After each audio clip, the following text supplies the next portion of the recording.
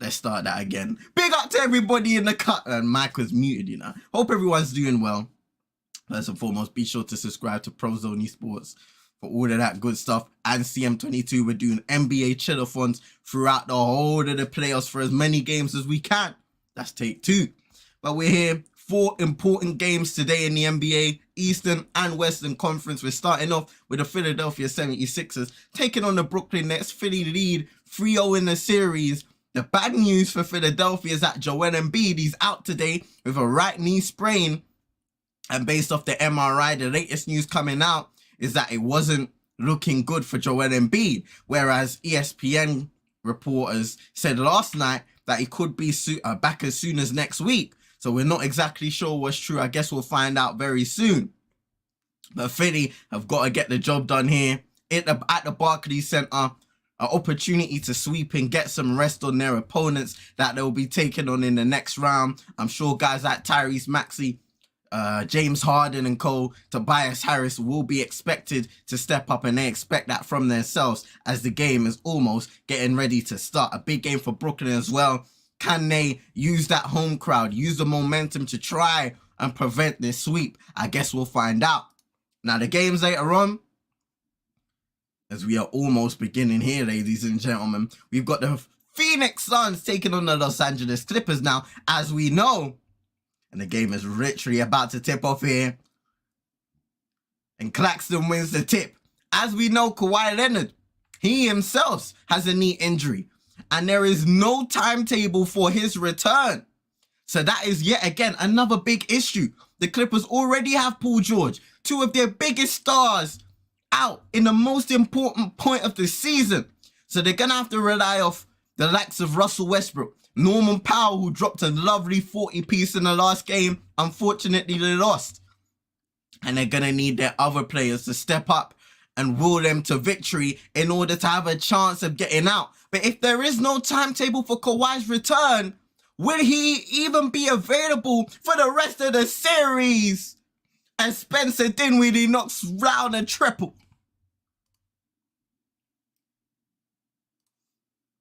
Later on, we got Game 3 of the Milwaukee Bucks taking on the Miami Heat. In Game 1, we got a spectacular shooting performance by Miami. And then the Bucks able to fight back without Giannis, of course. I'm not too sure if he's going to be available for this game. I guess I'll see something on Twitter and find out closer to the time. But maybe some guys in the comments as well can help me out with those reasonings. I'm not too sure. And then the final game of the night, Memphis taking on LA, tied up 1 apiece. LA had that wonderful game 1 where you had the likes of Rui Hachimura as Dinwiddie knocks down his second triple of the game. Rui Hachimura, Reeves, and Cole, AD, LeBron all chipping in at the same time. Game 2 wasn't the greatest of performances by guys in LA. Hachimura played well. Austin Reeves had his moments, but AD struggled. D'Lo struggled. Dennis Schroeder struggled. Those are guys that LA need to step up. A lot of people questioning LeBron's defense as well in the game, throughout the game, despite him having a good offensive performance. Need to step it up there. Memphis without Ja Morant, will he be available tonight? Who knows? But we shall see, ladies and gentlemen. Let's watch and enjoy this game as it goes on. James Harden, defended by Mikal Bridges. You know, Bridges has been given the burden and he's accepted that burden of leading this team into the playoffs after that trade that transpired. And he's done a really good job in Brooklyn. It's been a difficult playoff series here for the Nets, who just haven't been able to find their rhythm together as a group. When Mikal goes off, nobody's really there to support. When Cam Johnson goes off in Game 2, he didn't really have the support in the second half and wasn't able to continue that consistency of which he was scoring. And then there's the question of whether you can stop James Harden when he's playing well. Embiid when he's playing well, drawing fouls. Tyrese Maxey, Tobias Harris, who has been stepping up in the last few games. Shout out to Drizzy in the cut. Hope you're doing well. Hope your day's been blessed. Appreciate you coming by each and every time saying, hey, we do it, man. Dortmund are eating today, fam. Simple as that. I mean, Bayern Munich. It's not looking good for Thomas Tuchel and Bayern Munich. Lost to Mainz today. Dortmund are 2-0 up, I believe. Last time I checked anyway. PJ Tucker fumbling the ball in the corner there. And that's a turnover for Philly. 10-4 lead for Brooklyn to start the game. So yeah, Dortmund are 2-0 up. And they'll be level on games with Bayern, taking a 1-point lead in the title race. So that is an interesting development right there. Claxton getting a bucket over Paul Reed. You know what? Nick Claxton, big expectations on him to step up today. No Embiid. Now's your time to be the dominant big. We saw a bit of that in game 3. How about this again today? We want to see more from Nick Claxton. Consistency. Here's Harden driving on Finney-Smith, passing to Paul Reed. He's had a decent series himself. PJ Tucker driving inside, laying it up and misses, rebounding witty. Drizzy saying, was Tuchel a good coach anyway? That's an interesting conversation. Oh, Tyrese Maxey blocked by Claxton. Shout out to Armin. Hope you're doing well. Today's been blessed. Appreciate you coming by each and every time. Saying Arsenal is starting to get on my nerves. I want them to win the league this season instead of City winning their 4 straight. And there were a lot of people that share that same sentiment. Bridges with the fadeaway for 2. Timeout Philadelphia. 14-4 start for the home team. And Mikal Bridges with the sweet fadeaway over Tyrese Maxey.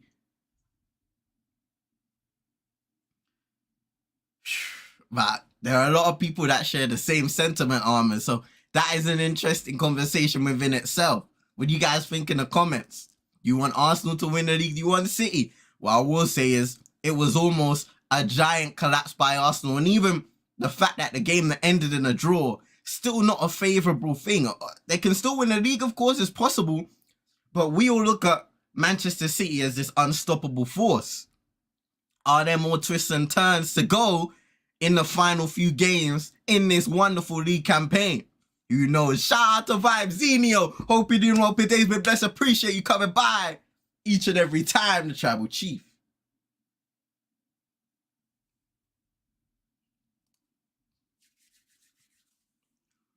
Right now, we're just in a timeout. Let me get my ESPN. Because you know what I found out? The box score on ESPN is better than the NBA website. Not gonna lie. It just updates a bit better. I don't know. I have to be refreshing the NBA website sometimes. 8 points for Spencer Dinwiddie to start the game. 2 of 2 from downtown. Hit a couple free throws to go with it as well. Really good start from him. 4 points from Nick Claxton. Bridges hitting his first bucket before the timeout. 2 points for Toby Harris and Paul Reed on the Philadelphia side of things.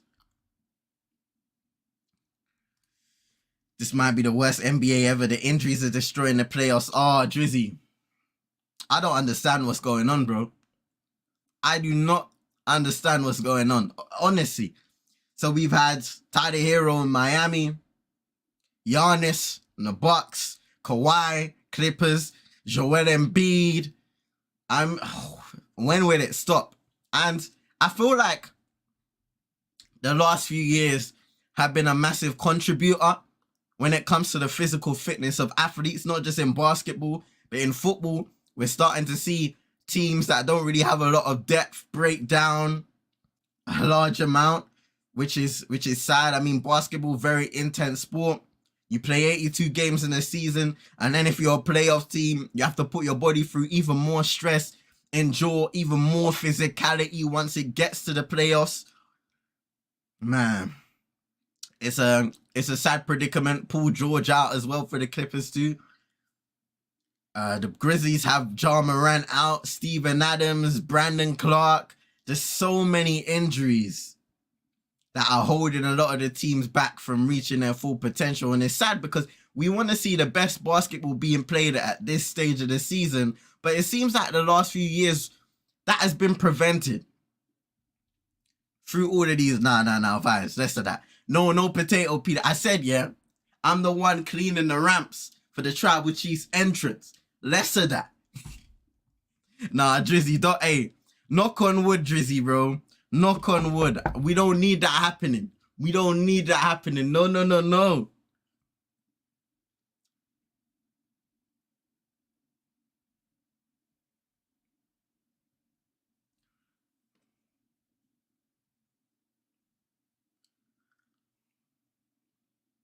Game restarting now. James Harden. PJ Tucker. Now Paul Reed gonna hand it off to Harden, set a screen. So now Finney Smith guarding. Another screen and he rolls away. Drives on Cam Johnson, floats it up and misses. I tell you what. Something has happened with James Harden, man. Other than him losing his step a little bit and his explosiveness, his touch at the rim has really diminished from the games I've seen in the playoffs. In terms of his ability to get to his spot, float the ball up and in, which he's really good at in his prime. And we're not too far away from that, which sounds crazy. Tobias Harris with a nice fadeaway for 2. And I know we've spoken about it before, but those injuries that James Harden endured in Brooklyn, it must have taken a toll on him. Seriously. In terms of his productivity as a player, Claxton misses a hook shot, gets the offensive rebound for some second chance points. Dinwiddie, nice pass inside and nobody's there. Claxton with a free jam.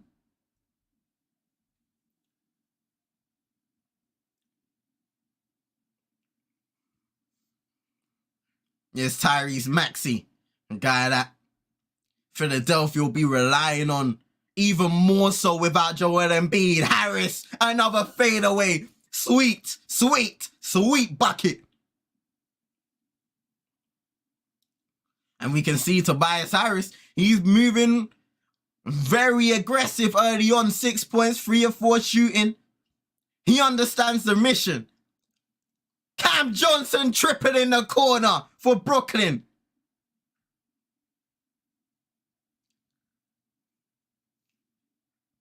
And the Nets are shooting real well. 3 of 5 from downtown as Harden gets fouled. Doesn't make the bucket. He'll shoot 2 at the line. How's everybody's weekends been thus far though? And I hope everybody had a wonderful week. Monday to Friday. What do you get up to? What do you have planned this weekend? Watch some Premier League football before I came on stream. Interesting games. FPL. I mean, Brentford let me down today on FPL. No word of a lie. They had the opportunity to secure that clean sheet and decided they wanted to let Douglas Luiz score in the final few minutes. Fire for that, man. I'm up to 58 this week, though. With a few more players to come true. But nothing too significant. I ain't mad at it, though. I ain't mad at it.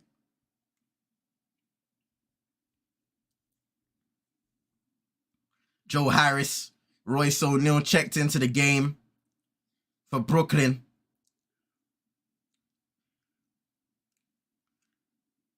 Both teams opting to play a little small now.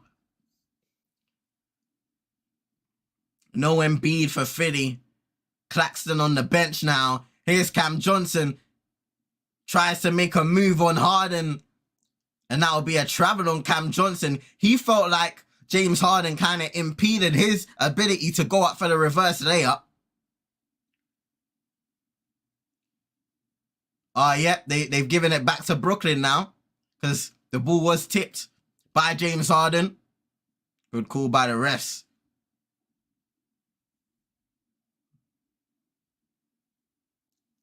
Four on the shot clock. Cam Johnson trying to make a move. Kicks it out. Dinwiddie for 3. Misses.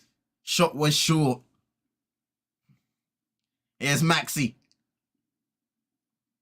Crossover on Joe Harris. Tries to bank it in. Misses. PJ Tucker. Offensive rebound. D'Anthony Melton way off.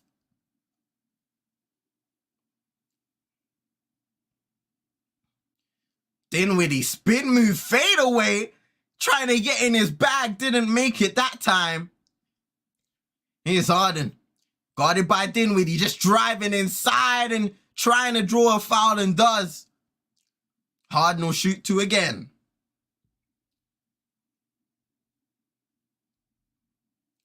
And maybe this is a different side to James Harden that he's been holding back with the 76ers. A little more conserved in the way he wants to drive and draw fouls. He's been aggressive in doing so early in this game.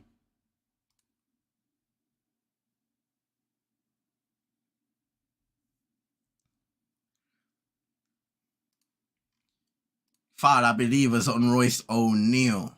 His first personal.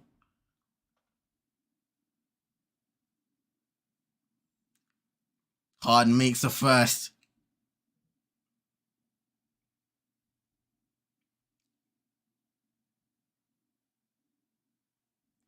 Ten-time All-Star James Harden, an MVP. Could have been a multiple-time MVP if things went his way, but there was always a narrative. I felt that was, well, not I felt, but I guess the voters felt were better in certain regards in previous years. Harden makes a second. And now they're chipping away at that Brooklyn lead, 19-12. Here's Cam Johnson now. McDaniels in the game for the Sixers. Harris, nice pass into Claxton. Doubled, and he gets fouled. And Drizzy saying now Dortmund are 3-0 up. So it's looking good. It's looking good for them today against Eintracht Frankfurt. Mats Hummels with the scorers of Jude Bellingham, Malin, and Mats Hummels. Shout out to Manitas Di Piedra. I hope you're doing well. Hope your day's been blessed. Appreciate you coming by each and every time saying, let's go, Suns. Come on, and they'll be playing later against the Clippers the next game after this. Game 4 in the series. Who's going to be able to step up? Feel like the Suns got a good chance here, but you can't count out the Clippers. Hope you're having a wonderful weekend.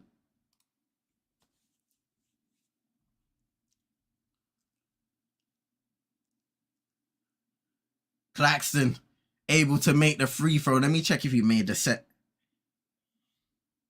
It didn't even say. Damn. Harden behind the bank to Melton. Seth Curry in the game guarding him now. Melton misses the shot. Rebound Johnson. Dinwiddie setting a screen for Cam. He's on James Harden looking to attack. Good defense though. Dinwiddie driving inside. Lobbed up to Claxton. Just a little too high. It's not the first time Dinwiddie's not being able to deliver the feed, and James Harden inside laying it up and in transition.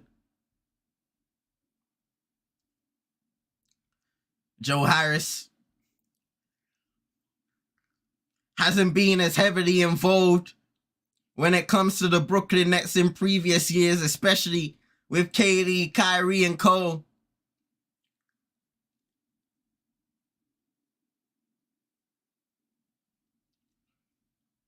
Tobias Harris inside. Wild floater just misses. The Bulls still stay with Philly.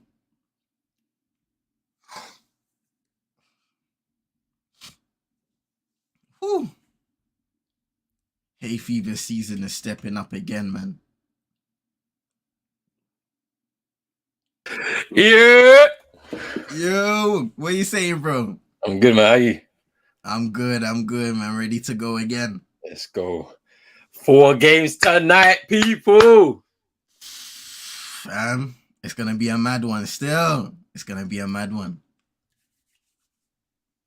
You be able to catch a bit of this game or not? Nah. Literally just game say now. no more. It's been a good start. Brooklyn started off well. Philly were a little slow, but so far they're starting to chip away at the lead. James Harden aggressive, driving to the hoop, drawing fouls, starting to get some of his floaters and layups going. Tobias Harris, a good start as well for Philly. And Dinwiddie started off shooting 2 threes in a row and he was able to make them. So maybe he can step up offensively for them tonight. Yeah, this is a big game, because this could be a sweep, literally. And Doc Rivers has got because the agendas could start if if he released the bottle. I can't lie. And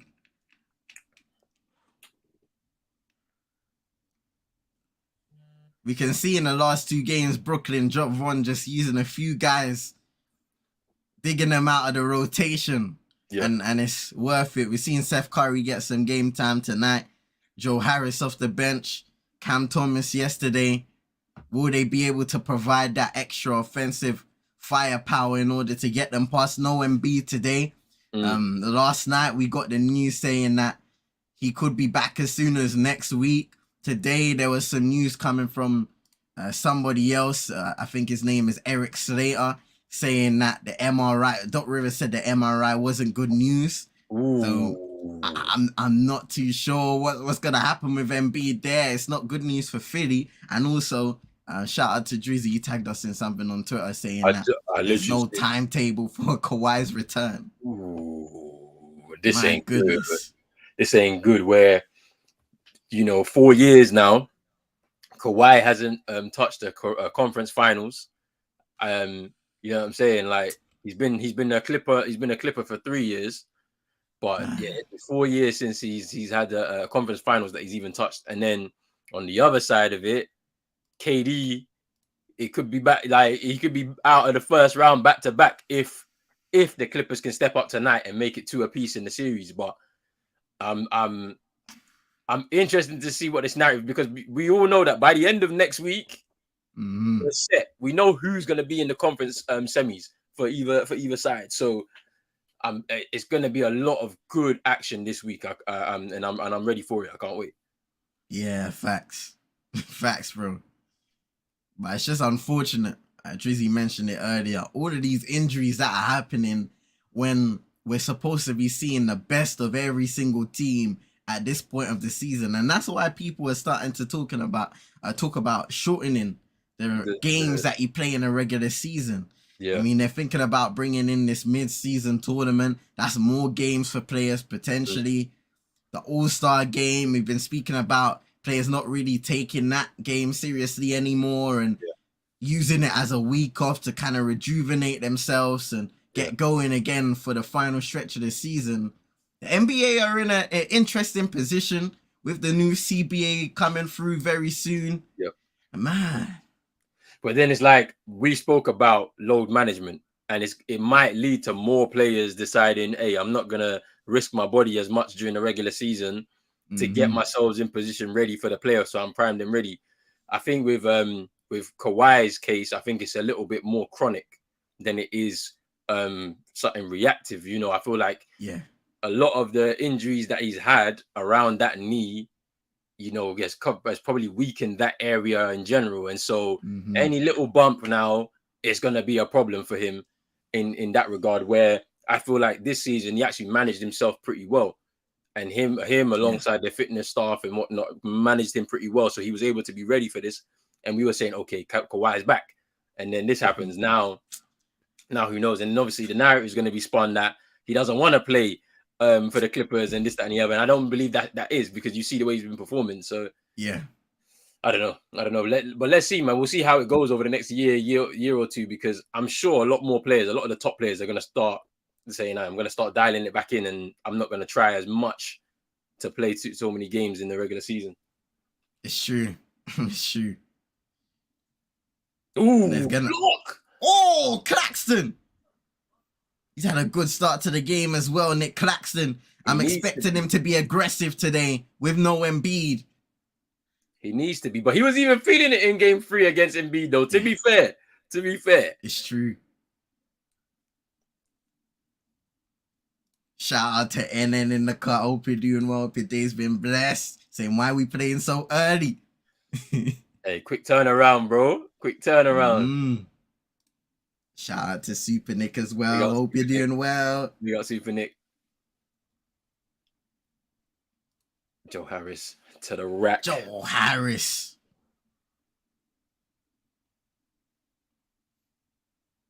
Brooklyn needed 22 to 18.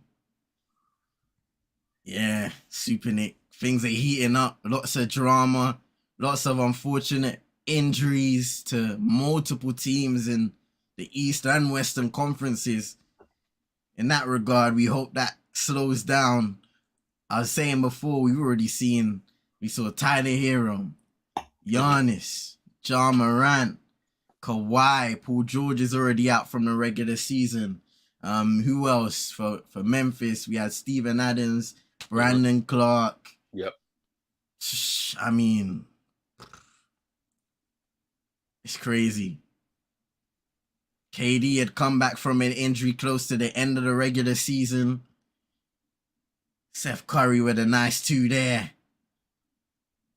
Yeah, the thing about it is it's gonna heat up even more. There's gonna be a lot more drama, a lot more narratives, like especially over this next week. You know, we're potentially seeing Denver sweep the Timberwolves. Here's Montrezl Harrell trying to play the bully ball. This is his first minutes in the playoffs, I believe. Yeah, it's crazy. It's crazy how much he's almost fallen down in terms of reputation in the end, because this was a guy in Doc Rivers who was playing him crucial minutes in Los Angeles. Yeah. Yeah, but you know what's interesting? He had that situation, right? With when he got arrested for the weed, I think it was, when he was in Charlotte. And I think that kind of also hurts you as well a little bit. It's a bit reckless in terms of your responsibility as a player to your team. And obviously they took a chance on him, or well, in terms of the trade anyway, but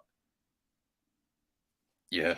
Seth Curry again with the 2. And people need to stay away from Charlotte, man. Yeah. That place is dangerous. Yeah. Oh man. They're due to have an interesting next season, I think. Man. Because I thought they was going to be able to build on a good year last year, and they just kind of fell apart. Dinwiddie, long 3. Woo! At the buzzer for the first. Dinwiddie's on a mission right now. He's on a mission right now. That was nice. That was nice. It was a long 3 at the buzzer from the logo, pretty much. 11 points for Spencer Dinwiddie in the first quarter. 3 of 6 shooting, 3 of 4 from downtown. Brooklyn up 29 to 22. This is going to be interesting as well. I feel like they could potentially go and get this game and then try and take it to 5 back in Philly. And so it looks like my prediction is already falling apart. I thought the Celtics would sweep. I thought the Sixers would sweep. We don't know. We'll see tonight. And then I said that the Nuggets would sweep, which I think they will. I think they got the number of the Timberwolves. I think they got their number. Unfortunately for the Timberwolves, they'll be going home early. Anthony Edwards said last night, hey man, the series ain't over. It's 1st of 4 instead of 1st of 3, but you may be able to get one game, but no other team has come back from a 3-0 deficit. Yeah. So the numbers are against you. Yeah, this is what I'm saying. I just think it's a bit too much for them this time. And you know, Jokic with a triple double yesterday again. You know what I'm saying? Like putting in a great performance, man. Like I just don't know. They seem confident, but they need an almighty performance over the next 4 games, like literally. Yeah, and I don't think it's gonna happen. What do you think they're missing as a team? Because I don't know. Yeah. It's hard, you know, because you know what we was talking about last night. I was like, you went all out and got yourself Rudy Gobert, feeling like that was the missing piece that you needed in your team, in that starting 5. You give up the 4 first rounds. You bring this guy in. Then we was all thinking, okay, you bring in Rudy, so that means you're moving Cat out of the 5, and he's going to move to the 4. It gives him an opportunity to stretch the floor. You know, he's a 3-point shooter. We know he's pretty good from 3, so that means it gives him more opportunities as well to do that as well. And it just hasn't worked out for them. and then now you're going to be going back. Chris Finch will have to go back with his team, and they will have to look at it and assess and be like, what actually went wrong this season? Was it like the lack of adjustment that the rest of the teammates made to Rudy Gobert coming in? Has Rudy not done enough on the offensive end to complement the rest of the players on his team, even though we've started to see a little bit, kind of develop over the last few games? They got some good role guys, in their squad who do perform. So we've seen Taurean Prince do his thing, Alexander Walker, and then Kyle Anderson. But is it enough? Like, do you know what I'm saying? Like, I don't know. Like, so, and the thing about it is that we were thinking that they was due to have a really good year this year. They thought that bringing in Gobert was going to mean they could challenge in the West, and it's just not happened. So I don't know, like, what's missing, to be honest with you. Like, obviously, they got Conley in the trade deadline as well. Honestly, I'm not sure, bro. What do you think? Like, with the Gobert trade, I respect him as a player. It seems like there are other players around the league who don't respect him as much in terms of him winning a Defensive Player of the Year 3 times. Offensively, not the greatest. He has shown once again in these playoffs that he has the ability to step up, but whether that's a consistent thing or not, maybe. I feel like they needed, instead of giving in so much for a Rudy Gobert type of player, they should have looked at their whole roster and maybe tried to bring in guys that are a little more dynamic on both sides of the floor, defensively, offensively, and especially if you're gonna bring in a guy that has, he can be a little better offensively and can support Karl Anthony Towns for those moments where he's possibly not in the game, and they're a bit more dynamic, because I don't think the fit of Rudy Gobert and Karl Anthony Towns has worked out the way the Timberwolves would have wanted it to this season. Yeah. And in terms of their whole roster, you've got Ant-Man, a phenomenal player. You need a couple more guys, I feel like, in terms of shooting defensively that are a bit more dynamic, especially guys coming off the bench too. I think they have a decent team, and in points in the regular season, they've been able to show their development, but things just not working out, and I think they will end up regretting giving away so much for that Rudy Gobert trade in the future. Yeah, like it's one of those where it's like, after making that big move, you go again. It didn't work out first year, you go again second year. It's the same with the Atlanta Hawks, what I was saying there, where the Trae Young, DeJounte Murray backcourt hasn't gone as well as they hoped when we kind of put it on paper. So you have to go again next year. Like, I don't feel like there's grounds. You've not had the greatest of seasons, but there's no grounds for you to just rip it apart now, because it's only 1 year that they've had together. Allow them time to gel. Obviously there's been issues with the coach. He gets moved on. You got another coach in there. See what you can do off season to try and, because I think their squad's pretty good, to be honest with you. He's got nice balance in terms of, like, veterans and whatnot, and young players too. Tyrese Maxey doing what he does best, rim running. And it's timeout. They've been able to claw back that lead. Just like that. The Philly lead down by 1. Yeah. Oh, and guys, don't forget, the big fight is tonight as well. Javonte Davis against Ryan Garcia. We'll give updates. We'll be giving updates, you know what I'm saying? We'll try and split screen it, or, you know what I'm saying, so we can see what's going on. So make sure you stay tuned for that as well, because it's just due to be, because we're going to be up anyway, innit? So you might as well check it out. You know what I'm saying? Because if it's one more time, I'll be asleep, boy, and I'll wake up the next day and find out what happened, watch the highlights or something. So stay tuned, people.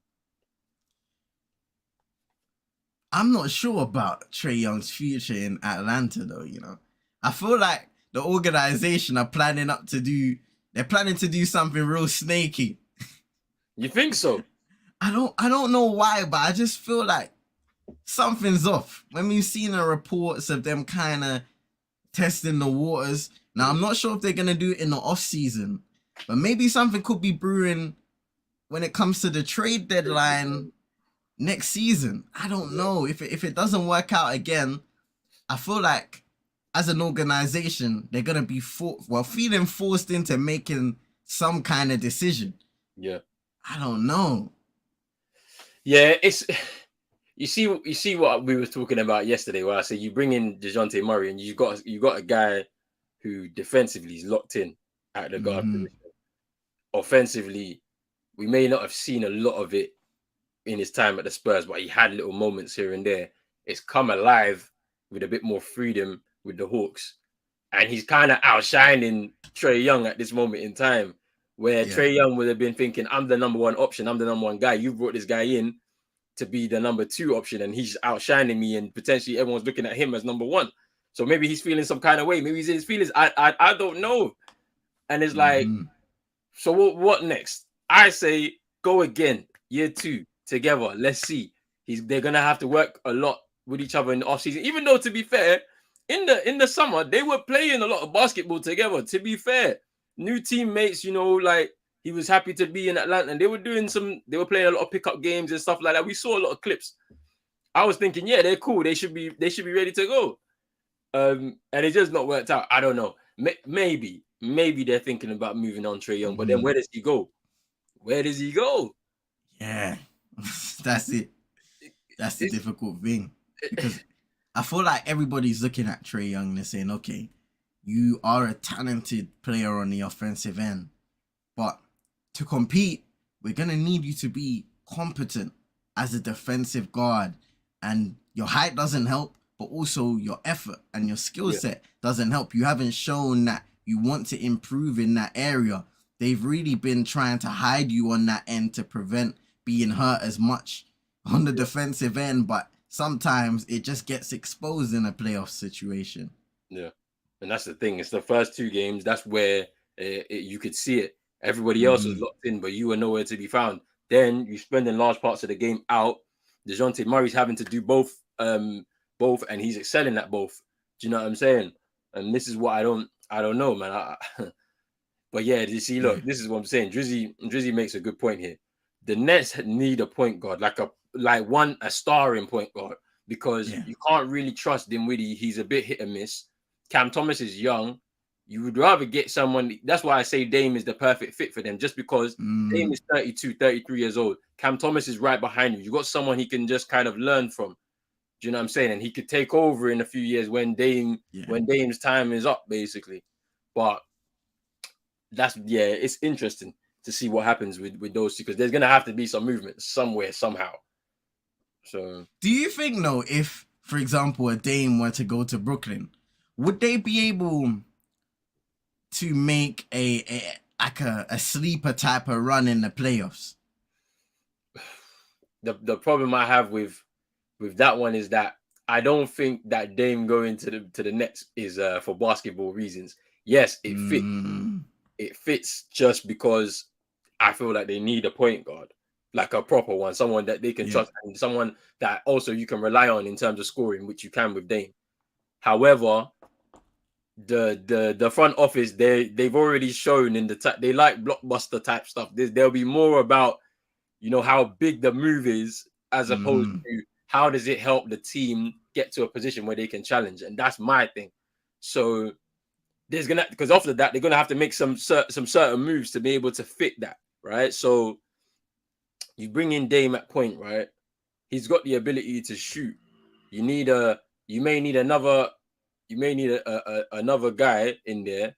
So you might have to have another guy at the guard position or power forward, that's also locked in on defense too. And I'm looking at it and I'm saying to myself, I think Mikal Bridges is fine. I think Cam Johnson is fine. Raw, Patty Mills into the game as well. This is crazy, son. Jack Vaughn's throwing everything at it. I don't know, man. There's more reconstruction in that team that needs to happen. Dame going there would make sense, though. I just feel like he's the only place he can go. That makes sense, to be honest with you. Nice pass by Bridges. Mills out to Royce O'Neal.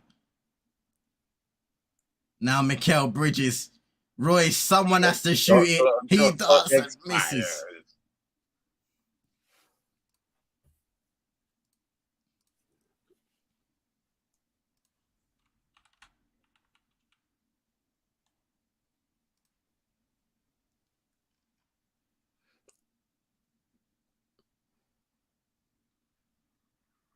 Yo. Yeah, yo. Oh, vibes, fam. Vibes. Hey, fam. Hold on.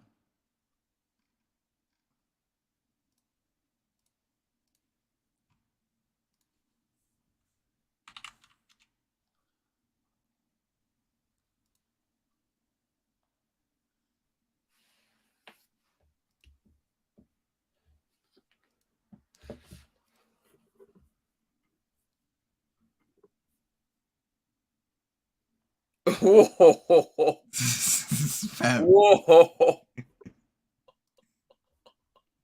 Whoa. Yo. Hey. Whoa. Fam. It's crazy Whoa. still. Whoa. That is nuts. Drizzy saying get the ball to Maxi and get the hell out the way. True. He's on a mission. Serious. Oh, Patty Mills goes down. Misses. Oh. Oh, he misses. Cam Johnson Euro out to Patty. Can he get redemption? No. Misses. Mikel fighting for the ball and secures it. Johnson again, throwing it up to Claxton. Woo! That was a sequence and a half. I can't lie to you. Good sequence there from both teams. Patty Mills was on skates. Clean up the house 4.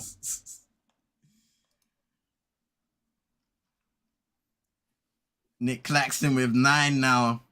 4 or 5 from the field. 5 rebounds to go with that. Cam Johnson has 7 rebounds for Brooklyn as well. 11 for Spencer Dinwiddie from earlier in the game.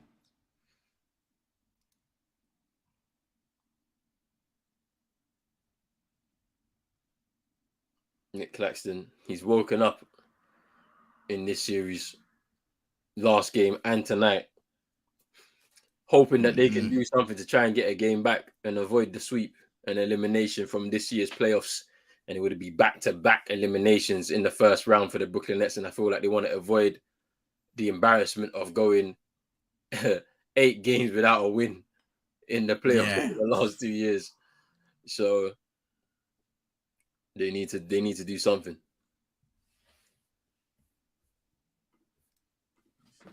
Let me have a look at that. Oh, so City have won. Oh my. So they won 3-0. Hat trick for Mahrez as well. Damn. Oh Lord, but tomorrow's game, fam. It's gonna be an interesting one for real. Yeah. Let's see what happens. Let's see if Go on. I'm not saying a word, bro. Let's see what happens, isn't it? We need to go grab that next trophy, man. I'm hoping. Yeah, man. I'm hoping so.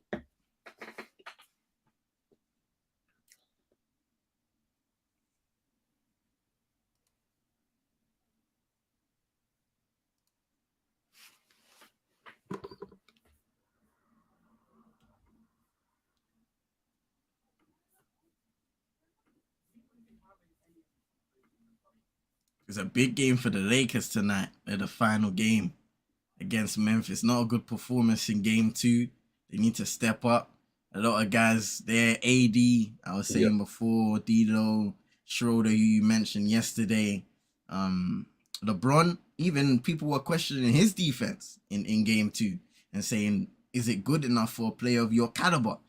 Even though he is the age he's at still and he can't really exert as much energy on both ends of the floor, still you do expect a lot more from him, a lot more from a lot of the guys on the team. Rui Hachimura, he's been playing terrific in this series. Austin Reeves has had his moments as well, including game 1, little sequences in game 2. It's interesting. I'm not sure if Ja Morant's going to be available for this game, actually. I'm going to have to see if I can look that up. Is Giannis back? I have no idea as well. I'm going to do some research real quick.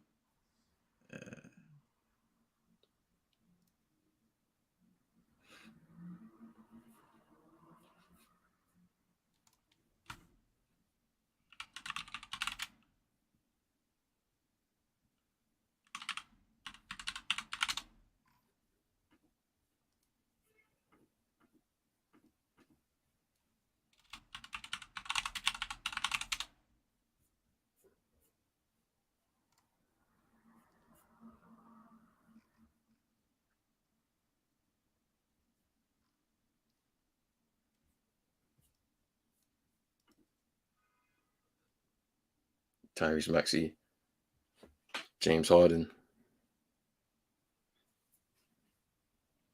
Tobias Harris. Ooh, miss. Royce O'Neal rebound. Cam Johnson. So Ooh, as that's much as I nice. nice layup there. As much as I know Giannis is questionable for the game, Mm. and what Coach Budenholzer basically said is if they're feeling good and ready to play, then they will. So I guess it will be closer to a game time decision for Giannis. I'm gonna have a look at John now.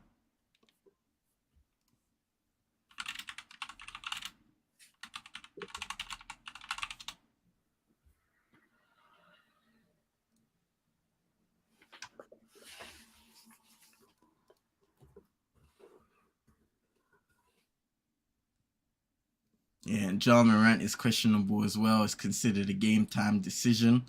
That was said by Taylor Jenkins. He didn't participate fully in practice. It was a non-contact session. He said Morant did dribble and shooting during his individual session and is having some trouble catching the ball, but feels much better. Okay.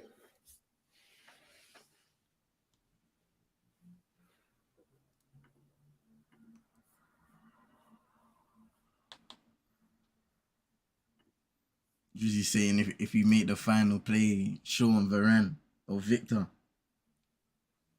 Um,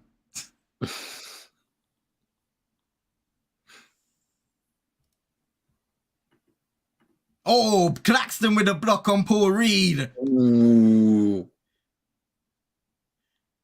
Cam Johnson drawing a foul on PJ Tucker in transition.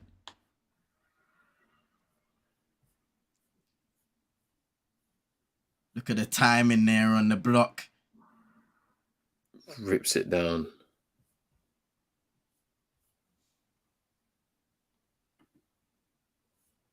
He's saying if I was Ten Hag, I would bench the hair as well to send a clear message. But then, boy, but you then who bringing did in? play? Do you know what I'm saying? That's my issue. Jack Butland, fam. You bringing in Jack Butland? I'm not doing that. Like, I feel like that's a huge game to bring him into. Like, do you know what I mean? Yeah. Like if you were to do that, then those keepers should have been playing earlier in the competitions, whether it's the Carabao, the FA, the Europa League.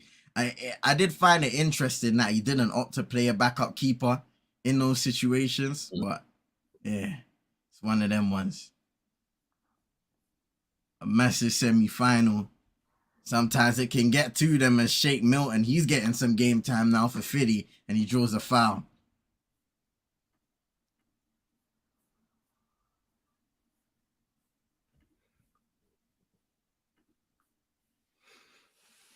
This is the thing. I don't know, like with that situation, because it's like, as I mentioned yesterday, until you have a competent understudy, someone that can actually challenge the one that you have a plan to make the successor.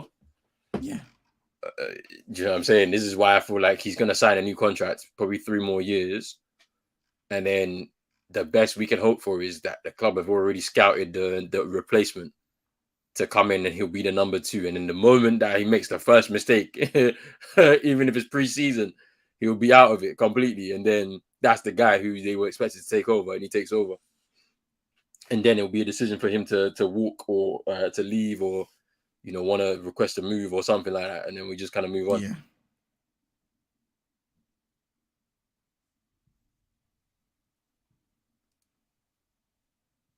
PJ picking up his second personal now on Royce O'Neal. Just a personal.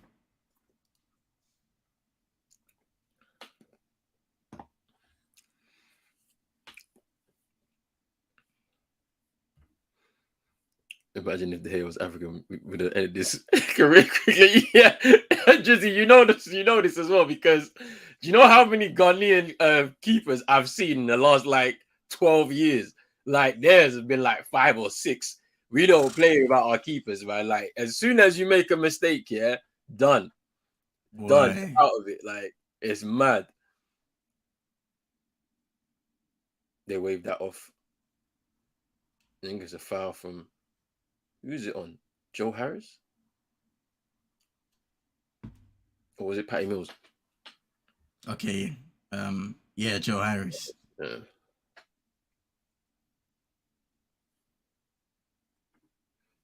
Ooh, that's an interesting one there. Tobias, nice pass. PJ avoids the triple, throws it out. Shape Milton driving inside, floating it up and misses. Paul Reed able to come away with the rebound offensively, but misses his shot. Now we've got a whistle. Okay, Doc is livid.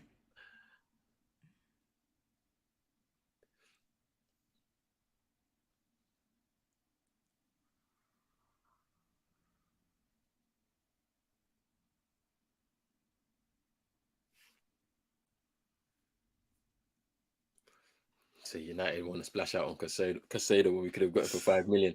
Yeah, that annoys me so much. We were just like, the thing about it is, you know what's crazy? Yeah, I feel like it's overstated how United scouting network is actually pretty good. It's just the decision makers are the ones that are causing the problem. So we could have gotten Caicedo because we already scouted him. We was ready to go. But then when it gets to the final decision, that's where everything kind of falls apart. And hopefully this is where the change of ownership situation has to come in. Because then you can at least now we have built up a nice scouting network. Because this is why people like Garnacho has come into the club, or like who else has been like a like, you know what I'm saying? Like people like Iqbal or people like that. Like we got these players and we was able to bring them into the club, like however we did it through whatever level and whatnot, yeah. And then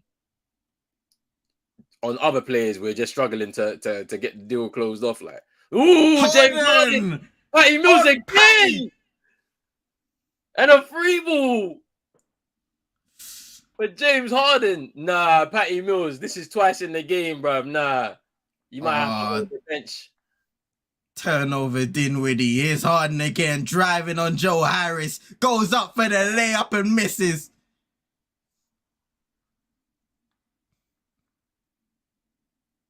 Royce O'Neal loses the ball.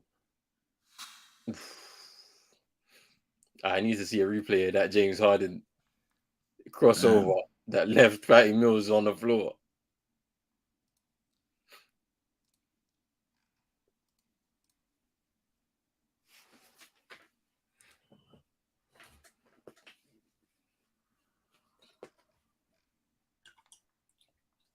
Ooh, Sunset campaign is out for game 4, so he's not available. Still, but he's not played any games.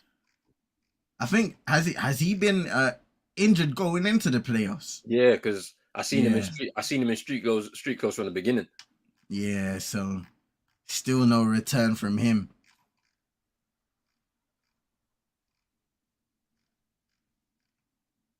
Dinwiddie into Claxton and one.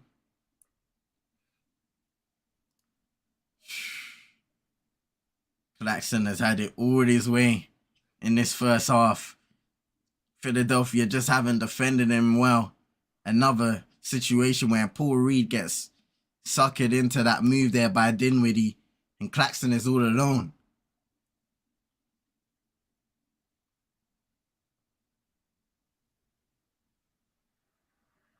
Oh, when he gets the bounce on that free throw. 6-point game.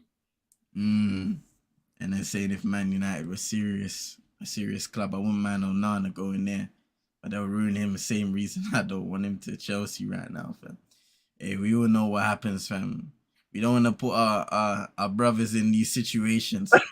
Yeah, me too. I prefer no. I prefer not to. I don't want to add to the agendas, bro. The black keeper agenda. I don't want to add to that, bro, honestly.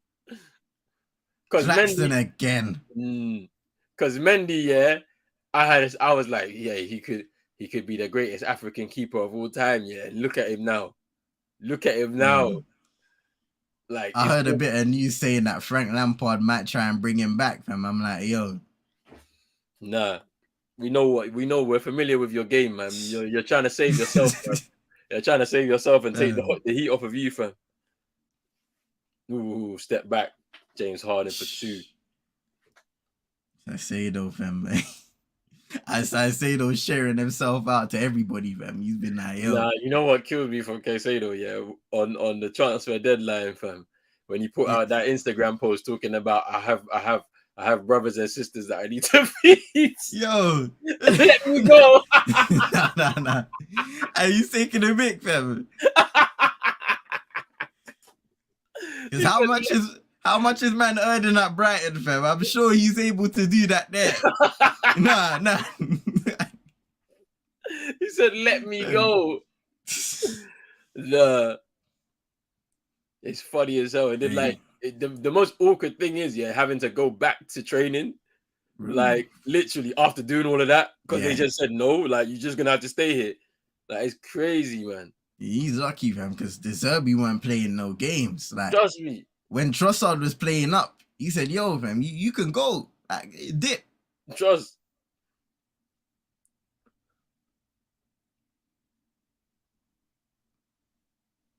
Drizzy saying it amazes me how players miss the most easiest of layups. It's crazy, you know. I was talking about James Harden earlier. He's warmed up a little now, but I've seen throughout this series, like the few floaters that he's been able to get. He used to be really good at converting those opportunities, but he's been missing some really good floaters, open, some contested. Mm. And I was saying, man, I mean, I don't know if injuries are everything, but they must have taken a toll when it comes to the injuries he was playing through in Brooklyn. In terms of his explosiveness, being able to get up for those floaters and lob passes. Yeah, explosiveness is definitely gone. Like he still has obviously he's got good fundamentals, yeah, and then obviously he has the ability, but his Yeah. explosiveness was a big part of his game, and he don't have that no more. Mm-hmm. It's a shame. Injuries have taken its toll. Those hamstring injuries kind of killed him, to be fair. Hold on, you guys. I'll be back in a sec. Calm, bro. Joe Harris for free, miss. Tobias Harris rebound. Here's James Harden now. Drives at Nick Claxton, stops and pops. Regains the ball though. Philly retain possession. Here's James Harden. Oh, blocked by Nick Claxton again. Here's Seth Curry. Out to Joe Harris for three in the corner. Miss. Tobias Harris with the rebound. PJ Tucker in the corner. Wide open three. He missed. Claxton rebound. Under 30 seconds to go in the second. Brooklyn lead by 5.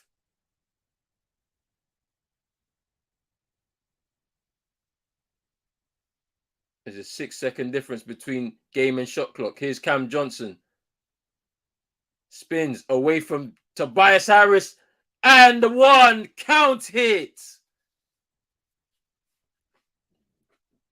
They open up a 7-point lead. Less than 10 seconds to go in this quarter. And at the end of this half. And Cam Johnson, good work there. Taking the contact and finishing through it from Tobias Harris. And he'll go to the line to finish off the 3-point play. Cam Johnson with 17 points 17 points in the last game, 21 in the second game, and 18 in the first game. How many has he got tonight? Let me double check this one. Let me see. And he finishes off the 3-point play. Cam Johnson has 8 points now in this game. Here's Tyrese Maxey unable to finish with the layup. And he was unable to finish there on the second chance. And that's halftime. Brooklyn lead 48-40. Nick Claxton with another block on James Harden there. He's feeling himself with no Embiid there. He's showing himself as a dominant big tonight. And Brooklyn are halfway there to at least getting one game back in this series. Let's wait and see what happens. Let me get into these comments though. You know what I'm saying? Man said campaign, the cheerleaders out. He's been in street clothes the whole series so far.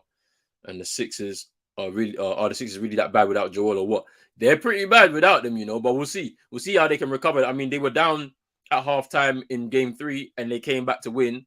It's gonna take some big performances. I'm looking at PJ Tucker. He's one of the most experienced players on the court, and he's not doing what he's supposed to be doing as one of the experienced players on the court. Big up Armin, he's saying you got to stop hating on Bayern. They're the best club in Germany now. There's no way they would sack a manager when they're doing well. Oh wait, Caicedo moving like he was doing minimum wage at Tesco. Trust me, vibes. I'm telling you, the way he was moving with that post, I was like, yo, they ain't doing nothing to you, bro. Like, you're lucky to be even here playing in the Premier League, fam. I said, like, they're not getting fed up. Right, trust me, bro. He's getting paid, man. They're fishing that sea, you know. Caicedo feeding the fam with pot noodles. Imagine Caicedo was robbing from Brighton canteen and taking it off.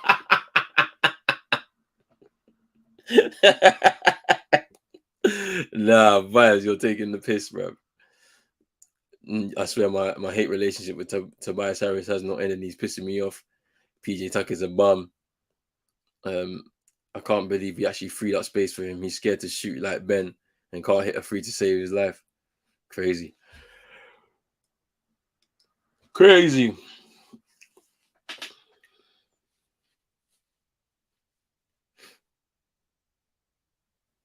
Let's see what happens in the second half, but right now, Philly need to do more. Without Embiid, they look like a different proposition, man. Like Embiid needs to be there for them to be able to perform cohesively as a team. And it's not really showing up right now. So let's see what happens. Hey, but people, let me know what your thoughts have been on this first half, man. Philly down by 8. The Brooklyn Nets need this victory to be able to stay in the playoffs for this season. Otherwise, they're going home 4-0. And there's 2 games, I think, in Philly next.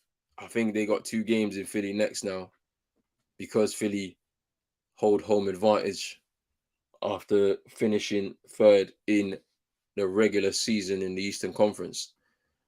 So we need to see what happens. And the turnaround is going to be quick, though. Because they're back playing on Monday.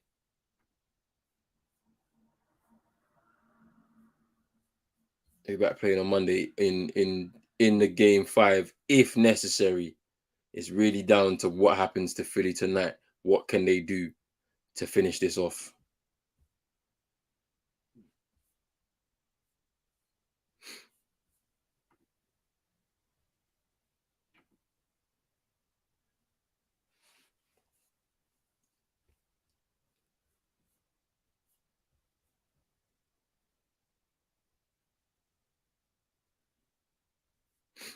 What do you guys think of the match as well? What do you call it? The Suns and Clippers game. Do you reckon the Suns now run away with it with Kawhi indefinitely out, or do you reckon they can step up tonight and do what they need to do? Also, give me your predictions for the fight tonight as well, because we're gonna be giving some updates on the fight as well. So give me some predictions about Tank and Garcia as well. The Ghana kits. Wait, is there been some new kits, or is this the one that they took to the World Cup? Let me have a look. I want to have a look at this. Because if it's the same one that was in the World Cup, then that's the one I've seen already.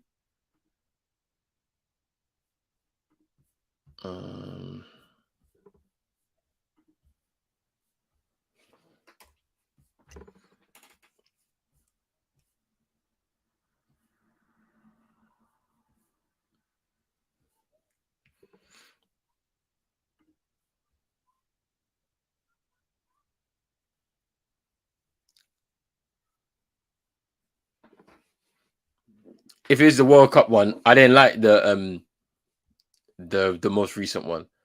The one before is the one I liked. I got that one. The one that had the kind of pattern.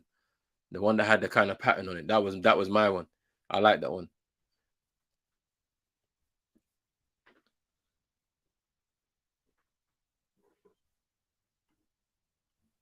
Puma's excellent template angered the GFA. The templates were shitty.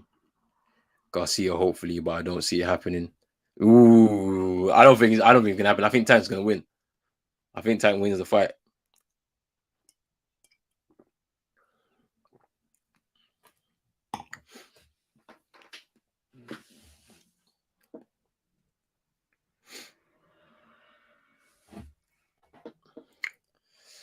You hated Cameroon's kits. The only good one got the only good color, which was the green one.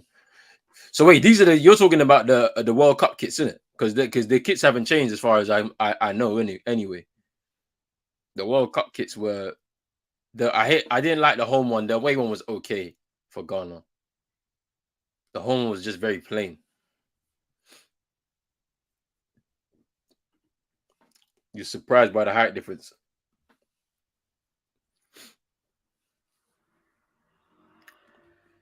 I feel like Tank is too emotional. He might lose.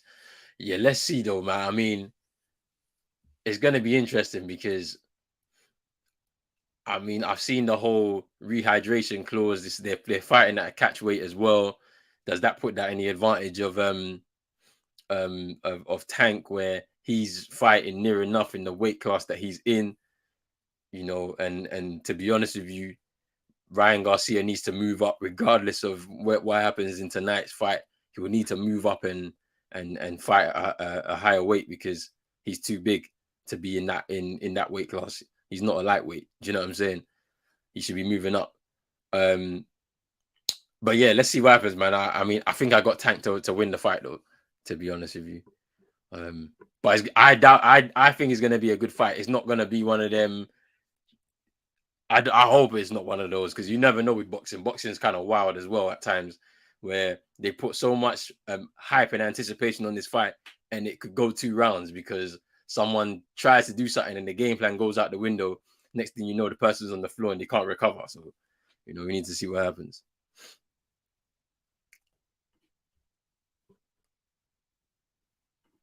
Everyone's on board with the Saudi thing apart from Fury. Wait. Is this for the fight against Usyk? I have all the Ghana kits except for the current away. Okay. I like the away one more than the current away one more than the home one, to be honest with you. Home one's too plain for me. We released a kit for the Women's World Cup, for the women's in the World Cup qualifiers that was better than what we took to the World Cup. I need to see that one. Let me check that one out, actually.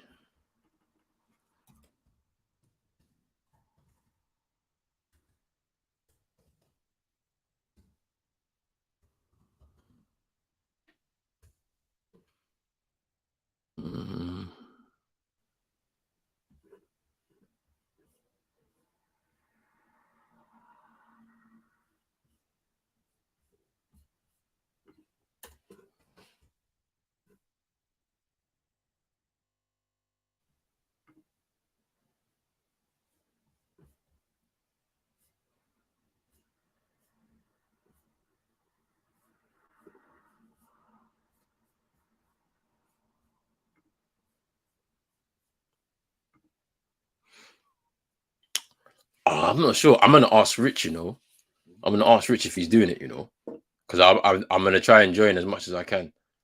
Because usually in the summer I'll be taking the time off. I can't lie to you. I'll take the time off because it's long. Like, you need a break in it from streaming at times.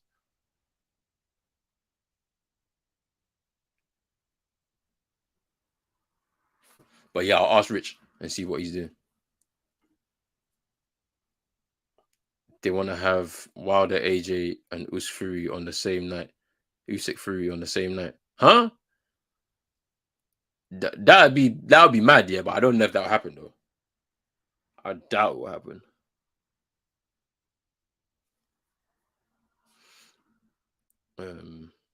They'll make a lot of money. Wilder and AJ have been speaking positive about it. And someone denied it, man, like Fury. England World Cup hopes has gone, too many injuries. I've been seeing actually some news on that, to be fair. A few injuries to England's women's players ahead of this World Cup. Where?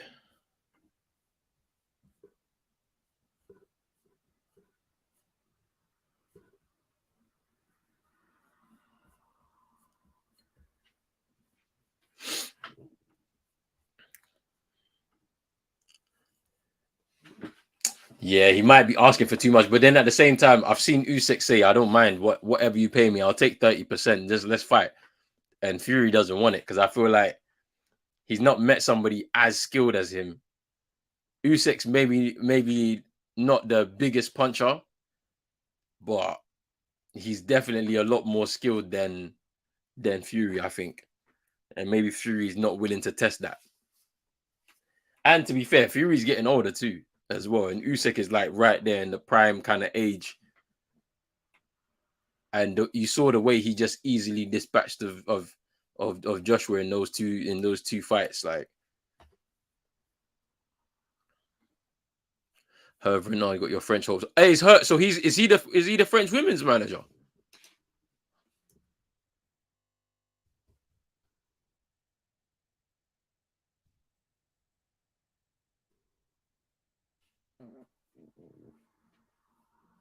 Yeah, he is. My apologies, bro. Just sorting out something to eat. Nah, it's all good, bro. It's all good, bro.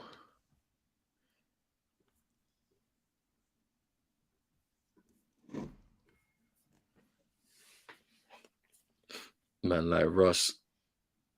Sir, walking in D-book as well.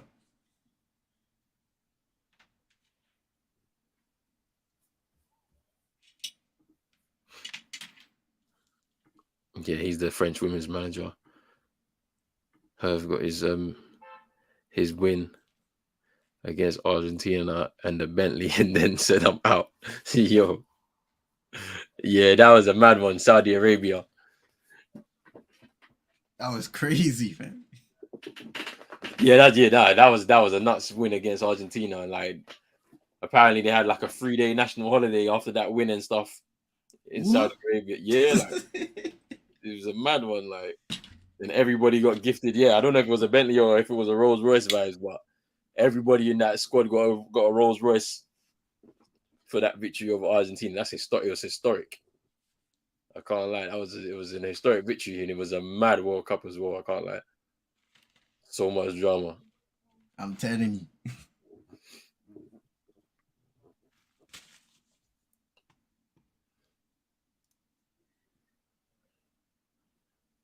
Right, so we're at halftime. Brooklyn leading by 8. How was the end of the half? Hey, it was a good end to the half, man. Nick Claxton with a big time block on James Harden. Yes, sir. And I feel like, leading by 8, if they can continue to play the type of basketball they've been playing in that first half, they should be all right to get that victory. That's been go on, bro. Because the thing about it is they were leading at the half in the last game, and then that lead evaporated very early on in that third, and then it got to a point where Philly just kept going, and they just was able to withstand the final bit of pressure. Yeah, that's exactly what I was going to say. What was it? Cam Johnson had a good game. I think it was game 2. It was either last game or game 2.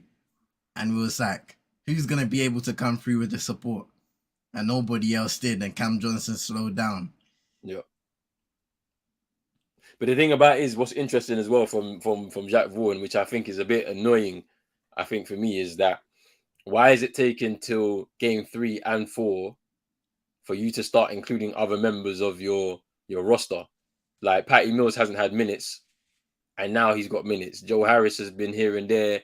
Seth Curry as well, here and there. Cam Thomas as well, having minutes. It's like, well, these guys are already there as part of your squad. You should have used them a little bit more. It's true. And this is a big opportunity. Like, I understand where you've got your rotation, your young guys who you want to have the majority of the playoff experience. But I can't help but think Seth Curry would have been valuable for this team. coming off the bench. We saw what he's provided in this game. Patty Mills, if he's been able to warm up properly, his shooting ability, really good in moments in this game. Cam Thomas, he was coming off back-to-back 40-point performances in the regular season, and then he went back to getting DMPs and not getting a lot of minutes except for coming on and playing a few in the last playoff game. There were so many players in this team who could have contributed, but they weren't given the opportunity. Yeah. And I know in the playoffs, guys want to kind of shorten their rotation. But for Brooklyn, I felt using a lot of the players they had at their disposal would have worked to their advantage in the playoffs this time around. Yeah, I just think they got a lot of different profiles of players that can actually help them in these playoff situations. You have a man like Patty Mills, who's locked in on defense, and as you said, can shoot. You've got Seth Curry, who can shoot, and there's someone that you can rely on snapping these runs in half if needs be. So it's pretty interesting how he's just kind of left them on the bench and then is now calling on them to basically save them.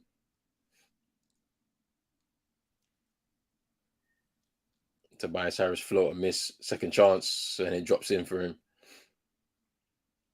And this is where Brooklyn need to be well engaged to stay on top of this lead. Nick Claxton out to Cam Johnson for three, miss. Here's James Harden. Tobias Harris.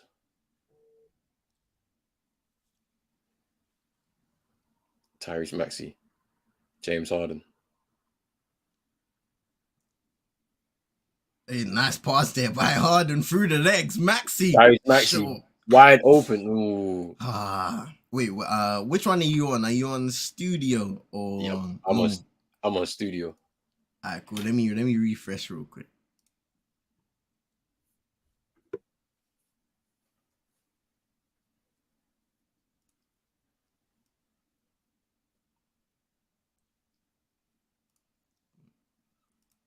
Tobias Harris is leading in points and rebounds. Turnover. James Harden. Dorian Finney-Smith will finish. Wow.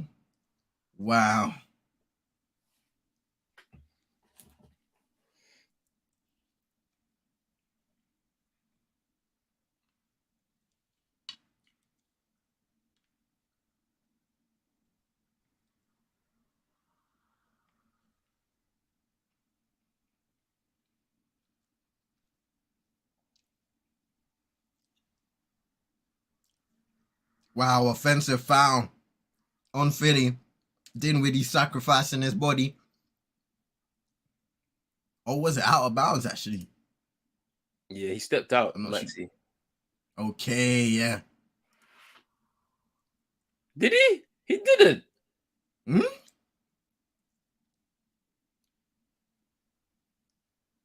That's an interesting one. Because they say he was out of bounds, but from the replay, it didn't look like he did, though. Ooh! Finney-Smith. Hey.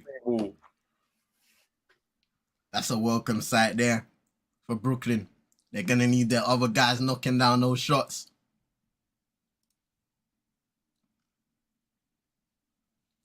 James Harden for three. Ooh, Harden.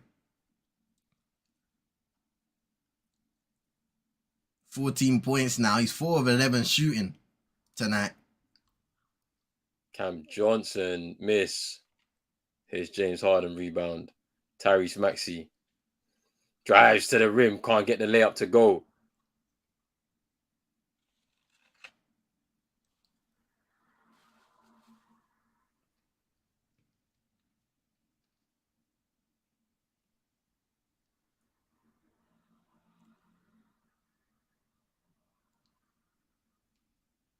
Cam Johnson. Into Nick Claxton. Mikal Bridges. Finney-Smith. Hand off to Mikal Bridges. Misses with the free ball. The free ball there.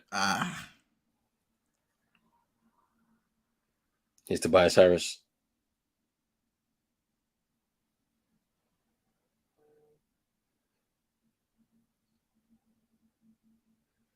James Harden. Floater. Miss. Paul Reed grabs the rebound, the offensive rebound. Here's James Harden. 10 on the shot clock. Woo! Loses Cam Johnson out to PJ Tucker for 3. Hits the first one in the corner.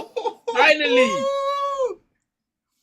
James Harden he's cooked a couple guys already. He's cooking tonight, fam. He said, listen, this is my night to show up. Mikal Bridges turnover. Here's Tyrese Maxey.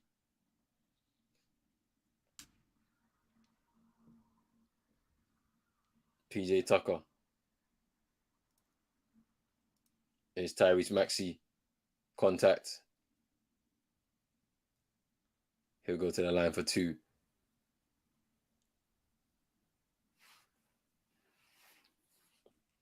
Just look at James Harden again. Crosses over Cam Johnson. Oh, man. Hey, he just uses that hand. Bow, you gone. And PJ Tucker had to score that in the corner.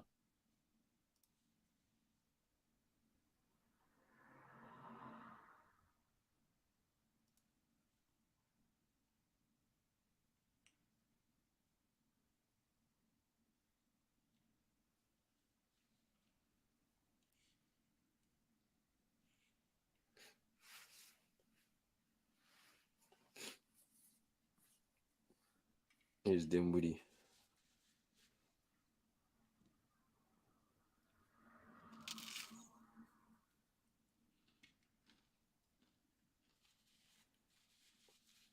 Bridges, mid-range, doesn't go. Here's Maxey. I can see a timeout in Brooklyn's future. I can't lie. If they don't extend this lead. Their offense has gone a little stagnant now. And this is the issue. Come back after halftime and they're not really ready to put their foots on their neck like and try and go for the kill. Yeah.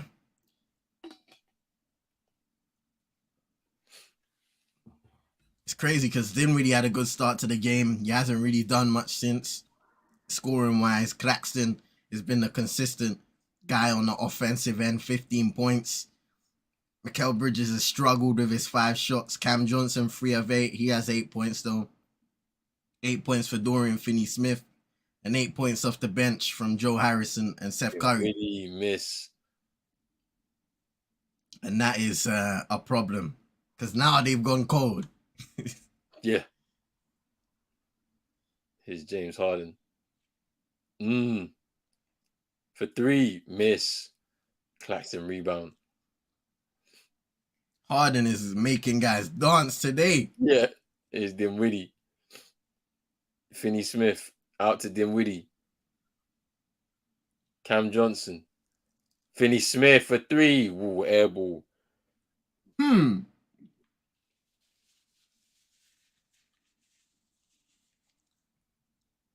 Jock Vaughan trying to rally the troops.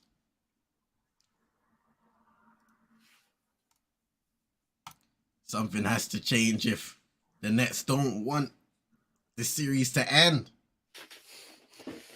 I think the way it's going right now is gonna end.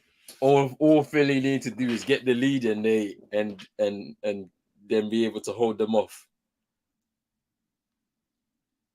I agree with you, bro. I just think it's too much of an ask for this Brooklyn Nets side. I don't think they're good enough to go beyond this stage, and I don't think it's necessarily their fault. I think the team has just been constructed very quickly and pieced together after the trade, their 2 blockbuster trades out, and they haven't had enough time to be able to settle and gel and do what they need to do. So They'll have to go again next year. Defo. I think they have a bright future, whether they do keep some of their pieces and whether some go. I definitely think guys like Royce O'Neal, they'll be looked at and say, hey, we can put you in a trade package to bring in somebody that suits this team better.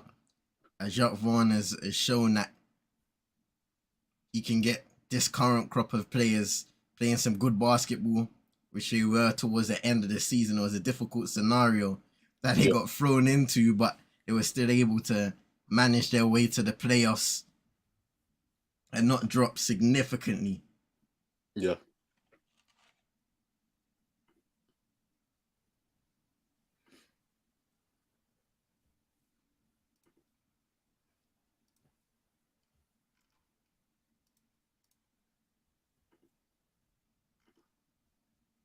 Yo, did you see that? I think it's true. Do you see that thing about Kawhi and his sister being sentenced to life? No. What? So this morning I read a story. Basically, Kawhi and his sister given life without parole for killing an elderly woman at a casino. What? So she's one of two women basically, and what it sounded like is they knocked over the elderly lady, and she ended up hitting her head, becoming unconscious, and she passed away. What? It's like I didn't even know this was going on until I saw a story pop up on my phone this morning. I read about it and I was like, raw. Yeah, This happened in 2019. Oh, so this happened a incident. while ago. Yeah. And they've been waiting and going to trial.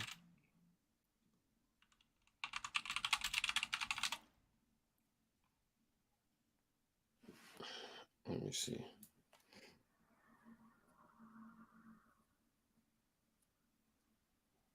And all the major news outlets in the US at least are reporting about it.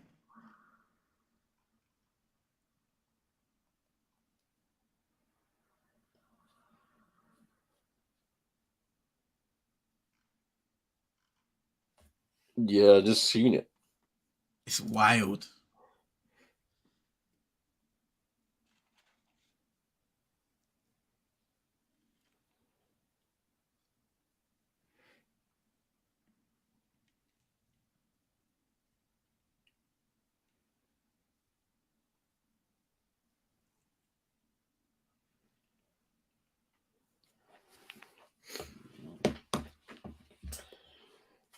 Philly are within one now. 10-0 run.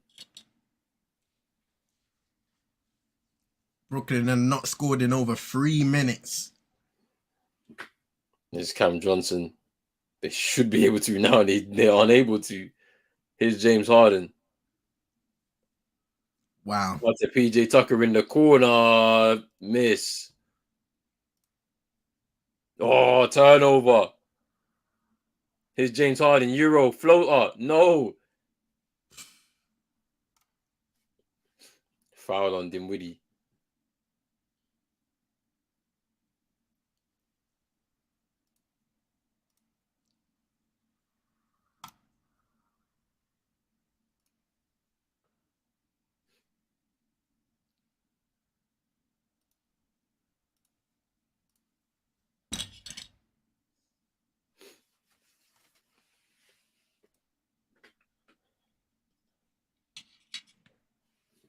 It's Tobias Harris.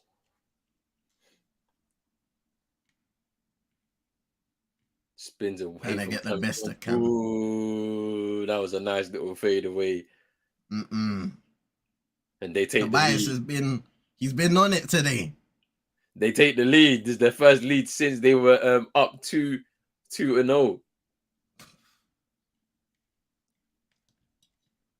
A big possession here for Brooklyn to stop the bleeding. Bridges misses. James Harden and Paul Reed.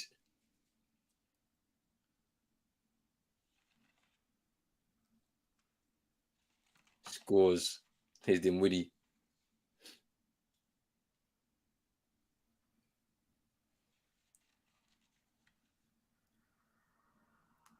Curry out to Cam Johnson. It's 4 left on the shot clock. Bridges has to throw it up, and he misses. Paul Reed rips down the rebound. Wow. Philly are locking in defensively. Paul Reed with a great rebound there to secure that on the defensive. And here's Tyrese Maxey. Harris. Step through. Can't get the fadeaway to go this time.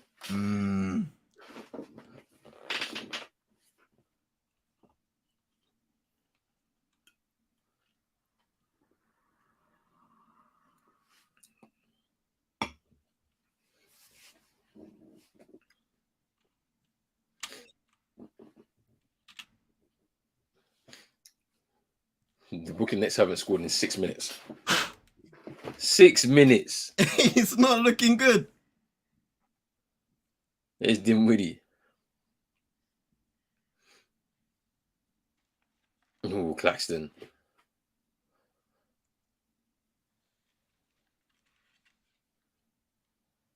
Great move on Dinwiddie there. Getting a better James Harden before setting up Claxton. They needed that. It's Tyrese Maxey. Throws up the layup and in. So good. Wow.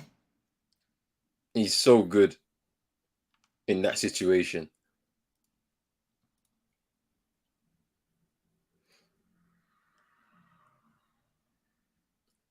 He's Dinwiddie layup and in.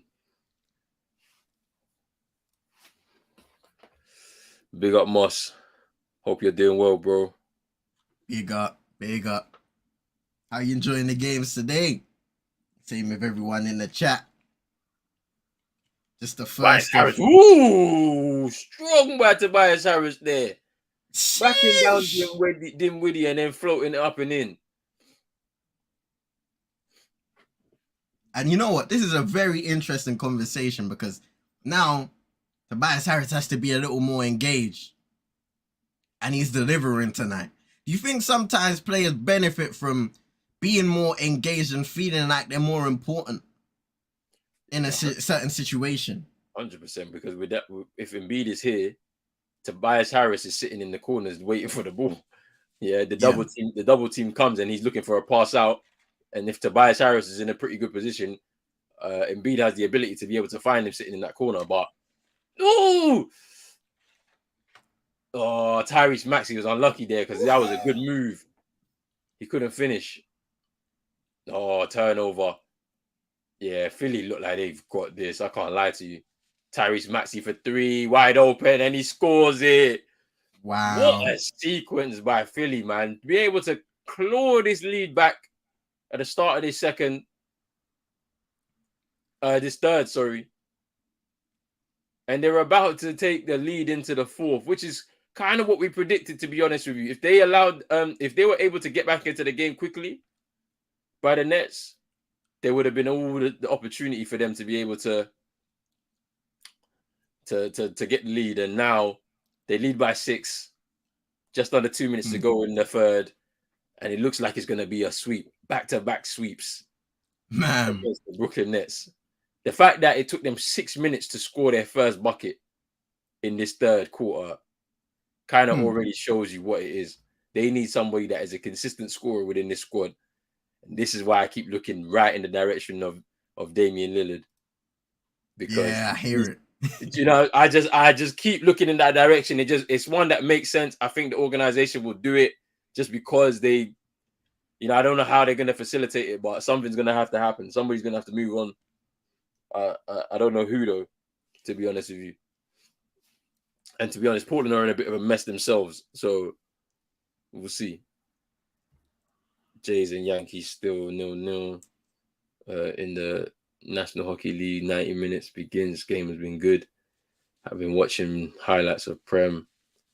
Morris with a hat trick for City. Celtics was high scoring. Yeah, it was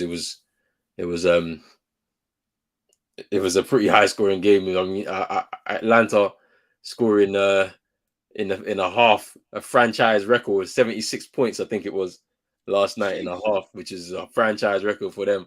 They were scoring very well across the court from three. I wonder if they're going to be able to maintain that in game 4 tomorrow night. We'll have to wait and see. Hopefully the Celtics can get their game back, split them on the road, and then finish it at home on Tuesday. We'll see how it goes with that one. Yeah, Lillard. Yeah, I mean, I think the signs are pointing towards Lillard. To be honest with you, going to the Nets, because there was a lot of talk when the trades happened and they ended up with all those wing defenders that they need a third guy in there, and obviously with Cam Johnson and Mikal Bridges, you got 2 really good players that you can build with. And if you bring in somebody that now kind of can lead that, then that could be a pretty good marriage. I mean, there's been a lot of talk of Dame going to the Warriors. Obviously, he's from Oakland, so him going back to his kind of like home kind of area would be, there was something like that. And obviously, you never know, that could happen too, because there's going to be some sort of leeway potentially. Who knows? Like, the Warriors are going to have to reconstruct their team, especially depending on what happens here, innit? Because if they go out in the first round as a defending champions, like, defending champions, because they said that no defending champions has lost their first 2 games in the first round and been able to recover. Wow, so, that's crazy. So we'll see what happens. I mean, they might recover, because I mean, it's going to take a big performance from Sacramento to be able to come through that. But we'll see what happens there. But yeah, I feel like, and then there's been talks of Lillard going to the Lakers, for example. They need a point guard, someone that they can rely on for scoring, because D'Lo is kind of a second-rate kind of point guard. He's not somebody that you can rely on in that regard. He's a bit more of a facilitator. I'm not so sure how well he does on the defensive end, to be honest with you. It's kind of hit and miss as well. There's Dinwiddie. Oh, it's a bucket there.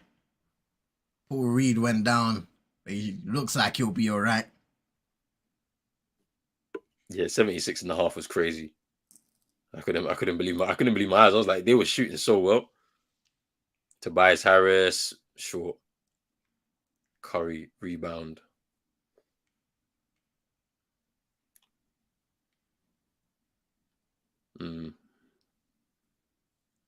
Yeah, I think. To be honest with you, I think the Warriors can make it 2 apiece in that series. I think that's going to be the only one that makes it to 7 games out of everything. Yeah, after I saw the way they played at home, I have confidence in them delivering that second game. And then when it goes back into Sacramento, as Tyrese Maxey knocks down a shot and for a 3-point play. Count it. And now it's his time to take over. But yeah, the way they played at home, and then depending on what happens going back to Sacramento, probably decide what happens in this series. If Sacramento can split games, yeah, that is where I'm intrigued, because if they can get the victory on the road in that game, now it turns the whole thing on its head, to be honest with you. But like, I just have a feeling that series goes to 7. Dinwiddie with the layup there, very easy. That's the only series out of everything I think is going to go to 7 games, just because on the road the Warriors are so shaky. They're so shaky. So I feel like they're going to go. It's going to be 2-2 through 4 games, and then we got 2 home games where I think the Kings win 1, the Warriors fight back with a late victory, right? To kind of take it 3-3, and then we got the final game. Then it's the final game, in the Chase Center to finish it off. That's what I think is gonna happen. And if that does happen, we'll be watching the game, I believe, next week Saturday, because that's when the game 7s are next week Saturday and Sunday. All the game 7s are scheduled for. So we might have one game to do next be week's a guy. movie. Yeah, that's how I'm feeling. I'm feeling that this week we're gonna see some real good basketball. I think most teams are gonna go 5 games potentially. Maybe we might see 6 games in maybe one series, but that one has the potential to go 7. To be honest. Big up Sir Red Devil Studio in the cut. Hope Big you're up, doing big up. well.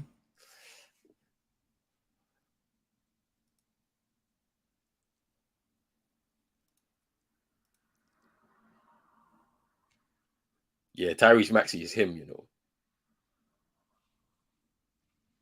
16 points, 5 rebounds. Philly lead by 5, 30 seconds to go in this third.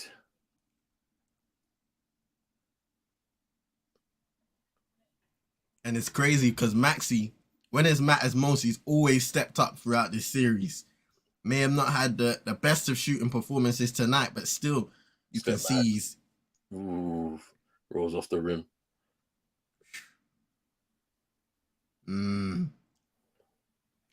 Nah, for real, he definitely, like, even like down the stretch. Ooh, Bridges scores there, and that's the end of the third. 3-point lead for Philly, but they're doing their job. They're doing their part to try and kill off this series and sweep the Brooklyn Nets. But yeah, not even down the stretch in the other game where Embiid was it? Oh, he wasn't injured, was he? No, he wasn't injured, but he was injured. To be fair, he was playing through the injury. Yeah. And then James Harden was ejected. Yeah, he was the one that was doing his thing. Like, he's the one that just kind of just closed the game for them. And this is what I'm saying. Like, Philly got themselves a player. I can't believe that he's made the jumps that he's made over the last 3 years. And like next year is an even bigger year for him. So, and I just can't wait to see how he's going to do. The problem is that the supporting cast, yeah, the other guys. I mean, Embiid is Embiid, but the rest of them have to be like this next season, and then they have to grow again for another season. And I don't know if that's going to happen. But there's a lot of confidence in the Sixers locker room that they could potentially win this ring. It's very interesting because I don't know, something about them you're just not able to believe in them, and you said it at the start. Whether it's the consistency of Tobias Harris, a few other guys, can they continue knocking down their shots? We don't know, but they have the ability, and I think every season they're one of those teams where you look at and say those should be probably a little step down, but they can still contend and get into the latter stages of the East, competing with teams like Boston, the Bucks. Whether they're able to do that, who knows? I mean, Embiid already injured in the first round. I don't know. You know what's interesting though? Yeah, like, I'm waiting to see what happens with this Embiid injury, because you said that Doc Rivers said they did the MRI scan and it wasn't good. So then what is not good mean?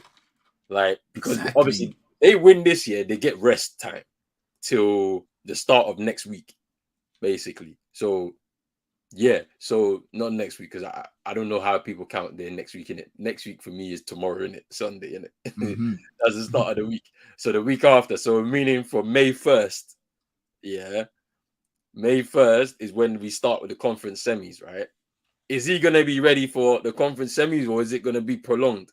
They've got rest time if they win this game tonight. Otherwise, it's going game 5. Yeah. So I hope he'll be back. That's the thing. Because there should be no excuses, because that's the same thing that happened at this stage last time. Embiid had the fractured cheekbone. He missed 2 games, came back for the third with a mask on, and he just wasn't the same player.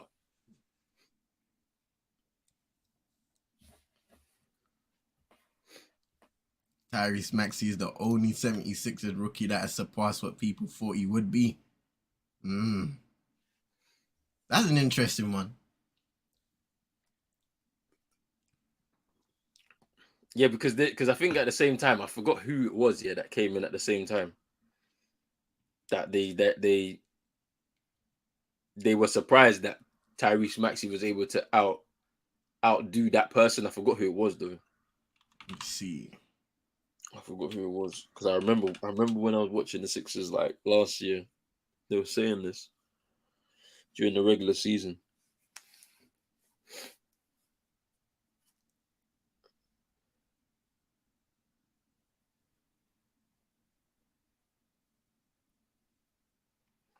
Oh wow. Zach Vaughan, has lost 7 games against the Sixers this season. And that's including this playoff run. That's not a good omen. So that means he lost all 4 of those games in the regular season.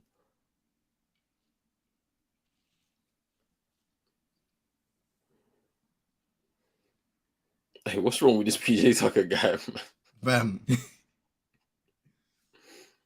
Brooklyn about to get swept twice this season, much less in consecutive playoffs. But there's still time if they're able to find their way offensively. They've got the pieces out there. Freddie play. Oh, they're giving a technical foul. I think so. I'm not too sure. I've seen technical fouls given for a lot less than that. So where's the consistency from these refs, man?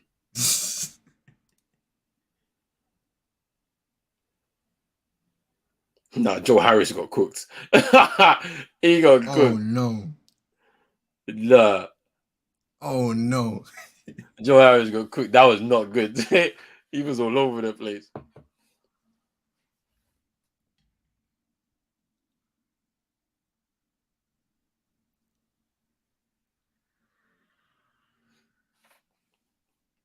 That's crazy because PJ was bumping him like crazy, fam, and they called nothing.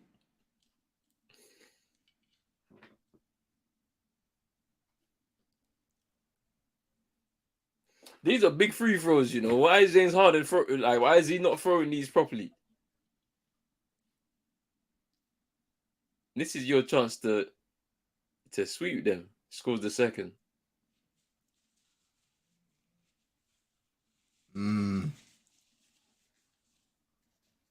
Able to convert the second. And the NBA got my stream behind, bro. Wait, which one are you on? I'm on TNT Studio, but for some reason it's just behind. You might need to hit the refresh. But Daniels, nice rebound. Out on the fast break. Oh no, still Philly ball. Got lucky there.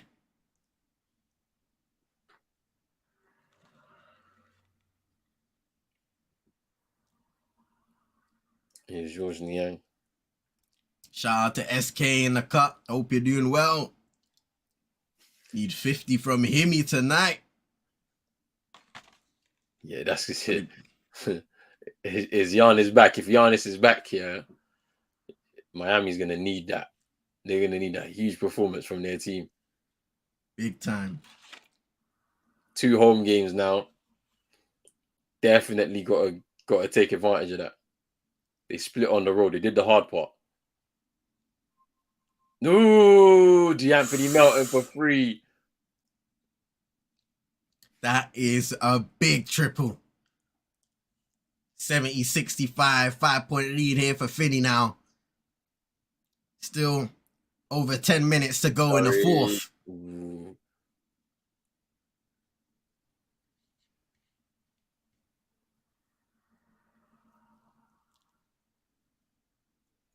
PJ Tucker looked confused.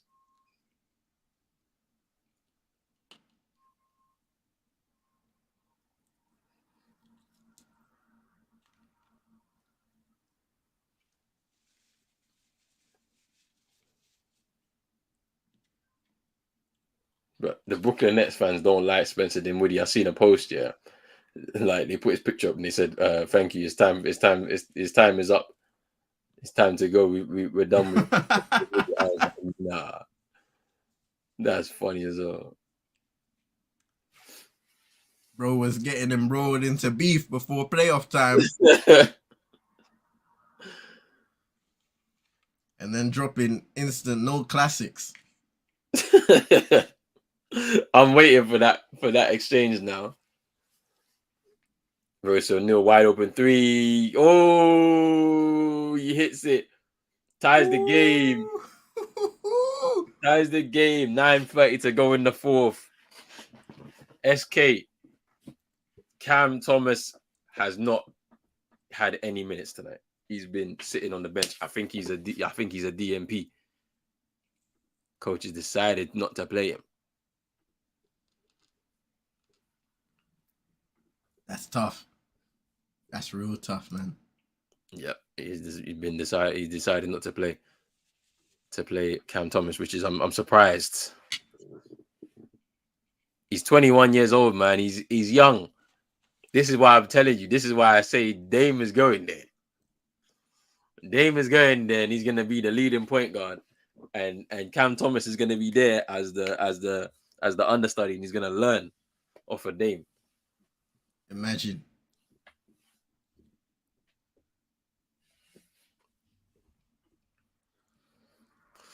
Yeah, and then I don't know. It's weird, man. Like Steve Nash was like I saw it. Like so he had a strained relationship with Steve Nash, which I think a lot of the players did. To be fair, right? He was in the summer league 2 years in a row. First year MVP. Second year, I don't know if he was MVP second year. He might have been in the summer league, but he played very well in the summer league. Like you could tell, he was a level above everyone that he played against in the summer league. So yeah, I was a bit confused, and then obviously he had an interview after one of the games, and they were like, "Oh, what do you think you need to do to get more minutes?" Yeah, and then he kind of like had a laugh, like he chuckled, didn't it? Like he was like, "Yeah, I'm that guy. I know you know what I'm saying? I know I can be in this team. Like, it's got nothing to do with me." Do you know what I'm saying? And then he still doesn't get any more minutes. Jack Vaughan comes in 2 games, scores back-to-back 40 points. I think he's the youngest player in the NBA ever to score back-to-back 40-point games. And then since then, you know, he's not had many minutes. And then obviously he had the little discrepancy where he got fined and then that was it. That was it for him. Like, and so I don't know, man. They say Cam needs to come to Philly. That might be the move, but I don't think it's gonna happen. I think they know he's a young talented player there, but they just need to make sure that he has good guidance as well, though. Can't rush him into that starting role so early, especially with the expectations on the franchise. I think a lot of the supporters still expect them to be competing. That's the thing, because they're so close away from just being removed from the big trays of having those big time players aspirations as well of winning a championship. And Keegan Murray won the 2022 Summer League. Okay, fine. He was the MVP. Yeah. So I mean, so the year before it was Cam Thomas. He was the MVP. Yeah.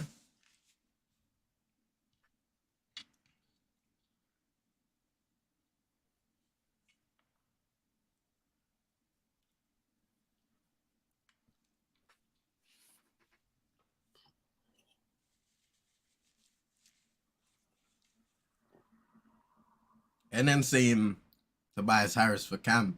I don't think the Brooklyn Nets would say that. Yeah, that's an interesting one still.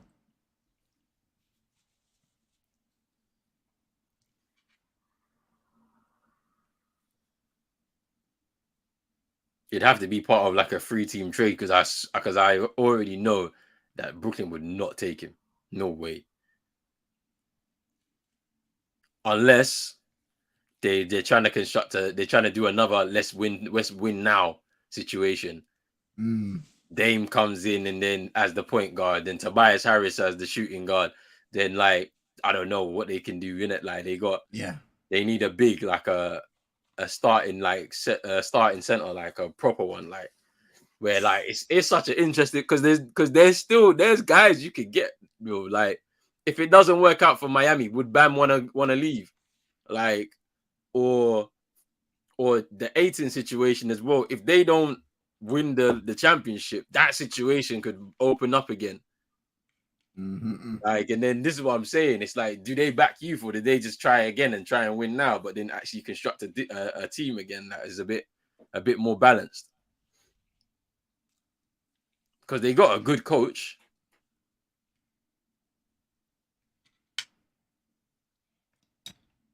Just need to make the right decisions now by the players they currently have to coach the organization for the future.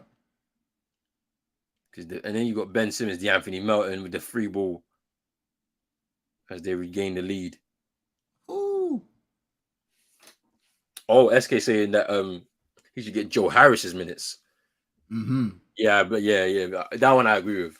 Joe Harris shouldn't be getting any more minutes for the Brooklyn Nets. He's finished. He's hitting K Love territory.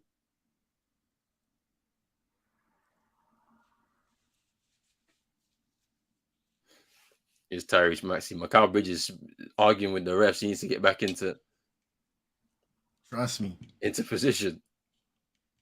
There's still a game here to be won. 1 point lead for Philly. Is Maxey. Claxton shooting, fading away on Curry misses.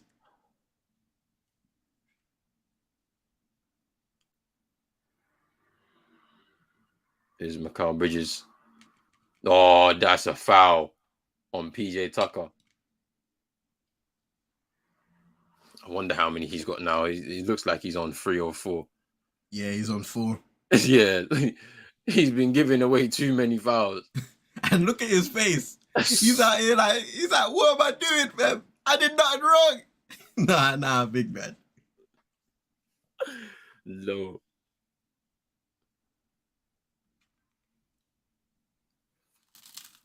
Drizzy, stop paying these people attention, man. Don't pay these people no mind, bro.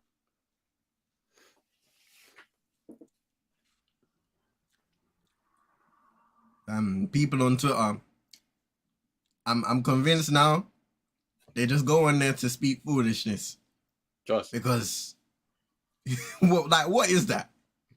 Come on, man. It doesn't make any sense, does it? Doesn't correlate at all. How? At all, bro. Like, even this thing, yeah. Like, in the grand scheme of things, there's this conversation about, oh, I want them to it. Like, bro, I don't care, fam. Yeah, because I don't care. United ain't there to affect anything when it comes to the title race. So, okay, we're in the FA Cup semi-final, but in the grand scheme of things, we're not where we should be or where we could be to affect what's going on. So why should we care about these other teams and talking about this and that? Man, I'm putting up scenarios talking about, oh, you know, like I hate Arsenal, so, you know, I don't want them to win it. But it's like, shut up, man. They're going to win it. They'll win it, innit? Like, it's up to them. Like, they've been the ones leading from the front, from the beginning. Pretty much. Like, it's up to them to go and win it. And it's the same with City. They have a Champions League semi-final. They got to win that. They've fallen at that hurdle many times. They've got to try and overcome that hurdle, get to the final, and then overcome that hurdle after losing to Chelsea a couple of years ago. Like, we can affect a treble scenario if we get through to the final tomorrow, and then it's a Manchester derby in the final. Then we can see what we can do to stop them. But I can't say that one equals another. They win a treble, so he's the worst United manager in what? That doesn't even make sense. Like, boy, that was easy for Paul Reed there. James Harden with another assist. And then they've stretched the lead out again. They were behind, and now they're 6 points clear. 8-0 run. Foul on Maxey on. He just kind of held on to Mikal Bridges. Look at that assist, so nonchalant from James Harden there into Paul Reed. Easy layup. Harden at his best there. Trust me. But Brooklyn just way too easy with that pathway to the paint for Paul Reed.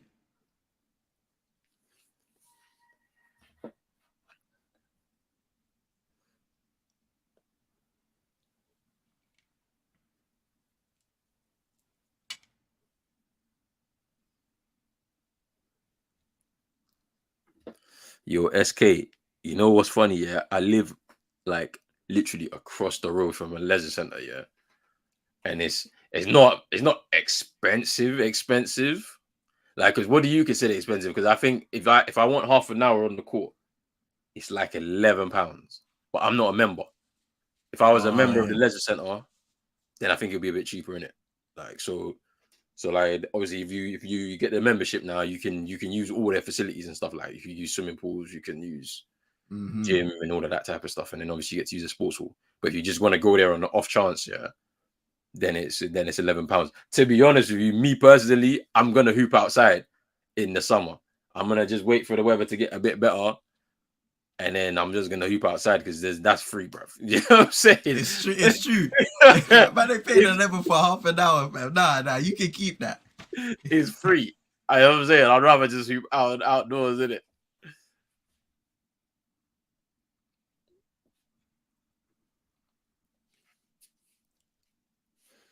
I said £40 per hour. Where are you playing basketball at, No. bro? What?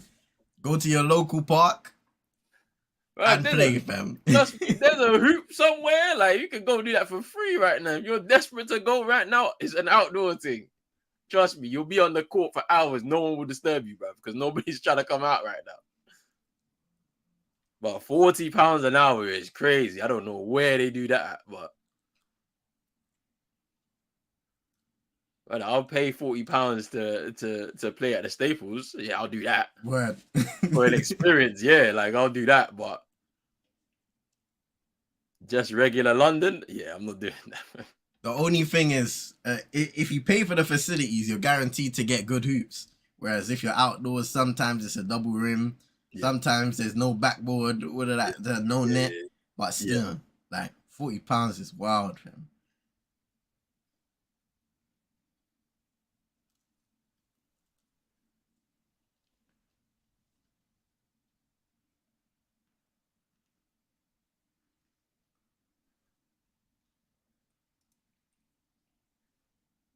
Oh, they took down on the hoops. Ooh. Yeah, it's true, man. You want the full experience, man. You want at least a net. D'Anthony Melton with another free from the corner. Ooh! Melton. He's been doing that all season, I can't lie. They said a finger trap hazard, fam. Yeah, who is going up there? Like, you know what was the wildest? Go on, bro. Fam, unless you can dunk, fam. Who's getting up there to get their fingers strapped in the... Nah. That's foolishness. The wildest thing to me, yeah. Cam Johnson, no, misses. Fast break now for Philly, but D'Anthony Melton slows it down. Because they know they're in control right now. Keep possession of the ball.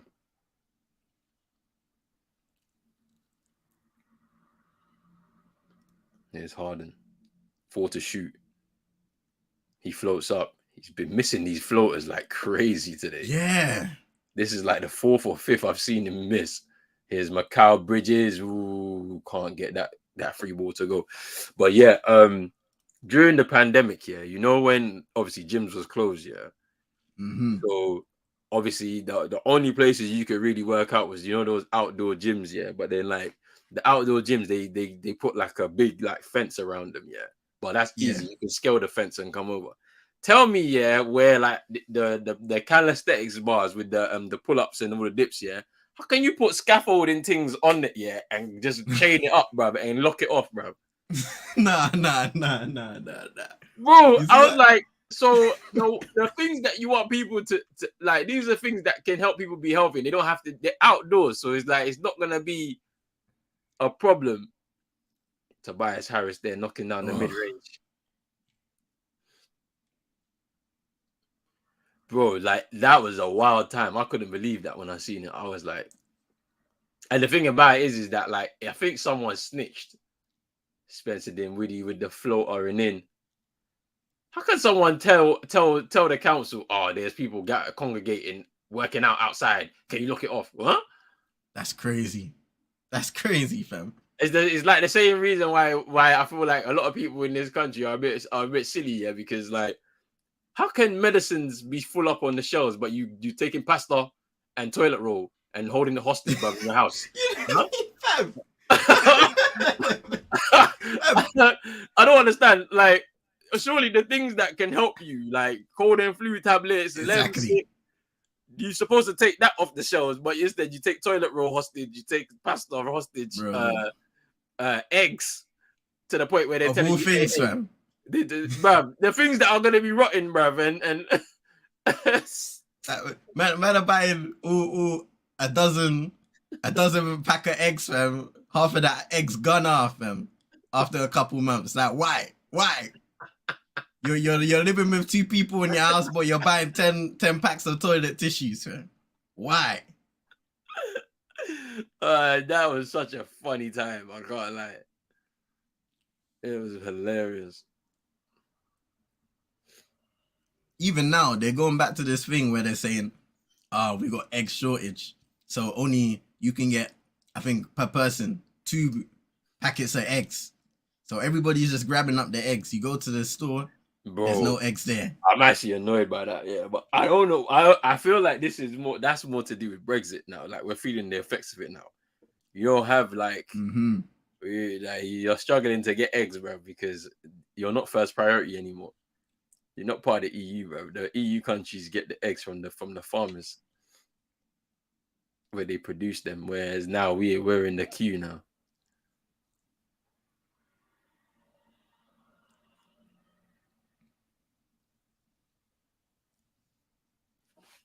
You always see guys going in, what is it, 24-hour fitness playing hooping, man. It's crazy. Yeah.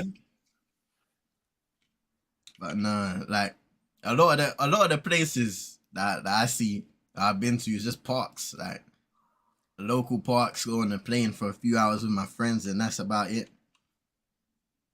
Yeah, trust is it outdoor. It's the outdoor courts that I do. Like, I think I've only been to the leisure center once though, and it's okay. It's okay. But you can't even, at times you can't even get the full court because they're doing like classes or people are playing badminton on half the court, so you only get half. You know, it's crazy, bro. There was one summer, and they had the basketball court in the park near me. So we went there. Tell me why people drilled holes in the middle of the court and put up a volleyball net. What?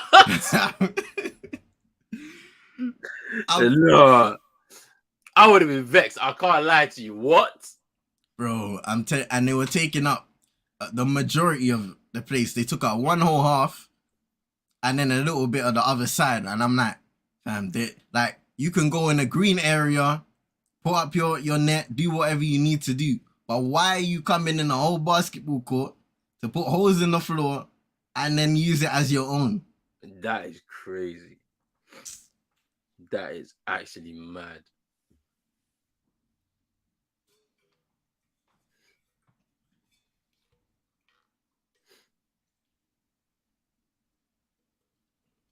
And then after that, now for no reason, they started locking the basketball courts.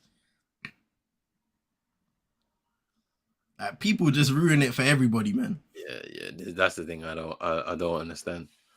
I do not understand that at all.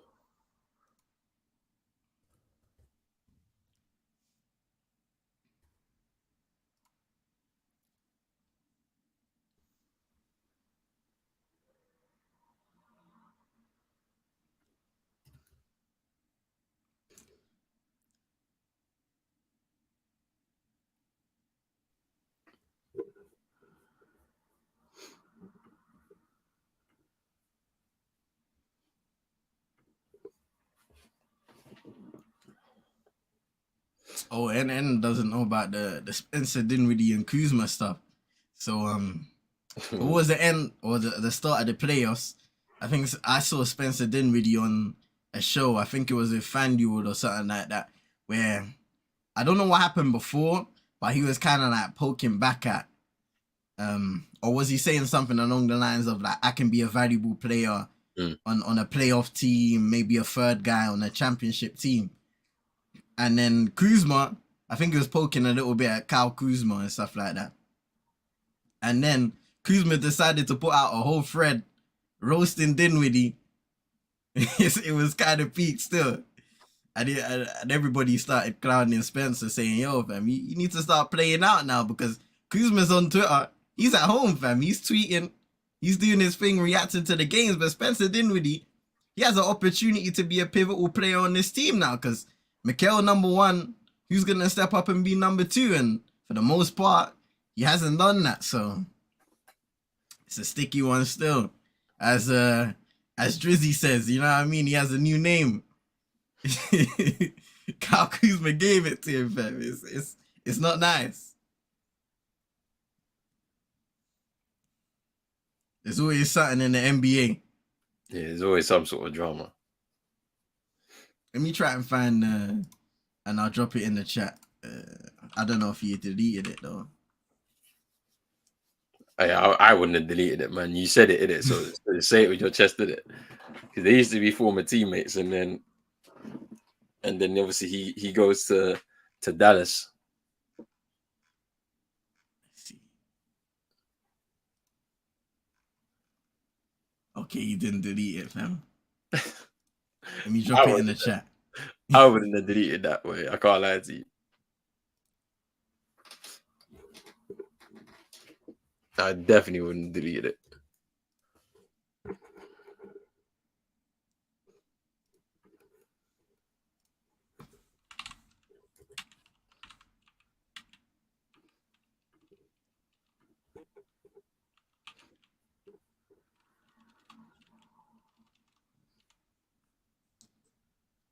All right, cool.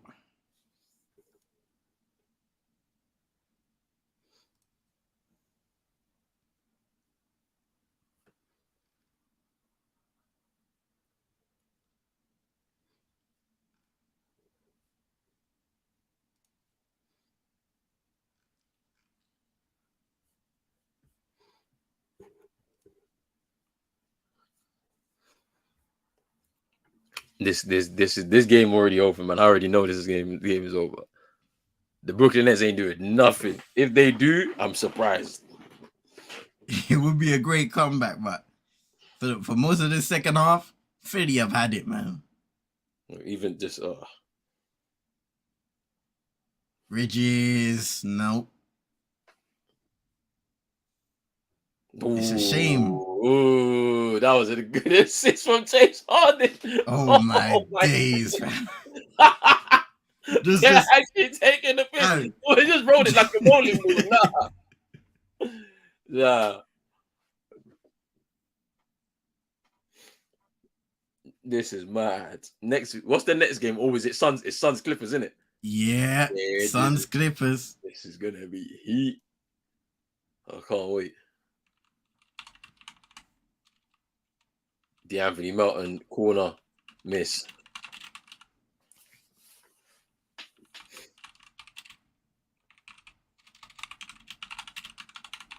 Mikal Bridges air ball. Rebound Tyrese Maxey.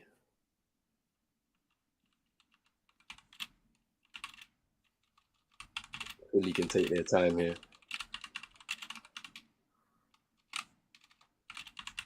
Tobias Harris in the corner for free. Hey, this is game. Time out. Damn. Philly. Time out. Night. And that's it, man. That's the dagger. They've killed it off. Hey, Drizzy, fam. I hope the situation gets sorted, man. Sounds a bit mad, fam. And then saying game over. It's long. Let's look at the stat board real quick. Philly, 25 points from Tobias Harris tonight. 11 rebounds, 2 blocks, a steal and assist. 16 from Tyrese Maxey. 8 rebounds from him, 15 from James Harden, 10 assists, 8 rebounds, 10 from Paul Reed as well, 15 rebounds for him. So what a performance. Him replacing Embiid. They've absolutely torn them apart, which is crazy. He deserves his credit tonight, man. For real. You look at Brooklyn, Spencer Dinwiddie, 19 points. 19 for Nick Claxton. He had a good first half, 12 rebounds as well. Weren't really able to keep up the scoring rate in that regard. 11 for Mikal Bridges, 4 of 16. Cam Johnson, 3 of 13, really struggled as well. Dorian Finney-Smith stuck on 8 points too from the first half. And the bench production, 6 from Kyrie, 4 from Joe Harris, and 3 from Royce O'Neal. But they weren't really able to get it going collectively as a bench unit to help them get back in the game and compete at a high level. When you look at 13 points from DeAnthony Melton off the bench, 8 from McDaniels and Niang collectively.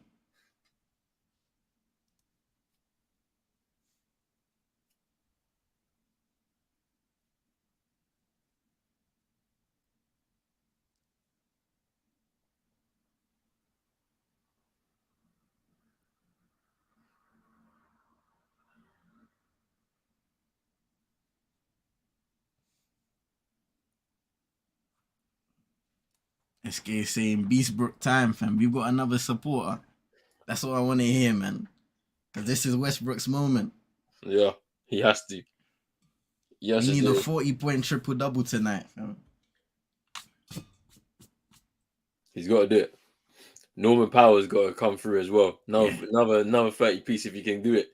Another 30, 40 piece if he can do it. Then we'll see.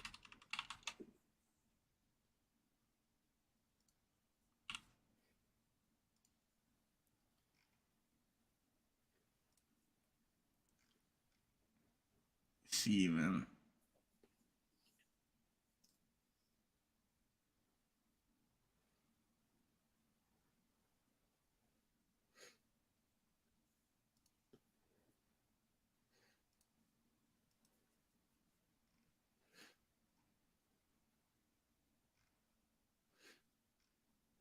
Anthony Melton.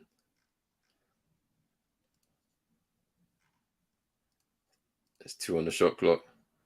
Oh, that's some good ball movement there from Philly. Game is done, man. Wow. 14-point lead now. And it's just been way too easy for Philly on the defensive end. Even offensively. The Nets haven't taken their time and created good looks. And the looks they have had, this low conversion rate, especially when they've needed it the most. Philadelphia are going to be going through to the Eastern Conference semis as Cam Johnson gets a steal there. And they're going to be sweeping the Brooklyn Nets out of the playoffs.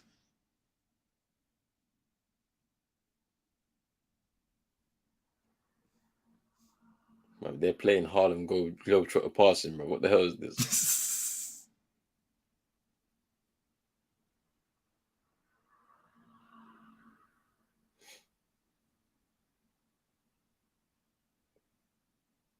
Hey, look at Doc Rivers, man. Nah. He's like, throw that up, fam. No respect for the Hall of Fame CPU.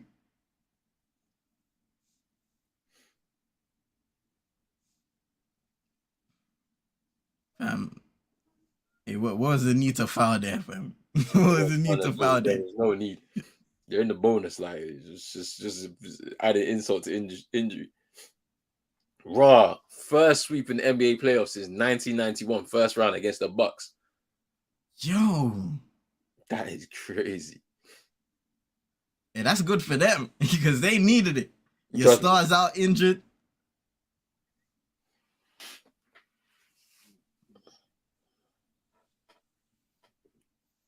And they would have loved that, seeing that Boston series is gonna go at least a game more. A game more, yeah. SK, you know what? Trae Young did well last night. He had to. Like after the first 2 games where DeJounte Murray outshone him, like we needed a Trae Young performance. Me, I'm a Celtics fan, so I was like, maybe I didn't need that Trae Young performance. I needed him to kind of perform like he did in the first 2 games. However, he needed to step up, and so did the Hawks. They got their victory. Run it back tomorrow, game 4. Can the Celtics split on the road, or is it going to be a 2 apiece, and we can go for 6 or maybe 7 games? I'm hoping not.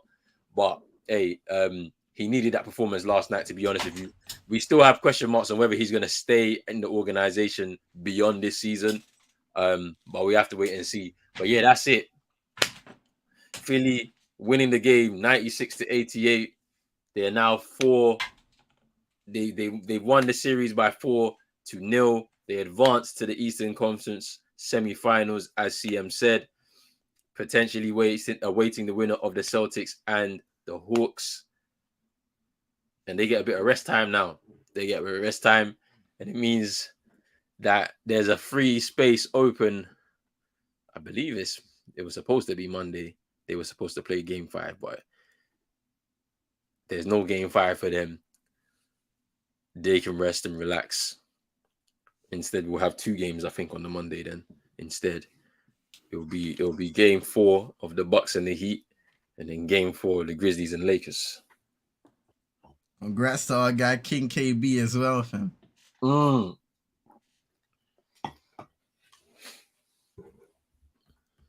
Tobias Harris with a really good performance tonight.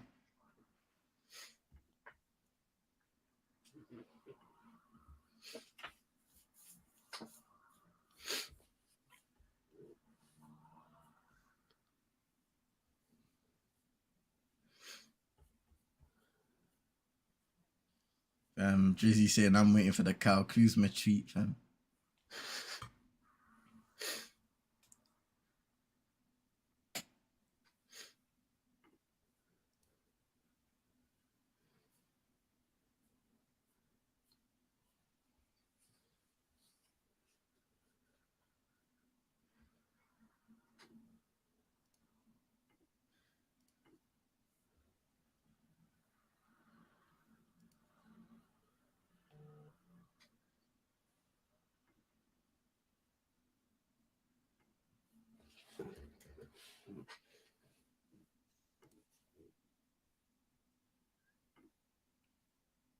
This game went by quick because we still have a little bit of breathing space between now and the next game, which is Phoenix taking on the Clippers.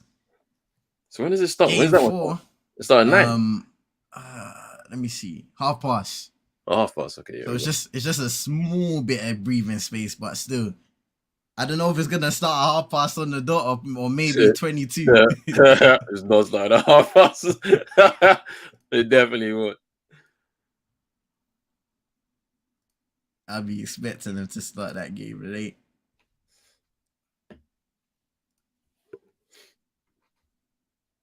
But it's a big game. Yeah, for the Clippers to try and get back into.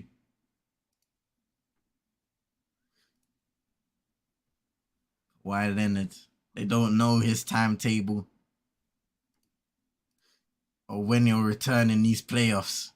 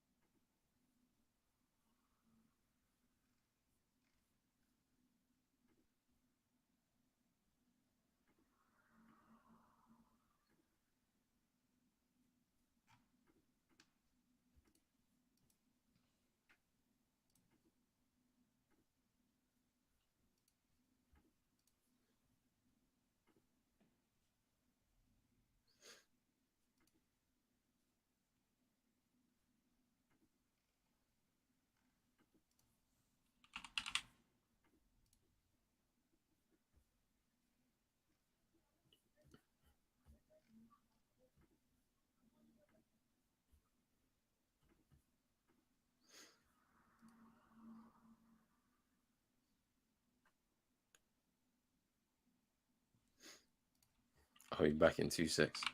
Say no more, bro.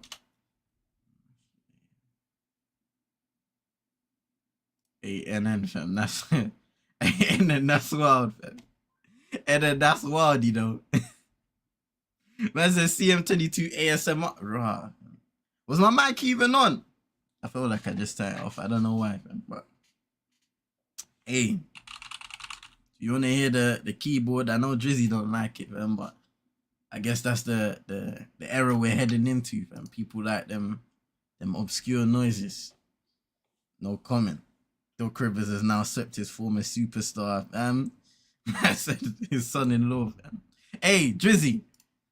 This, me and Roland were speaking about it earlier. I don't know if you was here before, but that is wild. I didn't even know about that story, but apparently it goes back all the way to 2019. And she did it with somebody else. And unfortunately, the lady was an 84-year-old lady who passed. Man, sometimes you don't know what these basketball players are dealing with off the court, because imagine Kawhi amongst all of these injuries, load management and stuff like that. You have to deal with that as well. Like, nah, man, it's crazy still. Was it intentional? All right, cool. So it sounds like it. I don't know. It's hard to get, but the way it's reported, it sounds like it was intentional. I'm not sure if they probably meant, because the two women were convicted in February of first-degree murder, robbery, and elderly abuse.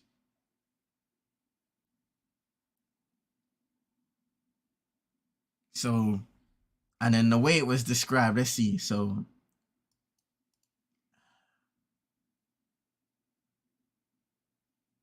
yeah, it doesn't sound good. It sounds like it was intentional. If you're adding robbery into that, then it must have been like you saw somebody vulnerable in that moment of time, and then boom, see you later, alligator, life in the pen. Yeah, GG's, fam. If she was in the UK, she'd be out in 10 years, fam. Hey, the system's all over the place, fam. I'm telling you, the system's all over the place. There's certain people, they be getting away with stuff, yeah, and you be thinking in the back of your mind, like, nah, what's going on? Now, going into this game, let me see your predictions for Game 4 of Phoenix versus the Clippers. No Kawhi Leonard, of course, for Los Angeles. Phoenix, they still have their guys, KD, D-Book, coming off a great performance himself. Kevin Durant has been playing more this series offensively. Chris Paul been able to do well. Take that 2-1 lead against the Clippers. Now a massive game for LA. Norman Powell had a great game with Russell Westbrook last time out, but they're going to need to replicate that and get some more supporting cast to help them out. I look at their team. You've got the likes of Nick Batum. Robert Covington got a few minutes last game. I don't think he's still heavily in the rotation. Going to be interesting to see how he's implemented today. Ivica Zubac, his rebounding ability, getting second chance points, scoring at times. He can be able to provide that if given the chance and the opportunity to showcase his skill set on those side of things. Eric Gordon, those guys coming off the bench, Bones Highland, been a bit up and down, inconsistent in this series. Can he provide a little more? What's his dad now? His sister. It's wild, Drizzy, man. Suns in 5, gentlemen sweep. Yeah, I think, I'm not gonna lie, especially after that injury, I do not have a lot of confidence in the Clippers. And especially if the Suns get tonight, it's virtually series over unless Kawhi is able to come back. And Paul George, he's already confirmed out for this series. So you're going to have to rely on possibly Kawhi coming back and everybody else performing at a higher level to compete with the likes of KD, D-Book, who's dropping 40-point games. KD consistently 25 plus per game. Chris Paul, if he can get at least 15, you know he's going to get his assists. We'll see in terms of his consistency these days. And then all the other pieces around. SK saying, think the Suns win by like 15. Don't think Norman Powell can replicate. And that's the thing, SK. It's true. It's going to be difficult for Norman Powell to come into it. I know man like Chino, he was looking at Norman Powell and saying, look, he can get buckets because he was in and around the conversations there for 6th man of the year. A little behind, but some people were there whispering about him in the background, and he got his 40 piece there. Can he show up again? No Kawhi. They're going to need somebody there, and he's going to be one of those offensive players the Clippers will be looking to say, hey, if you can get it going, we will stick by you tonight. So it's going to be an interesting one. There's a guy in Terrence Mann who I feel like if given the opportunity, he can definitely grow into a very productive player on both ends of the floor. He reminds me a lot of Tyrese Maxey, not as a player he is right now, but the potential that he could grow into, I think. And there have been a few promising moments for Terrence Mann in the past, in the playoffs, in the regular season. This year, he hasn't really seemed like he's had the opportunity to make that jump, but maybe that will change depending on the situation.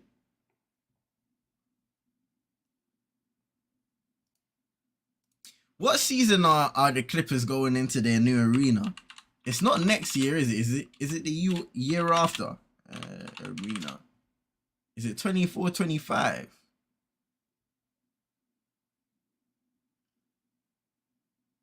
Or is it next season? So Clippers, Intuit Dome, nears 2024 opening.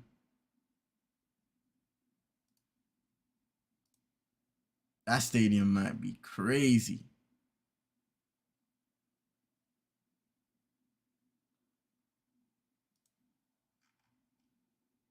Probably be for 24, 25, I'm thinking.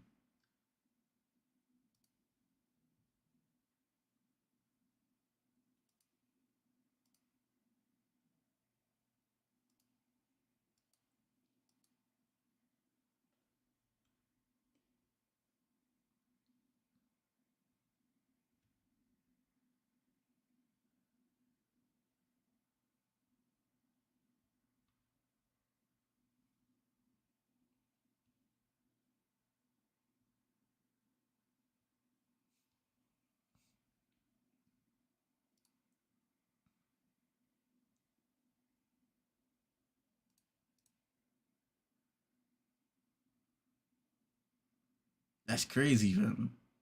So the crypto.com, they got 2 games tonight, man. Because the Lakers are at home as well. Yeah, I forgot about that. So how does that work? They got to strip the floor and yeah. I guess that's why they made the Lakers the late game, but still, it might be a little tight, isn't it? That's what I'm thinking. They gotta change the court, get all of the t-shirts on the chairs and all that stuff. Yeah, that's long. What? They've not scheduled this right at all. It's the same as like how on what day was it? Was it Wednesday or Thursday morning? Yeah. The Clippers Suns game was like half an hour start after the Golden State Kings game. And everybody was like, bro, why have they scheduled this so poorly? Like, we can't watch both of them still. Hey, Drizzy, leave me alone, man. Hey, leave me alone, man. The people need to eat, man. Let me eat my apple. Let me eat my apple in peace, man. Hey. I'm muted still.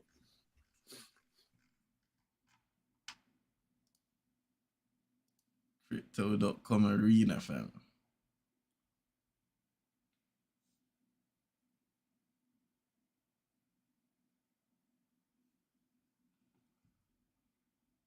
Game just about to begin here. Suns got Chris Paul, D-Book, Torrey Craig, Kevin Durant, DeAndre Ayton starting 5. Man like Chino is here. Yeah, what you man saying? Hey, why is this guy always eating, man? Hey, yo, Leave me alone. did you man just get that breaking news, bro? Which one? Kawhi Leonard's sister. Yeah. Oh yeah. That's mad. I didn't even know about that. They said it Me happened in neither. 2019. I didn't know about this at all, fam. Oh no, that's crazy. I don't even know. Like, I might have to go read up and see what she did. I know what she Hey, did, but like, what happened? it's not good, bro. I Let me know. let me let me Spencer Shitwiddle, he better not go on Twitter because Kuzma is gonna let him hear it. Mm-hmm. I'm gonna send the thing to the group, Chino. Okay, they're talking about what she did. Yeah. Mm. Okay, here it is. Foul on Wait, the who's playing? Oh, Suns Clippers, bro. Oh, bro. Oh, the game started early today. yeah. You love that. The Bucks Heat at 4:30. We need them to start the games at like 1 a.m. fam. No, not 1 a.m. 1 p.m. fam. What Trust, time is it for you, man? Now? trust me. Because then by the time we finish the day, bro, it's 10 o'clock in the evening, bro. You can just go to sleep, fam. What time is it right now? It's like 8:30, bro. Oh, okay, yeah. Man said, "Oh, okay, yeah, we're gonna be here till 5 a.m. You know." Fam.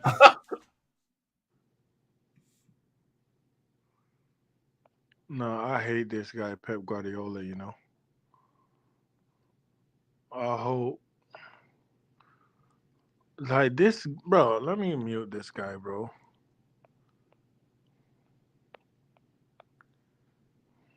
This guy just tweets about Man United every day. Here's Westbrook up against Torrey Craig, backing him down, laying it up and in. Let's go, Russ. We stay quiet for now, fam. Here's Aiton. Misses, gets the offensive rebound and draws the foul.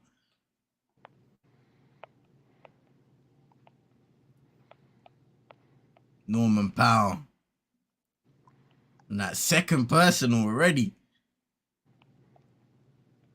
Yeah, he caught that first one off of the D book 3-pointer shot. Oh man, you man doing the Bucks Heat game? So, Yeah. Well, this game. So what time this game is gonna end? So probably gonna have like an hour break. I'm not sure. Because for us, yeah. The Bucks Heat game start at 4:30. This right now it's 12.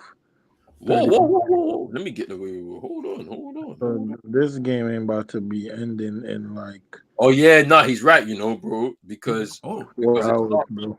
it starts in at half 12. Yeah, this game ain't about to be going for Yeah. 4 hours, bro. Yeah, it'll be done in a couple hours, yeah. So we'll probably be done at like 11, and then we still have a whole hour and a half. Okay, so people, we'll have to do something. Because I did not expect that to happen. I thought we was gonna run straight into it. either that or maybe you can take an hour off and then come back. I don't know. Yeah, I think we should take an hour off. Though, what do you think? Yeah. We'll take an hour off and we'll be back. So we have to do some adjustments right now. You have to Say no more. we have to just add another stream on. That's calm, no problem at all. See, that's why I'm here, man. That's why I'm here. This is why Chino's here, fam. Chino's here Cheetah. to help clean up the little the stuff that's going on. See, if there was another game, it would have been calm. Still, if there was one starting like 4 or 3:30, Yeah, it would have been calm. But there's no more game, man. That man got swept. It's painful. Joey Sayoso need to sell up, man. Joey Tasso or whatever his name is. They just keep on making the same mistakes. Brooklyn, fam. Over and over. Yeah, so Philly is resting and Human dropped that game rolling. Human done give MB time to heal up, bro. I'm annoyed. I can't lie. I mean, we got to win tomorrow. We need to win tomorrow still. There's no way that Marcus Smart should be shooting the free as many as more than everybody else except for Tatum. No way. It shouldn't be happening. Even then, get to the rim, man. I don't stop living and dying by this three. Drive to the rim, man. I'm tired. I just want to win games, fam. I don't care if you lot are trying to shoot the free ball. I don't care.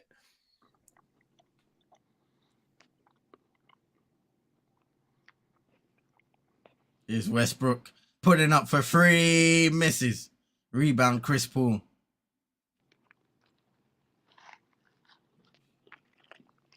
Oh, what a block by Morris. Still in possession for Phoenix. Booker giving it to DA. Throws it. Oh, wild turnover there by Ayton. And he had Chris Paul. So he had Eric Gordon as a mismatch. I don't know why DeAndre Ayton didn't go for the post up.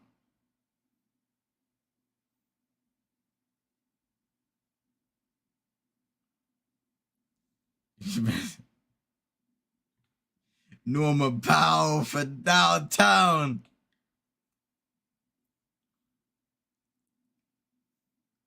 That's what they need from him. Starting strong. Booker to the rim. Lays it up and in. And he was chirping there with Westbrook. Eric Gordon, strong drive, and he just floats it off glass for the bucket. This game is competitive so far. The Clippers need this, though. They need to level it. Booker again. Just driving inside, getting to his spot. It's easy.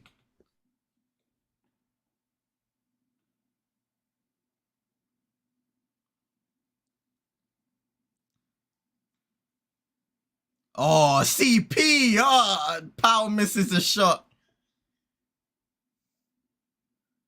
CP went flying there. Now Torrey Craig in transition misses. And Booker almost gets the tip. And the third opportunity faded away, misses.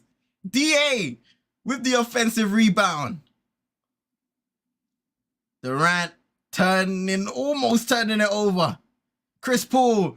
Eric Gordon goes down. Booker wide open. Knocks it down. Timeout, Clippers. I seen Chris Paul come inside. Eric Gordon scrambling on the floor. And kicks it out to D-Book. D-Book hits the free. Woo! What a fast start in this game. Man. I wish Kawhi was fit and available, though. I can't lie. I'm annoyed. With the performances that he had in the first couple of games, especially game 2, it's just such a shame, man.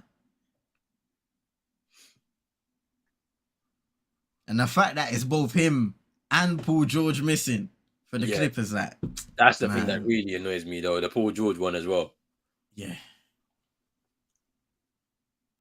Man.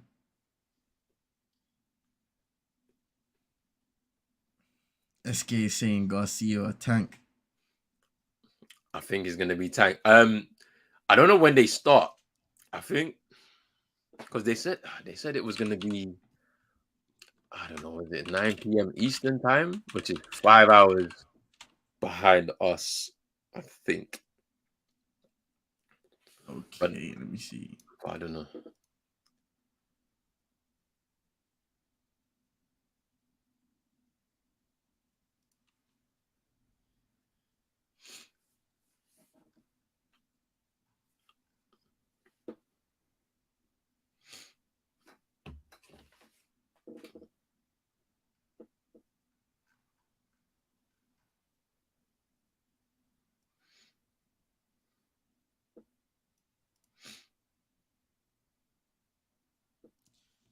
So by the sound of it, it looks like the fight's gonna be at like 4 a.m.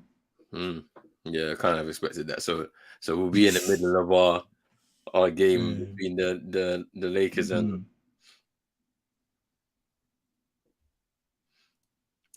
the Grizzlies beforehand. But yeah, we're actually gonna have to have a break. So I'm gonna just slap on another stream and we'll be back in like an hour. Gives us Say some no time. more. Gives us time to kind of rest, relax, eat some food, whatever. Would you like the Prem to implement an NBA clock with the ball stopping as soon as the ball goes out? What do you think, bro? It gets rid of time wasting, but you know what actually helps that, yeah? You know what they did in the World Cup with the time wasting, where they actually gave the long stoppage time. Then it will stop people from actually time wasting as well. I think that helped as well. And imagine that in game situations. I don't think anybody would want to have in the league 12 minutes of stoppage time, 8 minutes of stoppage time every single game. But like, I mean, for some teams, yes, because if you're trying to get back into it, it gives you a lot longer. But for other teams, you're trying to hold on to a lead. Yeah, you know what I'm saying? It's actually that. Now, yesterday, Arsenal getting 8 minutes out of nowhere. I don't know where that came from. I was like, nah, this is scripted. And then when the Southampton players are going down, fam, you saw Arteta they cut to him, fam. This brother was bare at the fourth official going, yo, fam, you gonna be adding on extra time? Because I was like, nah. Proper scripted as hell, man. It was funny though. It was funny. I don't know why Partey took that shot the way he did. Oh, fam. I was mad at that. I'm telling you, my head was hot. I was like, there's no way you did that. Brother, Odegaard is there, yeah. Everything has been going through him and he's been letting it tick. He's been making it tick, yeah. Why would you do that in that moment? Like, it doesn't make any sense. And the crazy part about it is all the 2 goals they scored, they kept it on the floor and they were basically passing it into the box. So why in the hell are you gonna be going for that hero ball shot, man? Knowing that it's a low percentage for Thomas Partey. Trust me, bruv. You don't score goals like this, so where did you get the confidence, bruv?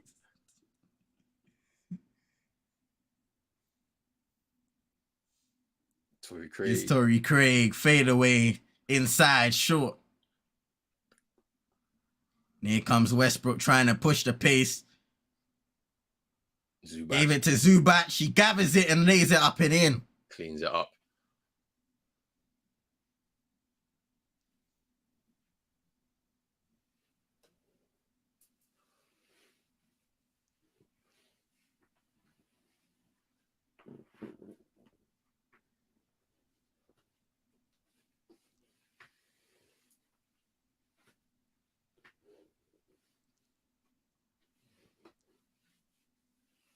And then throwing that shade, fam.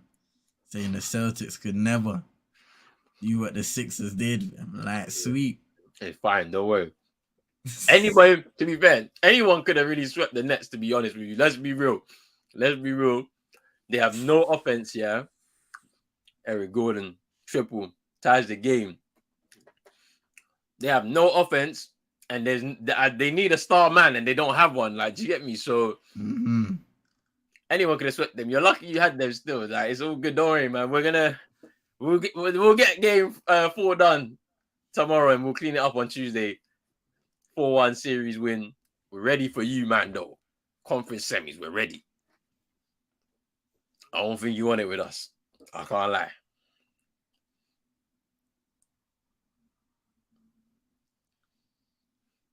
KD get into his spot, and you know what's next. He gets fouled. Personal on Marcus Morris.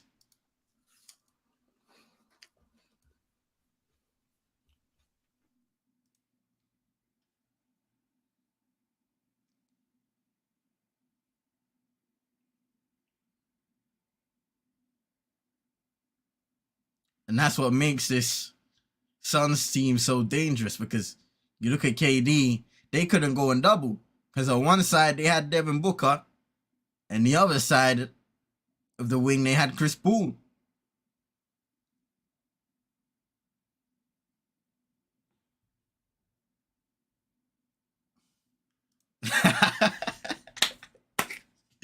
Hey, Ronan, you seeing this, bro? It's a... And then bringing up an interesting topic here, you know what I mean? Careful with Bridges. Anyone could have done it, man. I'm looking forward to that matchup between Boston and Philly. I'm not gonna lie. I'm hoping MB is gonna be back to full fitness so he can showcase his skill set.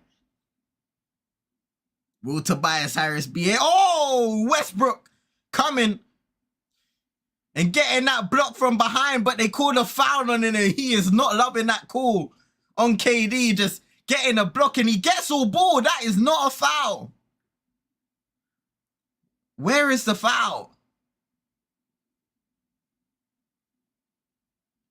Maybe the left hand on the back of KD's. On the back of KD, possibly they called him for that. But he did get all ball on the block. KD makes the first free throw. Phoenix lead by 2, 18-16. 4:31 to go in the first.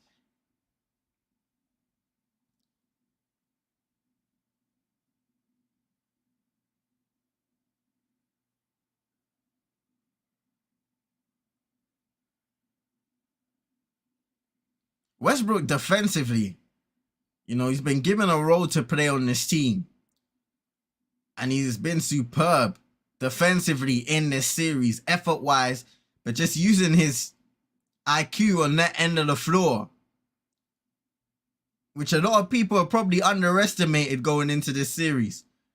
But the Clippers had a vision for him going in and being traded at the deadline, and he's executed thus far in this series. Is Ayton misses a mid-range J.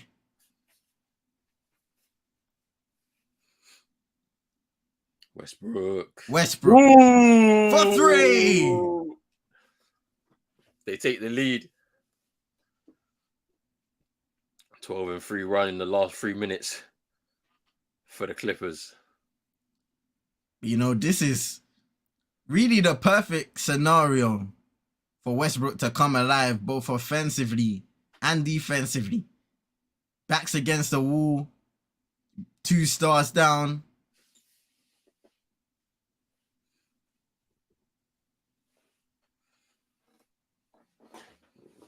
Eric Gordon been able to knock down a triple, and he takes another one.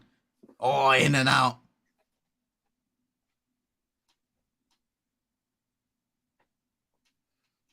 Now Ayton. Eric Gordon, very strong for his position, which is why you're struggling to back him down.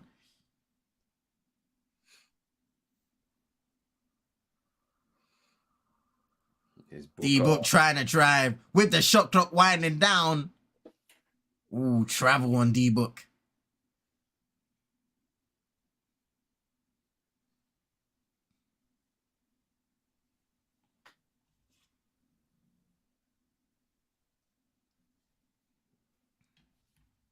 And a timeout called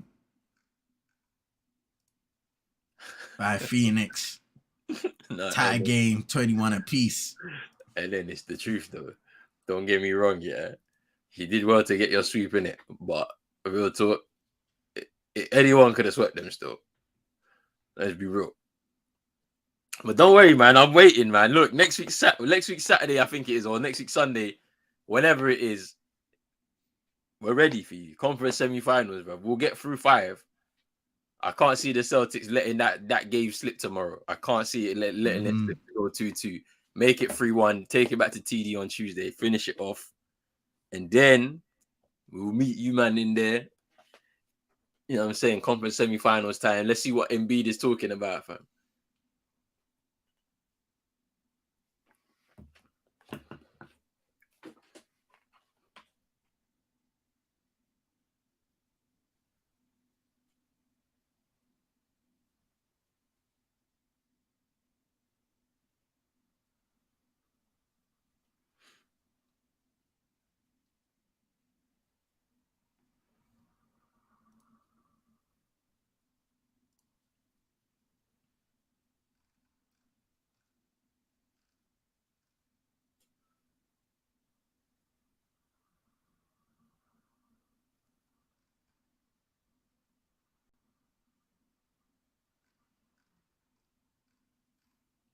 Saw the other day, Vic officially declared himself for the draft, man. There's gonna be a lot of teams praying for him because there's been a whole load of tanking and that kind of stuff going on throughout the NBA season. It's gonna be unfortunate for some of them teams who miss out on the odds.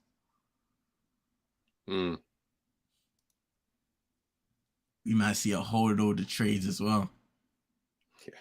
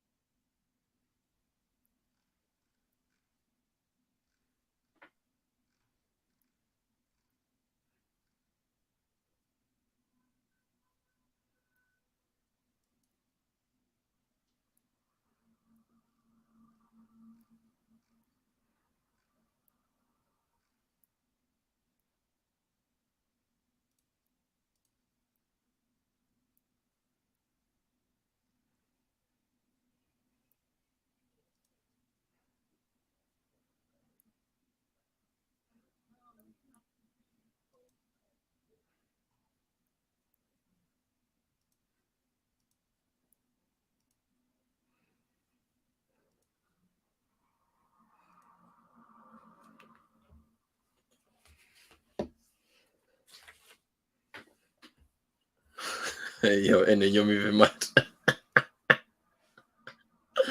Nah.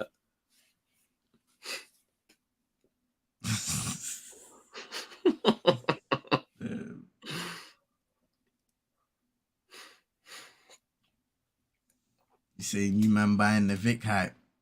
I don't know, I feel like I've kind of calmed down like on it since they were putting out the clips where he was doing fadeaway threes and stuff like that. Like he's definitely a talented guy, bro. But we've seen those kind of players come into the league and then struggle. So I think he's gonna still need some time to get comfortable in that setting. He booked for 3, miss. An environment. And then we'll see.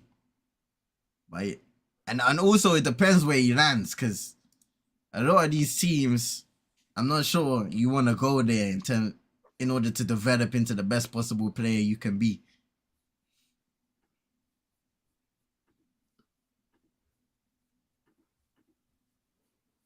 But he's definitely talented, man. I'm excited to see him play. A nice turnover, still by Plumlee. Lobbed up to him and he throws it down. That was good.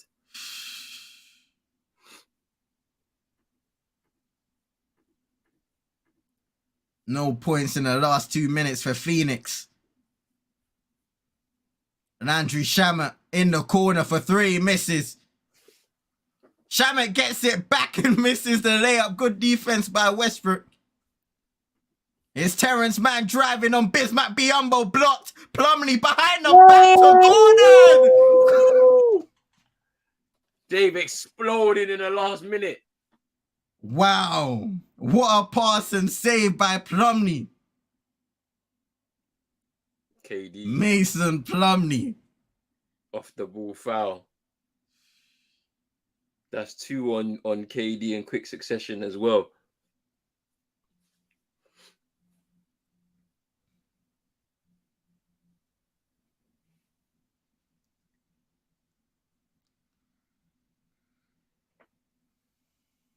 Whoa. Nah, that's wild. That's wild. That's wild. That's wild. Nah.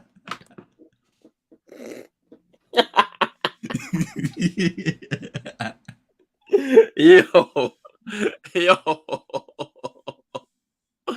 Nah. That's bad. That's crazy. You say it's college basketball falling off. I never really watched college basketball like that, Yeah, I haven't been into it, to be honest with you. I haven't been into it. We're definitely going to take in the draft this year, though. Yeah. I think we should do a live stream for it. It happened. It literally happens like maybe a week after the finals, though. Okay. Westbrook for Bones. 3. Ooh.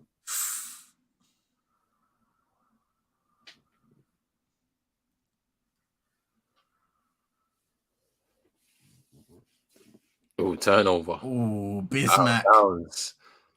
not able to hold the pass from Booker.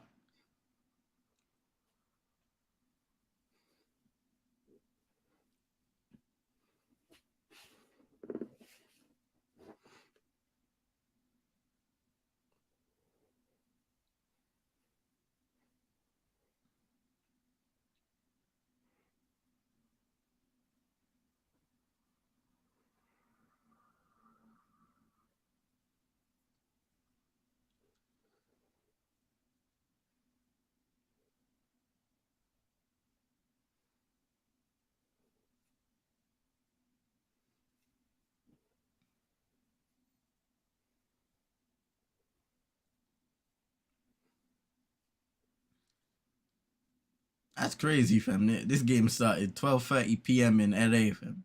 Yeah, it is kind of mad, you know. Because that's what I was saying. I was like, the first game started for them in the morning. Like if you were on the West Coast, yeah, you're watching that first game. It was in the morning for them, like 10 a.m. or something. Imagine waking up and watching basketball in the morning like that, bro. Do you know how nice that would be, bro? To be able I'm telling you. and then your night is done at midnight, bro, and you can just sleep. Yes. We're gonna be here till 5 a.m. for sure, but at least you get a little break though. Yeah, that's true. You get a little break, so it's all right. And then tomorrow, is it the same tomorrow? Let me see. So tomorrow, yeah, 4 games. It's a little earlier, but it's kind of similar. So 1 p.m. start time Eastern for Cleveland Knicks, and then we got Sacramento Golden State, Boston ATL. That one will be at 12, and then Denver Minnesota the late game. Yeah.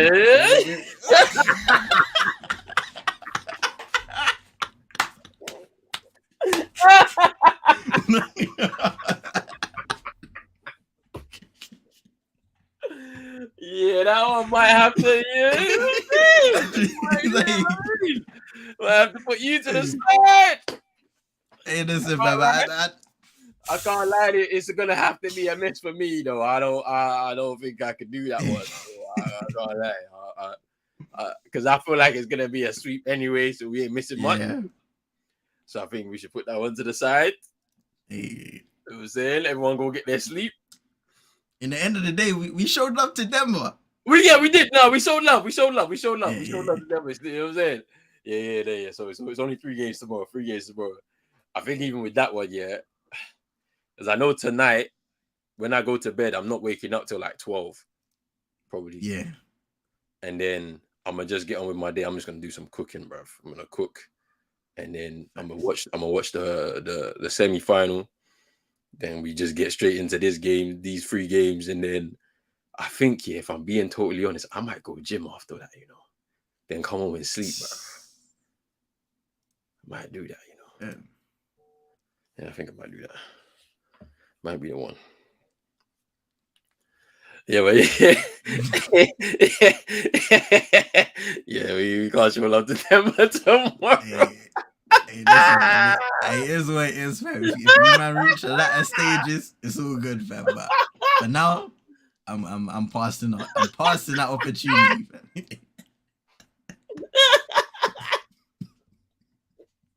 No, that's too funny. Yeah, Tuesday night. Definitely watch watch Denver on Tuesday night. Game 5, if necessary. Because I don't think they're gonna they'll play that game. I don't think so. I think it'll be done tomorrow. Hey, better be, fam. There's chance. It better be, you know, otherwise, bro, I'm not doing it. I won't do it. That's on Tuesday, and then yeah, because there's some room there'll be some breathing space this upcoming week because I think a lot of these will finish within 5 and then maybe 6 for some of them. Mm-hmm. But yeah, Denver should get the job done tomorrow night. We should have got the job done. It should have been tomorrow. It should have been yesterday. It should have been we should have done it tomorrow. It should have been 4, but we can't. Yeah, and then and then I can't lie. Yesterday was tough, bro. We was here till about 5:15. It was tough. I'm not gonna lie, bro, fam. At some point, I was sitting down, fam, and my eyes were closing. I kept on turning my head like this to make it. It was like this, fam. Like, nah, fam. Yeah, I can see that. So that's why I was like, let me just continue the commentary, bro. Like, I might just be 2 of us just here, just out of it, fam. Just looking at TV, fam. Nah. Man. Yeah, tomorrow. We'll make it only 3 games. Once the Celtics game is done, we'll call it a night. I mean, me and Chino had to do that a couple of times last week. I won't lie to you, bro. Like, because it got to the point where the games were done, and I was like, there's no point even staying to the end of this. We know what's happening. Well, one of them anyway. The other Denver one where they came back, I was like, hey, that's a bit of a shock. I can't lie. Yeah. Ooh, D-Book turning it over there. Here come the Clippers. Bones from downtown misses. Terrence Mann second chance opportunity. Oh, that's nice for Mason Plumlee. Save that, then little inside pass to Terrence Mann to finish at the rim.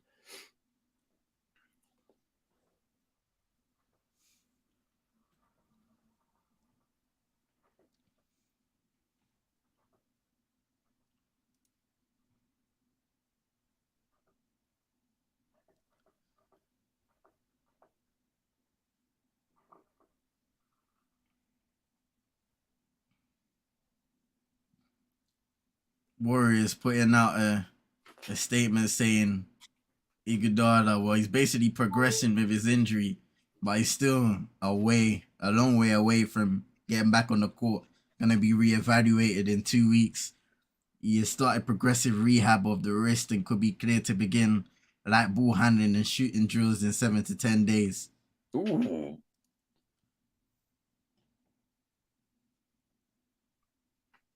Oh.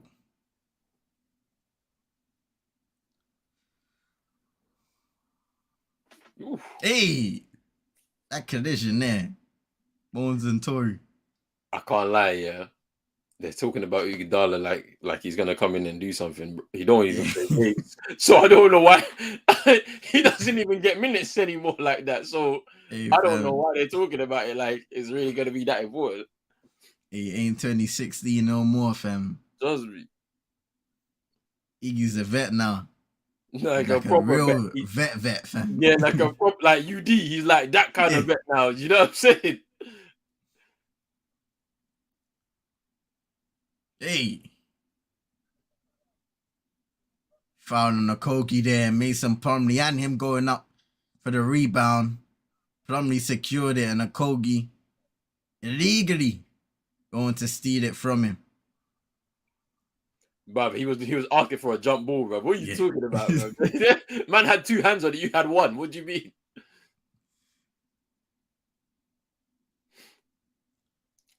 Terrence Mann. Spin. Ooh, overboard. That was nice from Terrence Mann. I need more from Terrence Mann. I need more. Facts. I need more because he's not had the best season so far. Maybe he can help save them in this series. And he has it in him as well. That's the thing. We've seen it. I seen him take over a game in the Western Conference first round against Dallas. I seen it.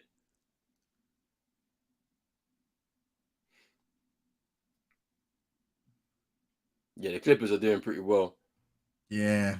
Phoenix, their shooting has fallen off since the start of the game. 16% from free, only 1 hit out of 6 attempts, and 25% from the field, 7 of 27.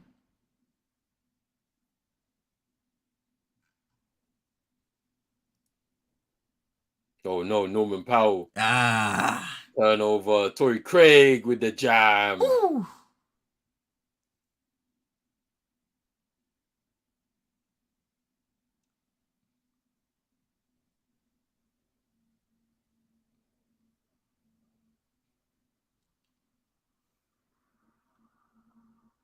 Oh, nice move there by Man. He passes it out. Bones higher than top of the key. Misses. Oh, did you see that stat in the last game? Yeah. Or was it the game where they made it one apiece, Phoenix? Yeah. That was the first game in the playoffs that Chris Paul won with Scott Foster. Oh, in yeah. I swear when he went back to the bench, they were celebrating, man. Yeah. Nah, fam, that's peak, you know. There's even a Scott Foster account on Twitter. Yeah. It's crazy. Let me go find it real quick.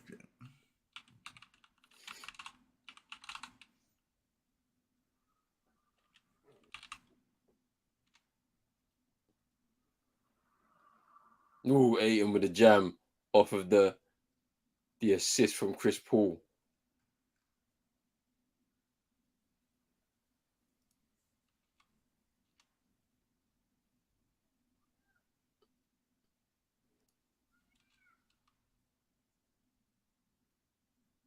Jump ball.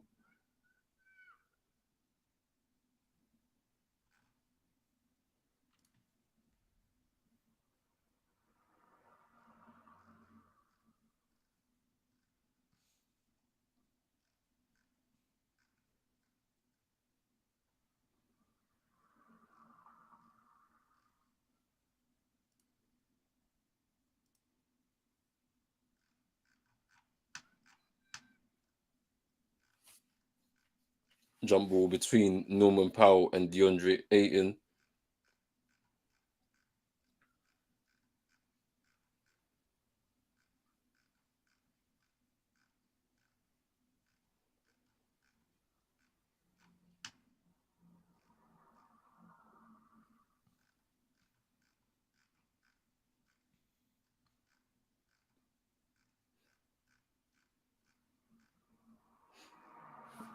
That was Chris Paul. Jabbing on Plumlee, kind of loses handle. Still an opportunity now. Gets past Plumlee. Oh, that's vintage Chris Paul there. Hey. Vintage. Every now and then when he needs to, he's still got that explosiveness. Marcus Morris. Oh, Plumlee second chance. Tips it in.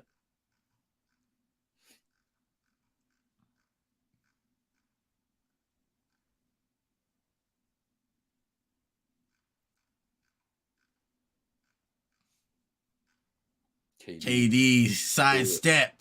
Misses. Ooh, turnover.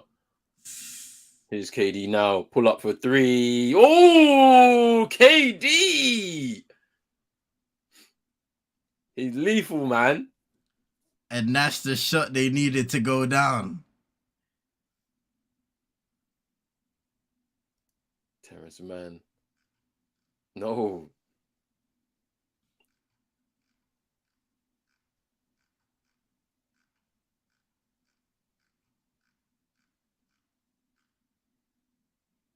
Oh, that's nice from KD. He even lost his dribble a bit, picks it back up, and then feeds it into Ayton, and it's down to 2. What a run for the Suns. Getting back into the game.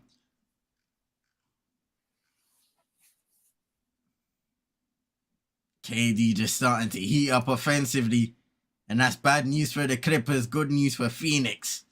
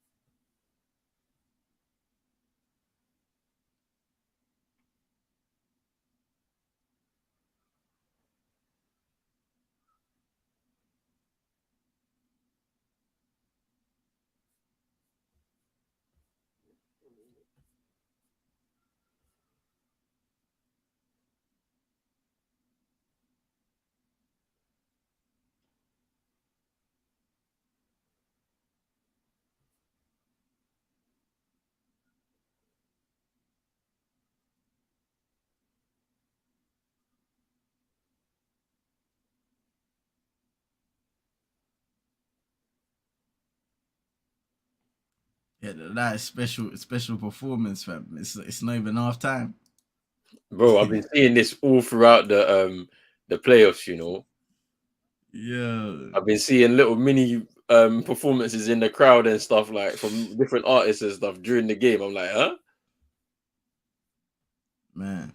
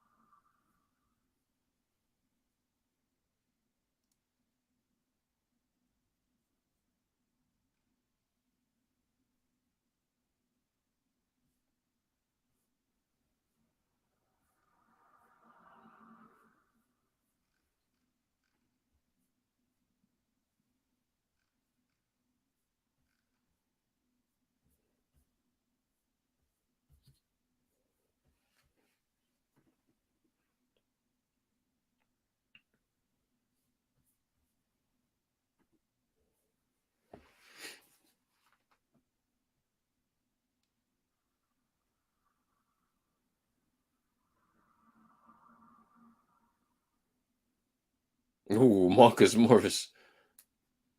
He was to spin on Chris Paul. It's a big mismatch anyway. Hey.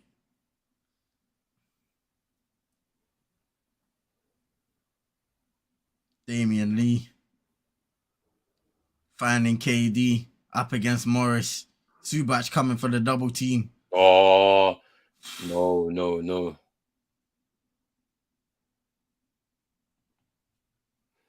Off the ball foul on Ayton. Oh, man. 3-second violation. It's just a focus thing from DA.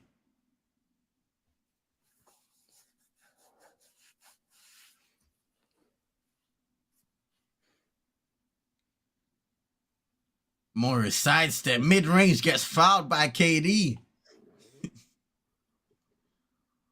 KD looking bewildered, fam. He's like, what did I do?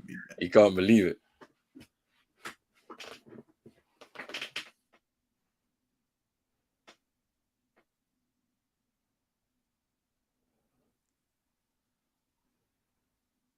Oh, yeah.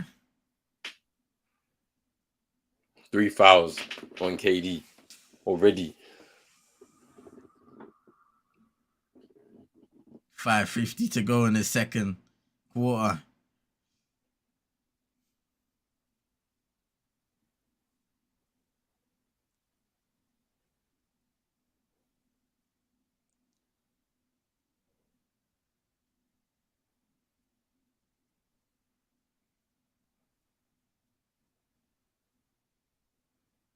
That's crazy, you know. They just mentioned that they was talking about the foul and how it really came about after Kawhi's injury when Zaza just had his foot under him, and it's crazy how that one injury has really derailed his fitness and availability Yeah.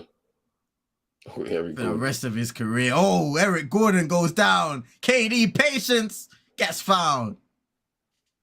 Hey, what's it? Wait, why is Eric Gordon doing this? I don't understand. Why is he not staying on his feet?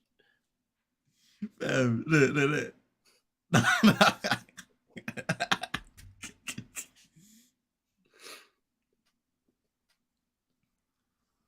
Hey, fam, they tried to bring that mop in there to hide it. Nah, big man.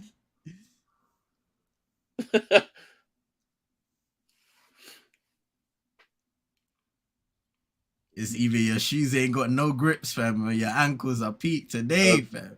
Trust me. KD hitting both of those free throws.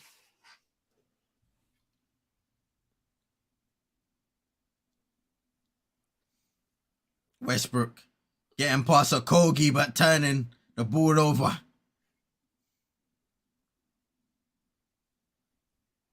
The Suns really coming into their own in this matchup. Westbrook wanted to travel and didn't even follow KD. Who gets the bucket?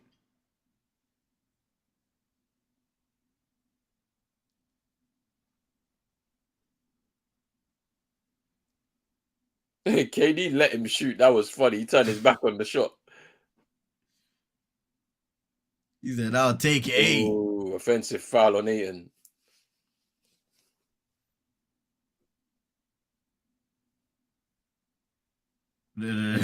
Westbrook was you was nah, fam. He was signaling the travel straight away.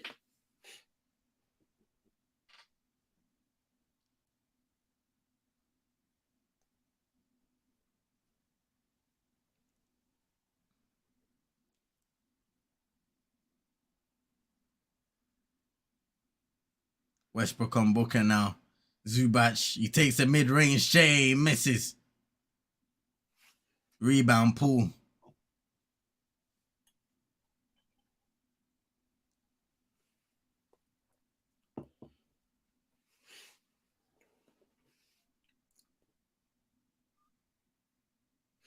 Ooh, stripped. Oh, turnover. Oh, man.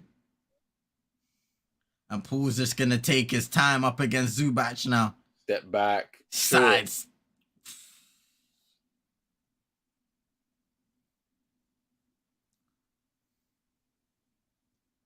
Now Westbrook up against Bismack Biyombo. It could be money here. Gives it to Morris. Gets past Poole. Is stripped. He's a Kogi. Now a Kogi to the rim. With authority.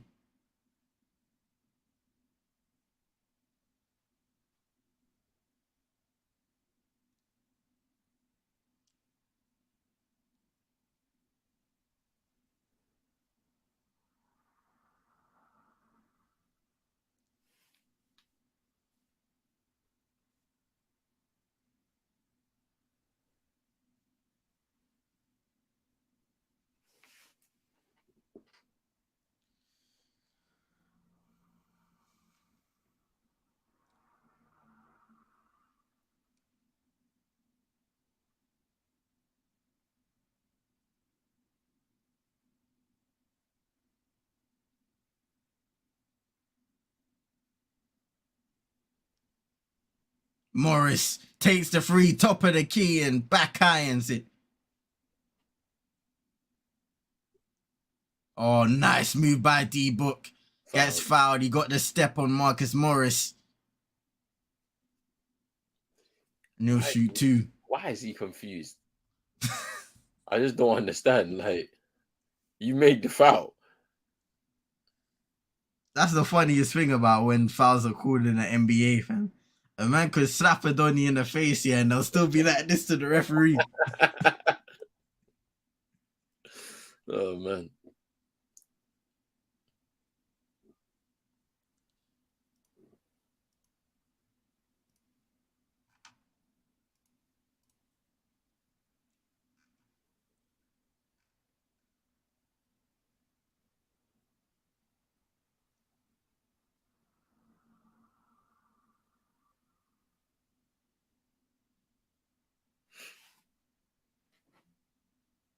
No points. 0. Go, bro. No, I said no points for the Clippers in the last, like, 3 minutes or so. And here it is again. KD pull up 3, miss. Ooh, Miyombo with the jam off the second chance. Westbrook. Here's Westbrook inside. Let's go.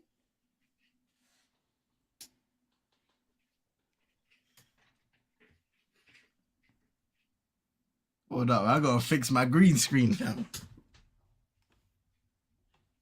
Hey, 1 second, bro. Say that.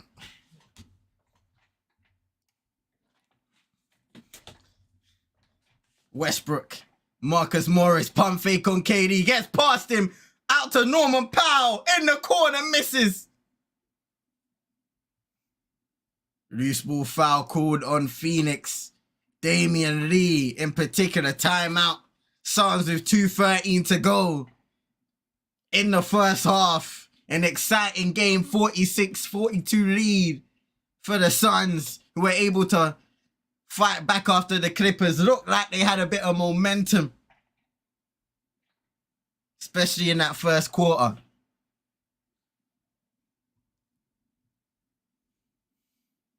But it's going to be a good game ahead, ladies and gents. So be sure you're locked into the stream live on Pros Only Sports and CM22. Links below. Be sure to hit a like, subscribe to both channels, share to your friends and frenemies. We're going to be covering as many playoff games possible during this period. It's going to be an exciting time. NBA playoffs all the way through to the finals.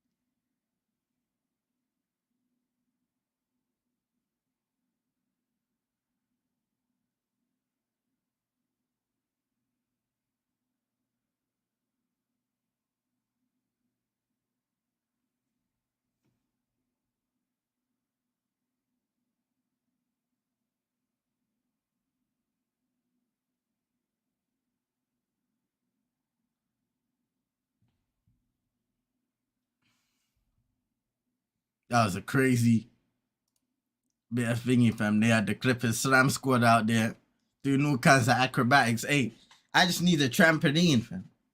I'll be putting up, I don't know, man, 720s, 360s, all of that stuff.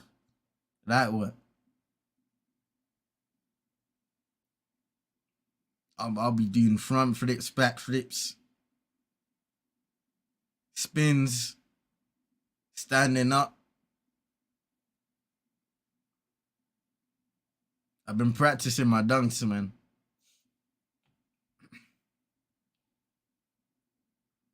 I need to get them shoe soles though. Boost me up to 6 foot. Gonna have to get a couple of them. Westbrook inside, lays it up and in off the timeout.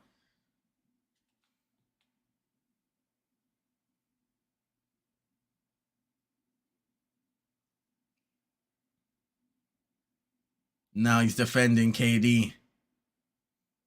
Booker lobbing it up to Ayton. Sweet feed. Suns back up by 4. 11 for DA. 6 rebounds as well on 5 and 9 shooting. Eric Gordon giving it to Norman Powell. Shoots a 3 and misses. Rebound Damian Lee.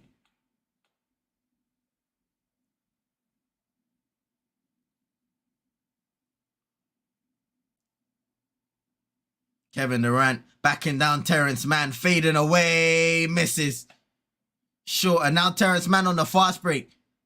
Good defense by Damian Lee to prevent that fast break layup for Eric Gordon. Here's Westbrook kicking it out. Norman Powell sidestep. Triple and knocks it down. KD was nowhere near.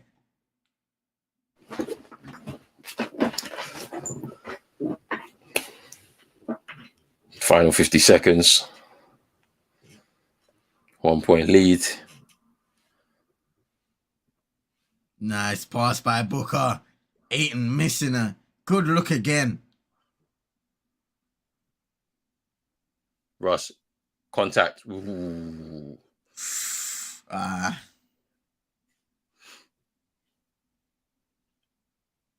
Wow, Clipper ball.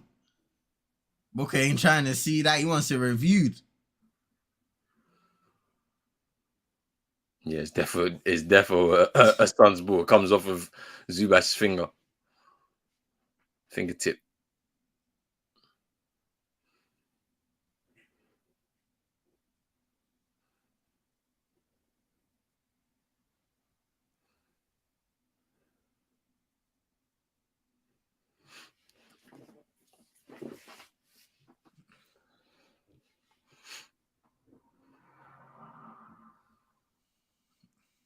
Screen by Zubac. Kicks it out to Batum. Miss. Now we're going to close out this first half with a Suns opportunity to score. They're already up by 1. Here's Kevin Durant, screen by DA, and now he receives it out to Booker. Miss. Good look for 3, misses. Half time. Competitive first half between these two. And it's a 1 point game. Suns lead 48-47.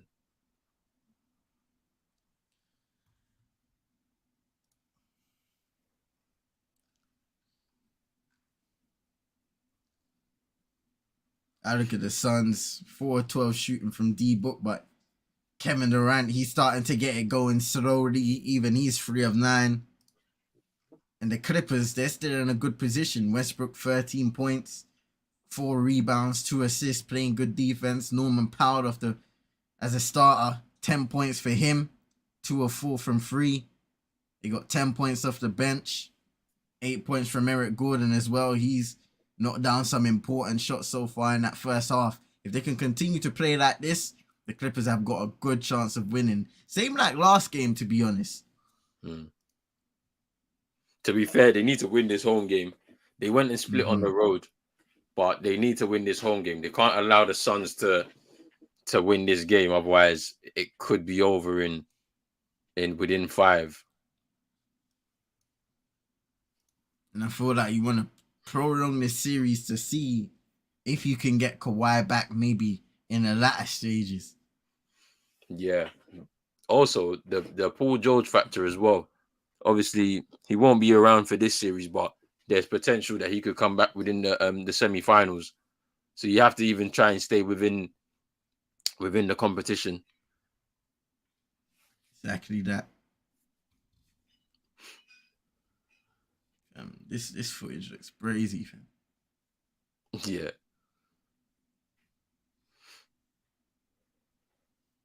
You know what's mad though? I remember, like, when the normal resolution was at 480p. Yeah. I watch it nowadays and I'm like, it did not look this bad. It did, yeah. It definitely didn't look that bad, for sure. I think on our monitors now, yeah, it's a lot different. I think on our monitors now, if you put 480p on a monitor now, yeah, like these ones are all made to basically be near enough 4K. Mm-hmm. So, or at least HD.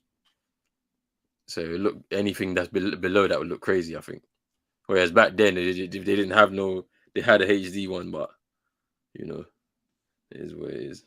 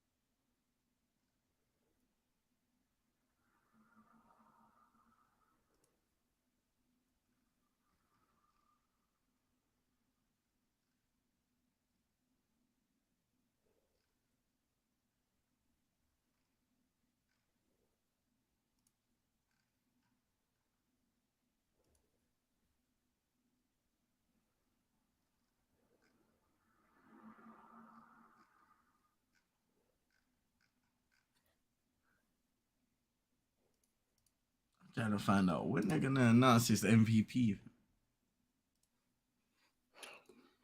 I thought it would be tonight. Yeah. They showed last year they announced Jokic's MVP. What was it on the 9th of May, I think? Oh right. So maybe it's gonna be around the same time. You have to look at the schedule, but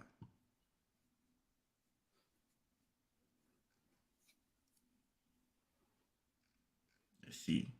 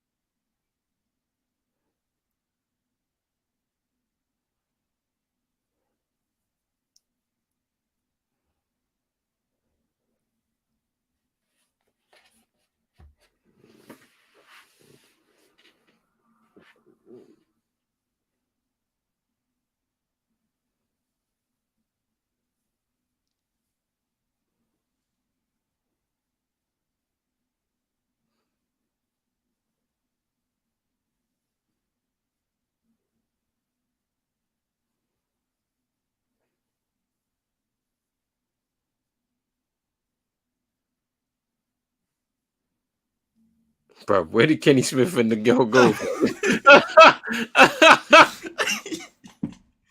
Yo.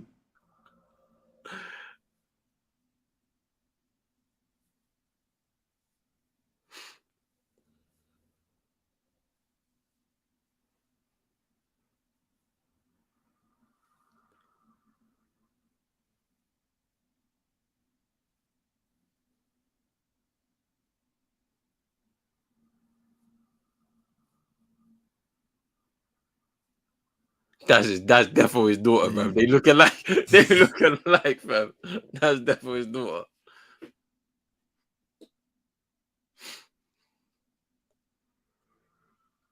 That's crazy, fam. Can was out to Chuck, fam. You know your kids don't know nothing like you, fam. That's wild. Nah, they be roasting each other on this in the studio, though. I can't lie.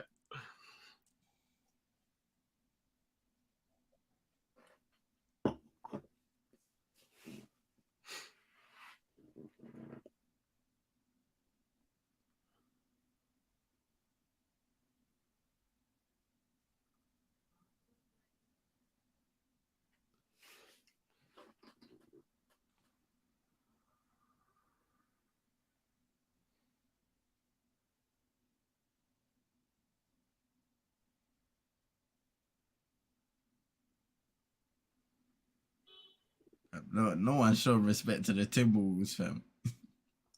It's crazy. Man said, yo, the never are gonna get rid of this sorry Minnesota team, fam.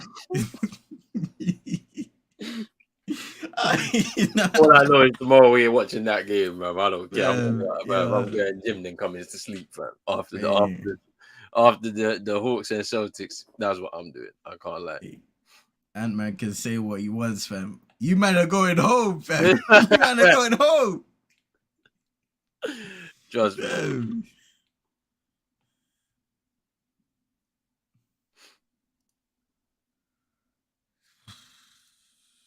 That B block was crazy. Nah, you know the one was crazy though. It was the one in the down the stretch in game 3. Yeah. That was nuts.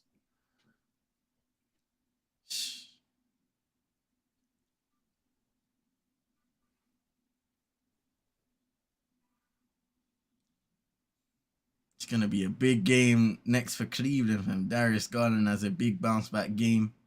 Donovan Mitchell, Karis LeVert, all not performing at their best against New York.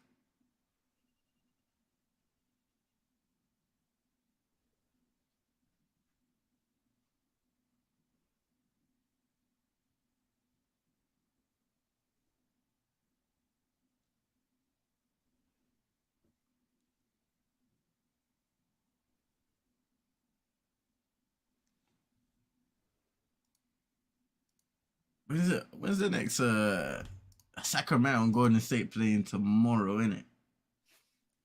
Is it tomorrow? Maybe. Yeah. They're the second game one after the Knicks and Cleveland. Okay. Yeah, I'm looking forward to that. That's gonna be good. That's a big game. Huge game.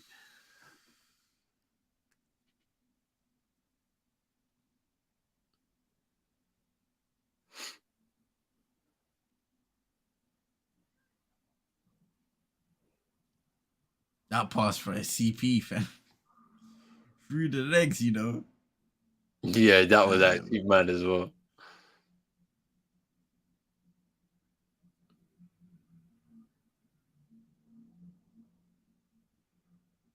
Blocked by Westbrook and played it off of him. It was mad.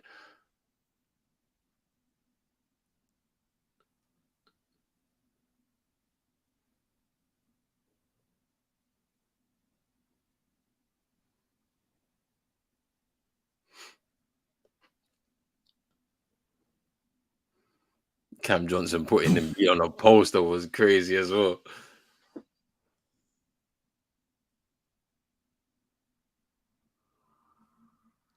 That first half was crazy from him. Yeah. I think he ended up on 25 points in the game or something like that. Yeah. Yeah, one of those games.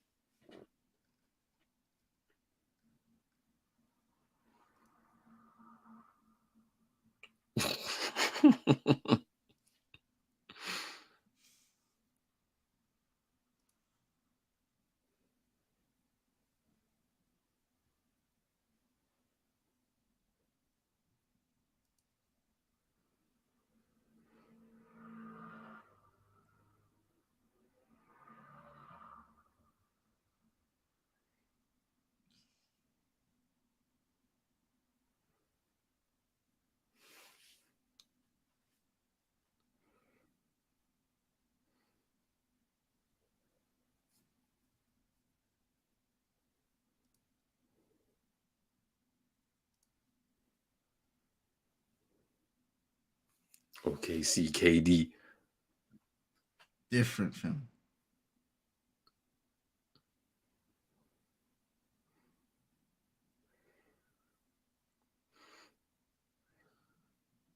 Yo, bro, that game, yeah, in that game 7, yeah. Oh my days. That game had me on ropes, fam. Him Let and me hear that PJ, shot. him and PJ were going at it the whole Yeah. game.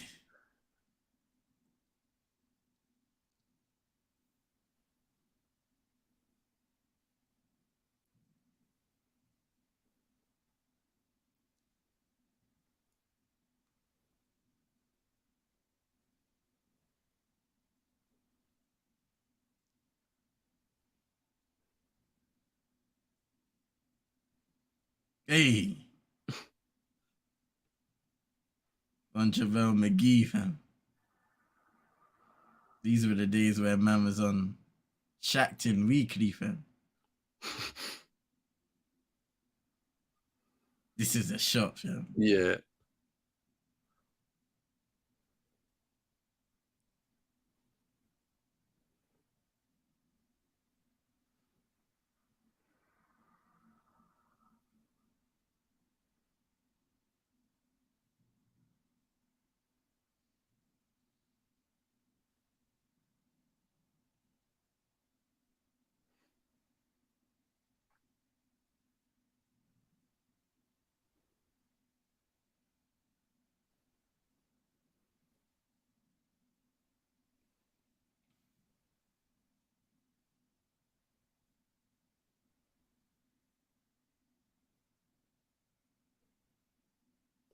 Nah, Will Barton, bruv. Nah. Fam.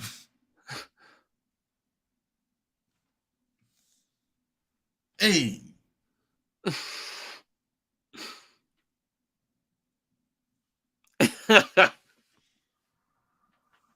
No, it's peak when you see an ankle breaker these days, fam. Because a lot of the time you see some push-offs, fam. That brother just did the splits, fam. It's peak.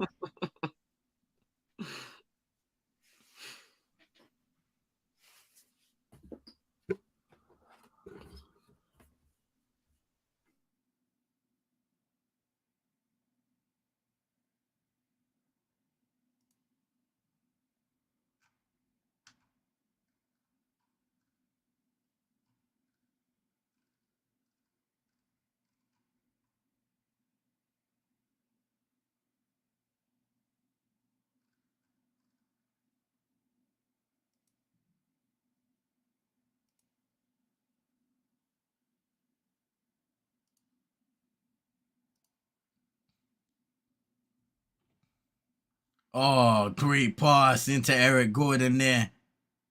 Starting off the second half correctly.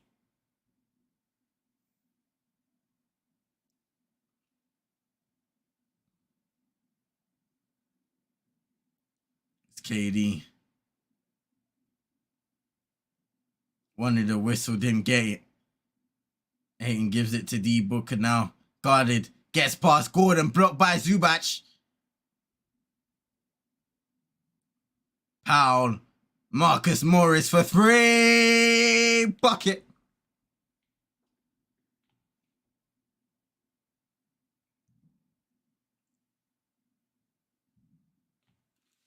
Fam, why are people shooting fireworks here? Hey, the same thing's happening with you. I heard the same thing Yeah. like earlier on today. I'm like, what's going on right now? Like, Who knows, fam?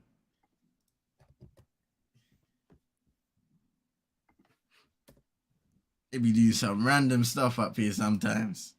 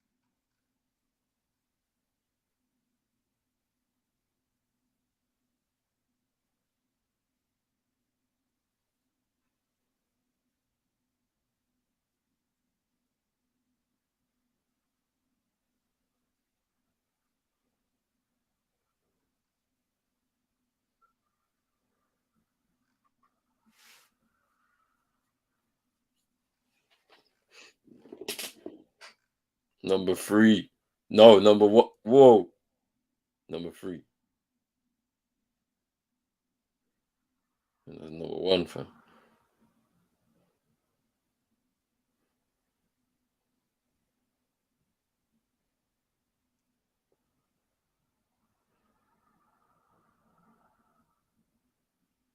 What did he What win? you get?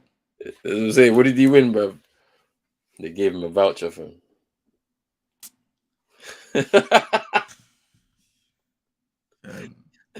If I ain't in the competition where you're giving me 20,000, I don't want it, fam. I don't want it. Give me a car, 20,000 something, fam, so I could drive away from the arena in my Tesla, fam. Nah. A voucher to go shopping, fam. Fire for that.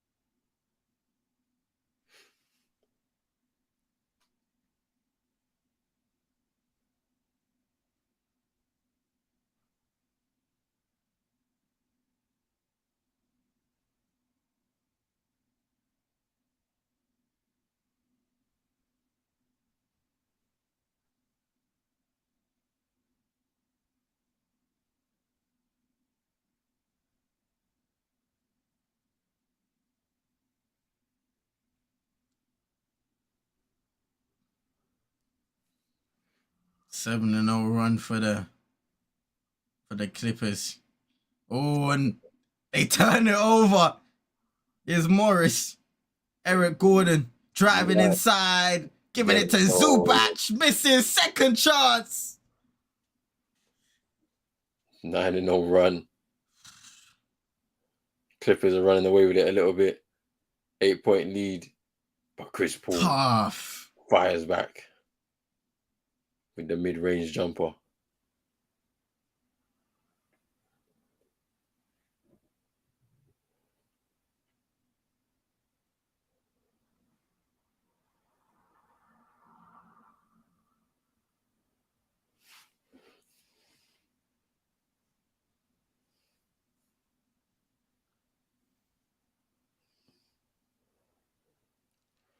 Ooh, foul by Torrey Craig there. Trying to prevent the Zubac from getting the ball, but a little too aggressive.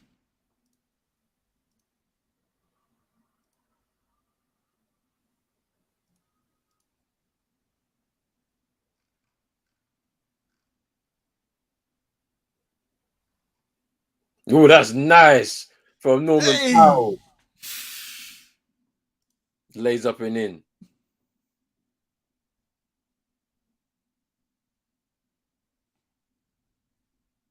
Three turnovers, one field goal attempt for the Phoenix Suns. Make it 2 with 8 and scoring.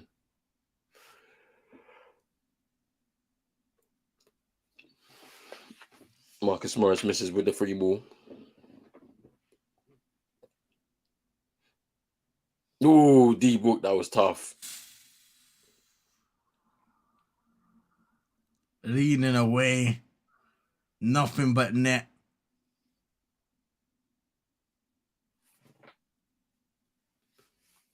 Norman Powell, miss. 8 and rebound. Turnover. Oh. Wow, he misses. Morris. Suns ball. Missed opportunity there for Marcus Morris.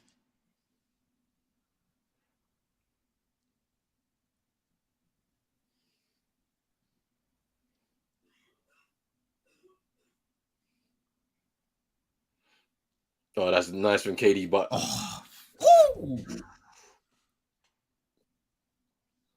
He's heated, fam. He was like, yo, I should have converted that. He's unlucky. Zubac able to rotate, and he just can't get the and one. Ayton shoots 2. It's the first one.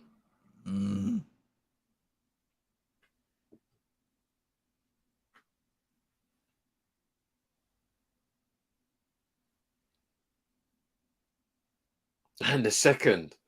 Wow.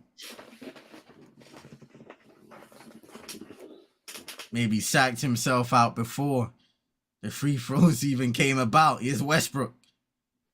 Throws it out. Jordan. Ooh. Missed with the long three there. And now this is another opportunity for Phoenix to start chipping away. Only down by 4. CP. Gordon does well to prevent that fadeaway jumper from CP. Now Devin Booker. Screen by Ayton. Right side. Booker to the rim, and Ayton misses the tip. Here's Westbrook. Lays up and in.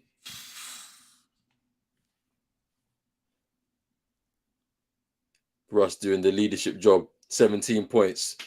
3 assists.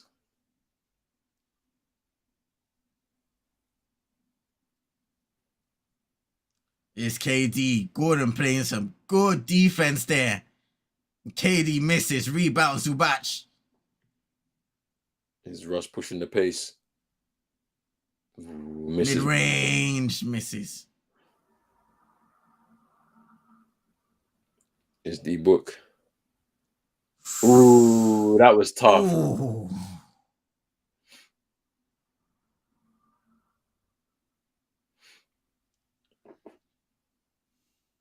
Really good move there. Just get Zubac in the air, out the way, and Westbrook doesn't have the positioning to be able to block the shot. Commits a foul and 1 for DB. And he completes the 3-point play. The lead is down to 3 now.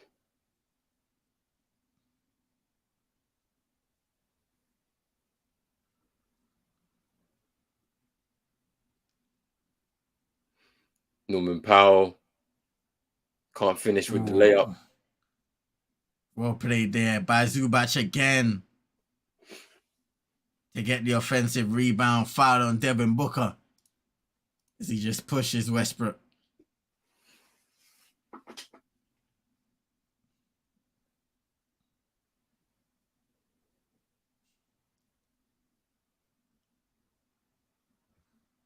Powell to the rim. Fouled. Gets fouled.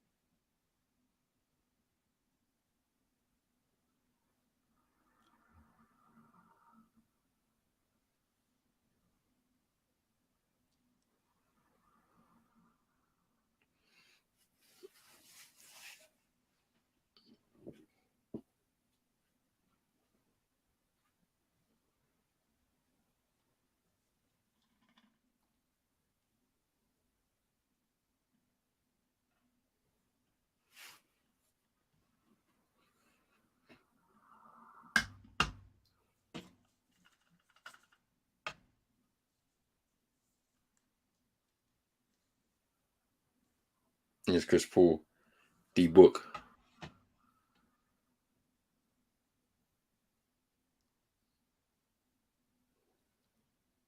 Picks the spot.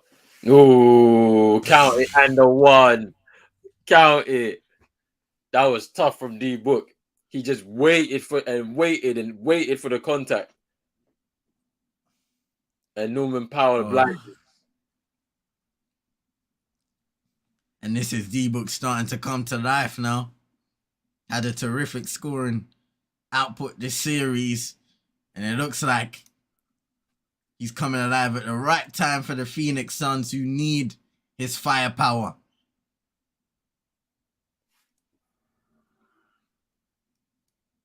Converts the free throw. Russ. Ooh, throw it down, Russ. To the rim.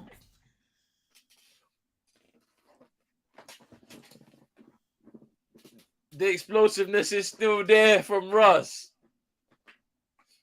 19 points for him. 21 for Booker.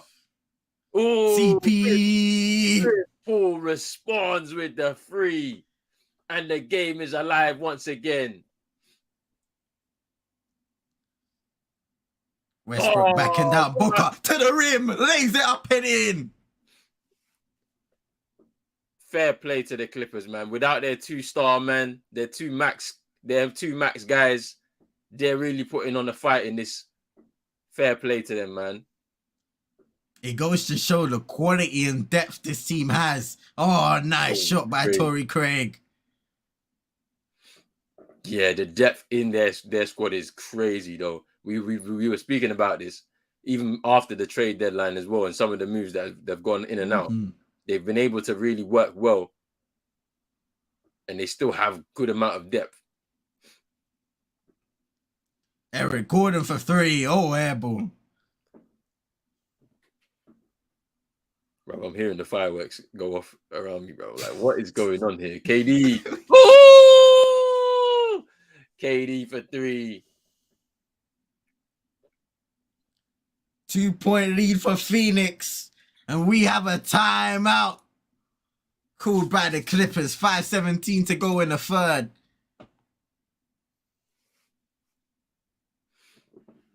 Having KD in this Sun side is crazy, man. Like, because they are a major advantage.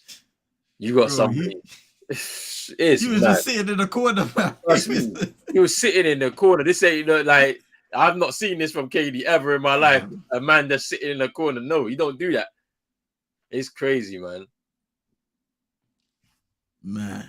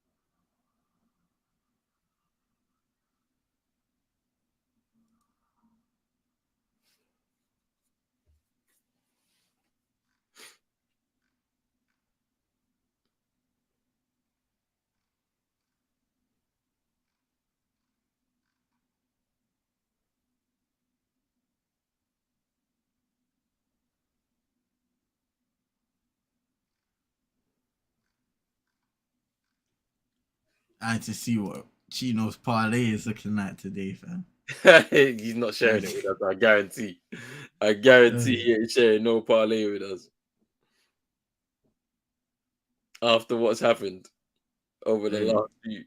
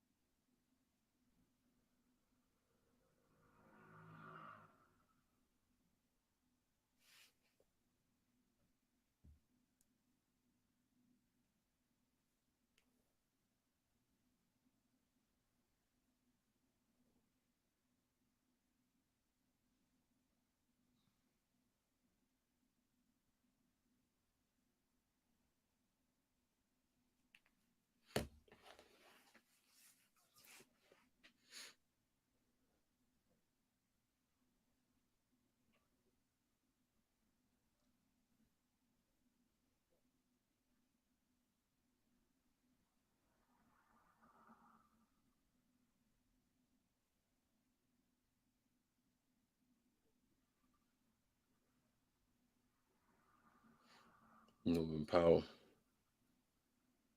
Oh, block.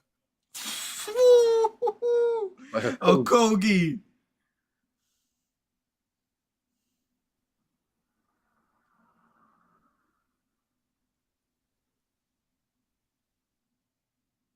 Now KD getting double teamed. Oh. Terrence Mann maybe a bit too physical there on defense.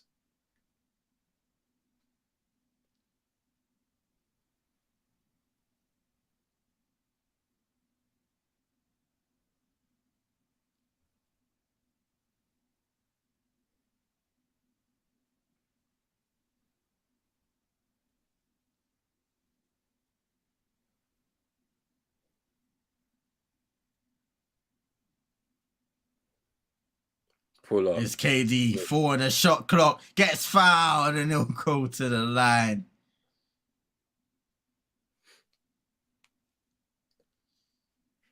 Now Covington getting some play for the Clippers. A lot of people saying it's been quite surprising that Rocco hasn't had much playing time here in the playoffs. Yeah.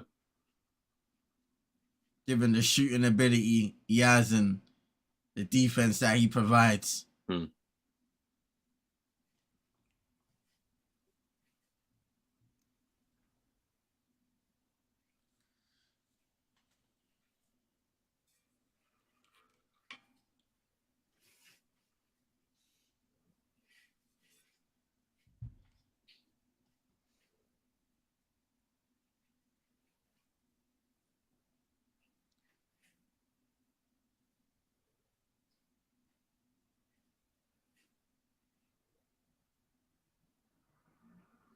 Here's Russ.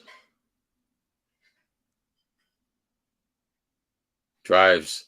Ooh. He's locked in on Devin Booker. Devin Booker, like, he's like, yeah, I'm coming for you every time we have a possession. Because you can't guard me.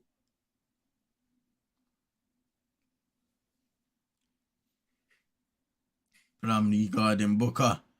Rocco coming for the double team. Booker drove early. Here's Chris Paul. Back to Booker in the corner. He hits the free ball, but you see what was good from Devin Booker? He just kept moving. He kept moving, got into that spot in the corner and was able to get the ball back for the open look and score. Ooh. Terrence Mann for three. Oh! Terrence Mann hitting back. And that was Plumlee getting the offensive rebound and creating a play. A productive game from him. KD crossing him up now, mid-range. KD. 21 points.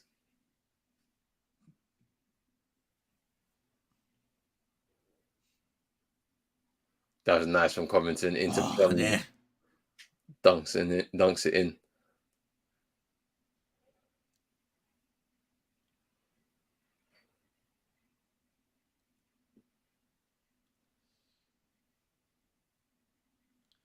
Booker. Now Josh Okogie. Almost turning it over. DA keeps it alive. Chris Paul. Oh, the Suns have been lucky there. Paul for free. Oh my days. How have they kept this alive? What? If they score. Oh my days. How have they kept that alive? KD with the layup to finish. Terrence Mann. Covington couldn't. Covington misses. Ayton rebound. Okogie fouled. Oh.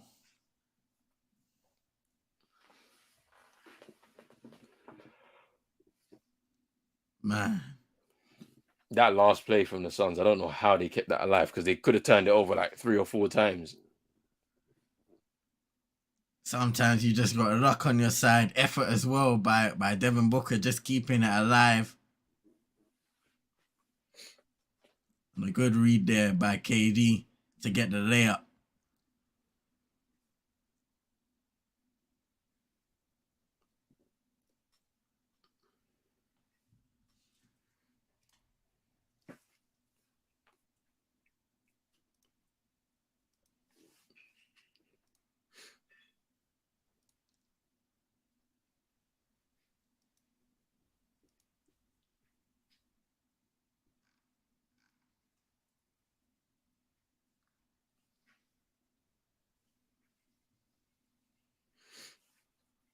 Kogi hitting both of those free throws.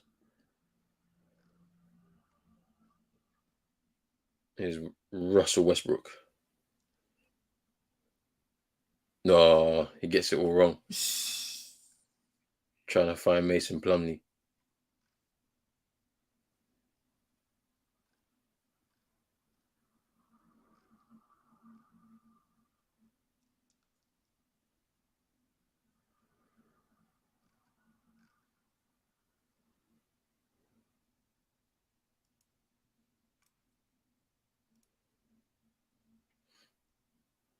Damian Lee for 3.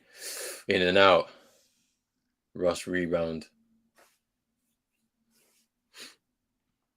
Terrence Mann. Nice. Ooh, he's looking for the foul. He doesn't get it. It's out of bounds. Clippers ball.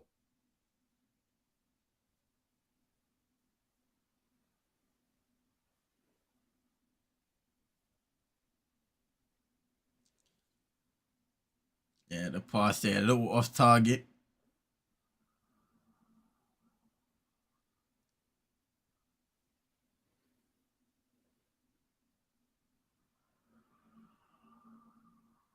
Oh, that was nice.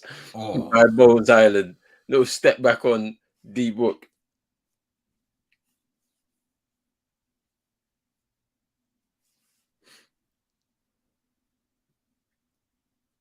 Booker to the rim, kicks it out. Okogie misses. Oh, wow. Okogie just keeping it alive. Damian Lee, KD, back to Booker, guarded by Covington. Plumlee thinking about the double team.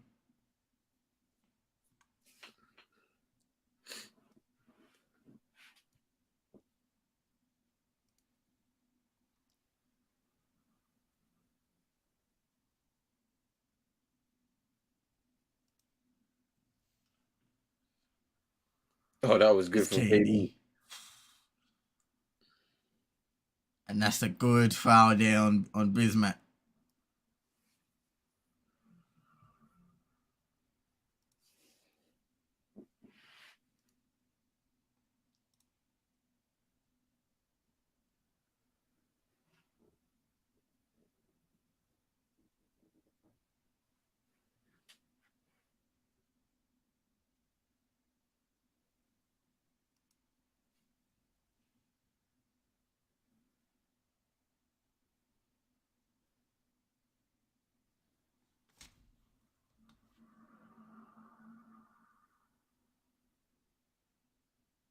Gets a second one. Lucky bounce. Here's Russ. Kicks it out to Plum. Nice. Man. Shoots the 3. Oh! Terrence Mann. Hitting another 3. I said it. He needed a big game tonight. He needed to step up, and he's done that for sure. Wow.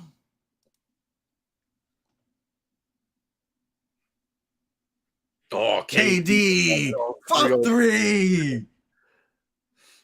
Ooh. 26 points for KD now. 12 in the quarter.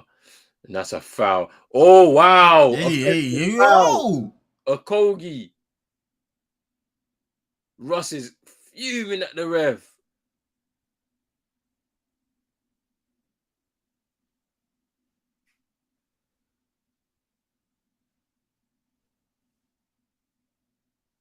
Wait, how can they call that an offensive foul when I didn't see what Russ did?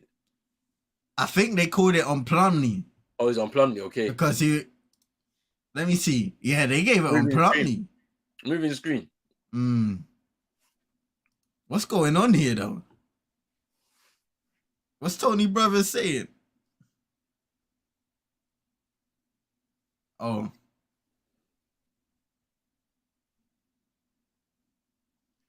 Okay, so no timeout or challenge.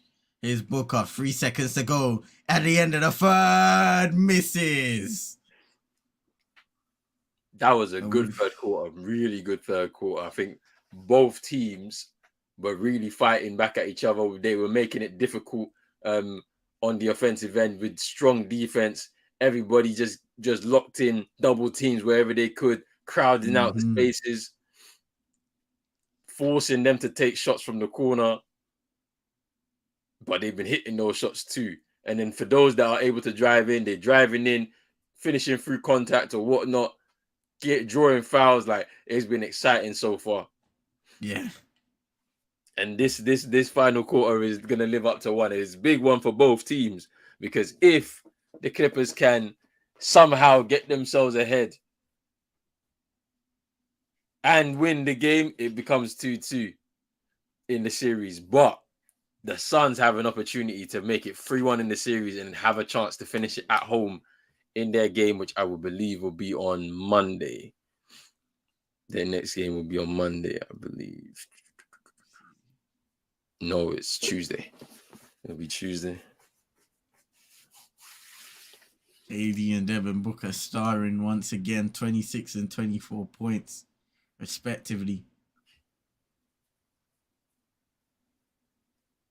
Westbrook leading all scorers for the Clippers, 23 points, 5 rebounds, 3 assists. Norman Powell with 14, 10 for Eric Gordon, 10 for Terrence Mann off the bench. Mason Plumlee, productive minutes as well, 8 points, 6 rebounds, 3 assists.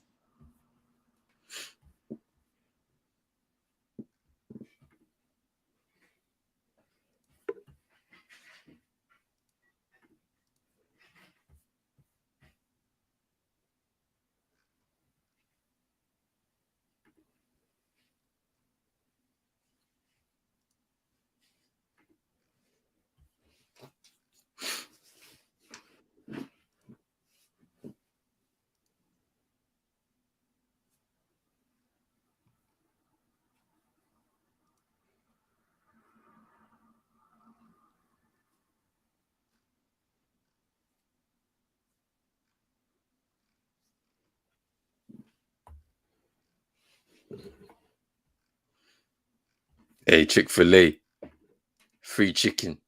Hey. The free chicken is back. Hey, we need someone to miss their free throws, fam. I might have to travel out to LA real quick, fam, collect my stuff.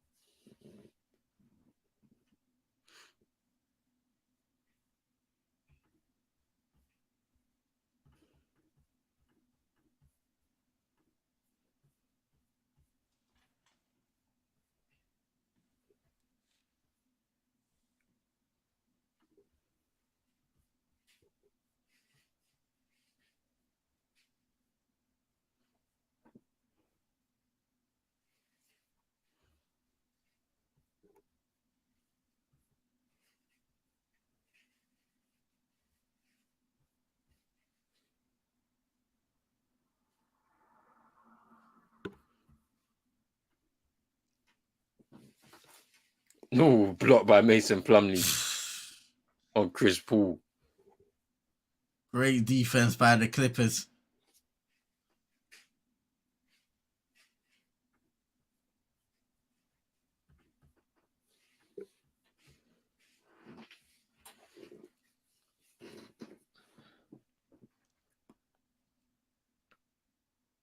Whoa, what a pass by Plumlee, and Powell is fouled.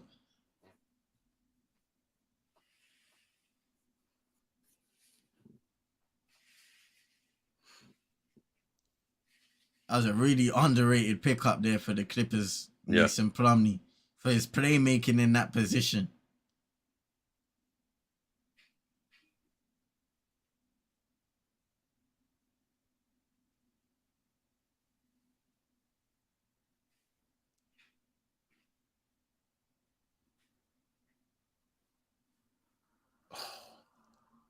Damn, 2 missed. And Norman Powell, he's been struggling tonight.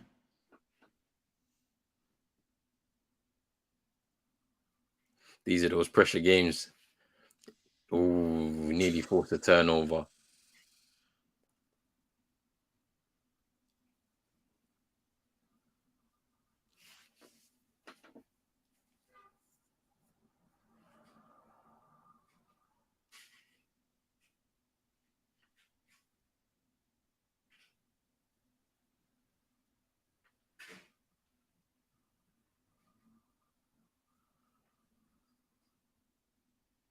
A Kogi for free. Oh, off.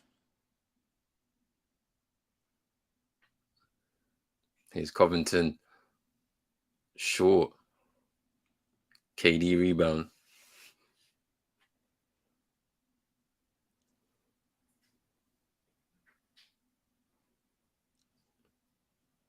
Ooh, All right, past him, and great defense there by Plumlee.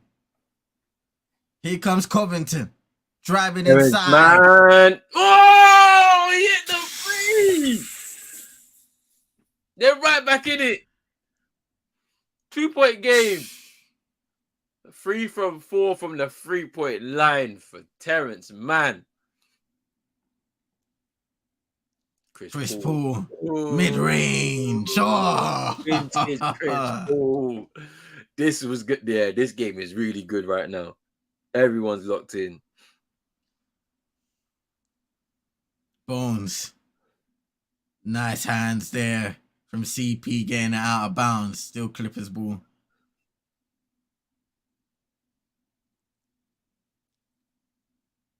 Westbrook coming into the game for LA.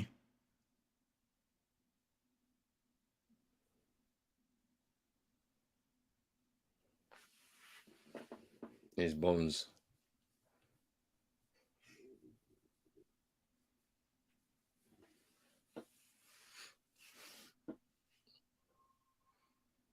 Ross over KD. Hits it. Ooh, high arcing shot. And then 25 for Westbrook. Neck and neck in points as well as the leading scorers for each of their sides. KD, Ooh, lovely KD. crossover. Oh! And the one. Count it, and the one. That was cold from KD. Just responding there. And Plumlee was coming in with a late contest as well. Just incredible shot making there from KD. Yeah, this is actually crazy, man. This is actually nuts, man. This is high level basketball. I can't lie to you. KD makes a free throw.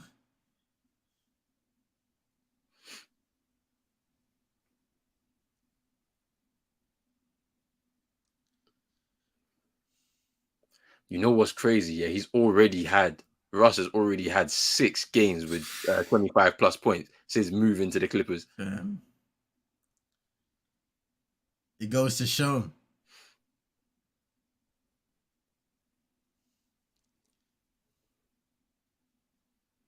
He was a...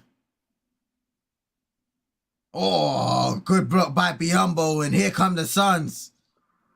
Booker, forward to Damian Lee, in the corner, Chris Paul, back to Devin Booker. 4-3! Timeout, Clippers. Nah, you see the Suns? If they play like this, yeah, the West is in trouble. Like, seriously in trouble. That ball movement in transition was amazing. If they play like this, the West is in real trouble because no matter what the Clippers have thrown at them tonight, they've been able to respond. And I know there's no Kawhi. I know there's no PG, but still, I think even with them there, it would have been difficult because in D-Book, you've got somebody that can shoot the free ball. He can shoot the mid-range. He'll pick any spot. But then you've got KD supporting, Chris Paul facilitating. It's actually mad.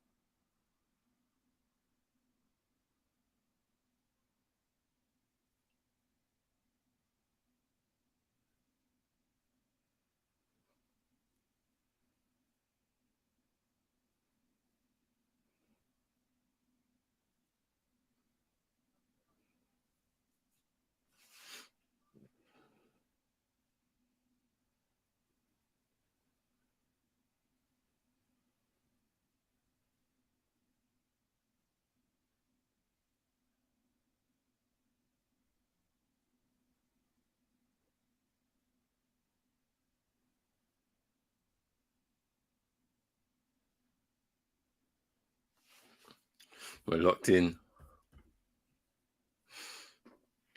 Just under 9 minutes to go in the fourth. Big 9 minutes. What a game we've seen so far, man. Suns leading for now, but the Clippers, they have a run in them. Like you said, the Suns just keep on coming back and responding. When you have KD, when you have D-Book, when you have CP making the shots that he has in the second half, it's going to be a hard team to beat. But Westbrook, Terrence Mann, those guys are making shots. Eric Gordon back in the game now for the Clippers. Mason Plumlee making plays. Highland for 3. Nah, this is some good basketball, man. This is what we want to see from the playoffs. Like, 26 bench points for the Clippers.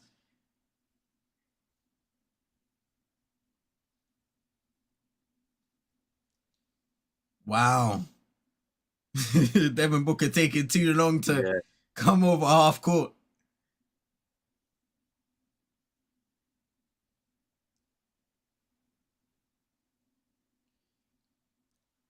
Westbrook almost turning it over. Still up against Damian Lee. Pump fake. Tries to draw the foul. Misses completely. No whistle. KD, Bones Highland.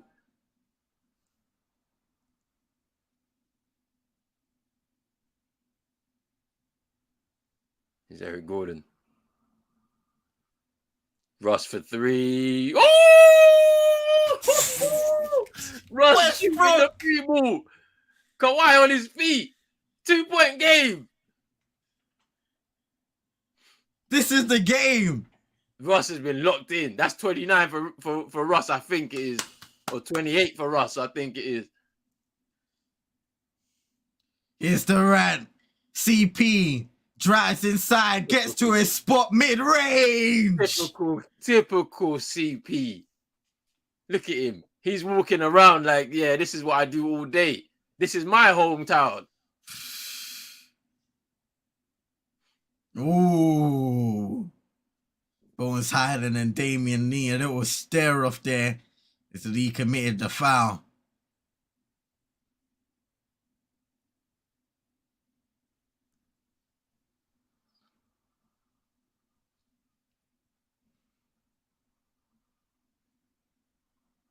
I like Russ on the Clippers. I was really like, I was rooting for him as well when he moved over. I was like, it just made sense.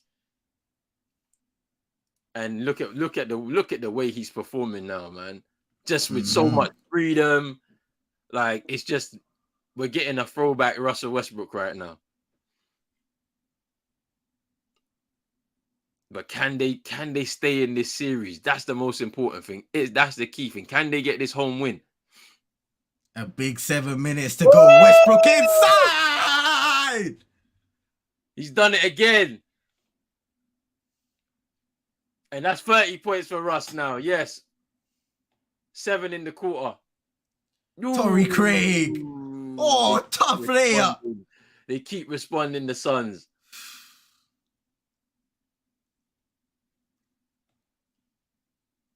Now Bones Highland up against D-Book. Throws it out to Westbrook. Highland for 3. Miss.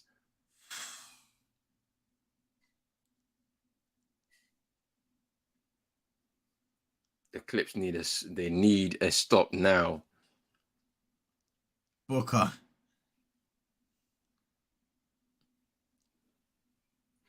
Now CP. 4 to shoot. Top of the key. Ooh! 3. Oh, Chris Paul. Lethal. And this is why you can't forget about him. 7 points. Still a big shot maker. 14 points for him now. And Russ. Westbrook fading, makes the shot.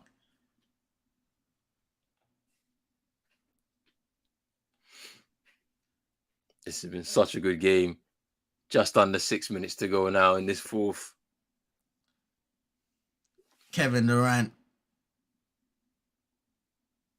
went away from the screen, There's a whistle on Terrence Mann. That's his third personal.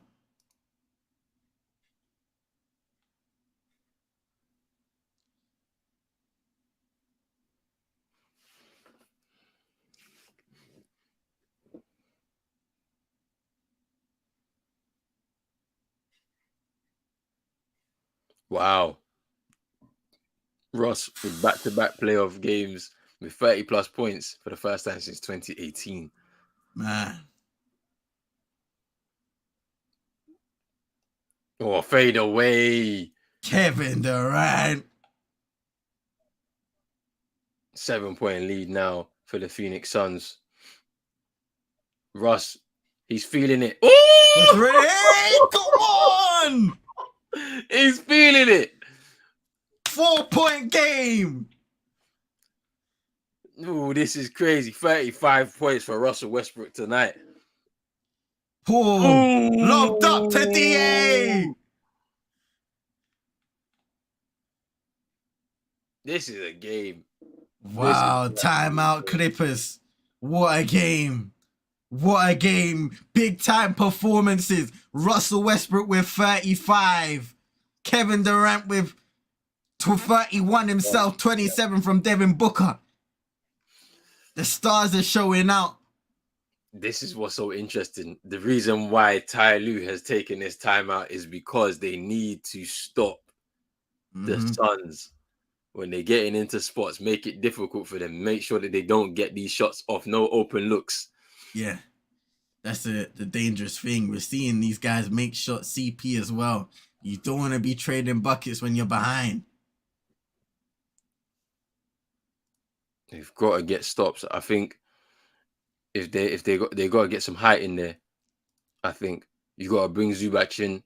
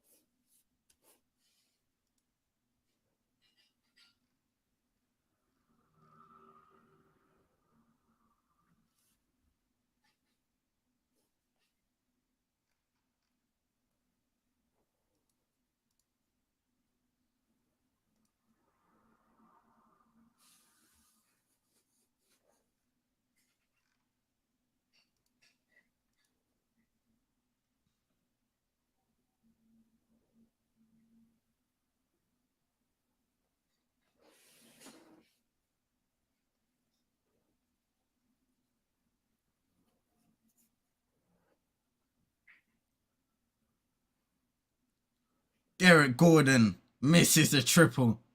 Needed that one.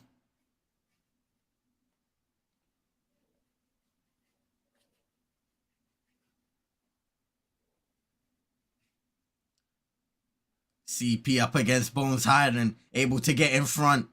Fading away. Oh, in and out. Oh, Torrey Craig, great effort to get the offensive rebound.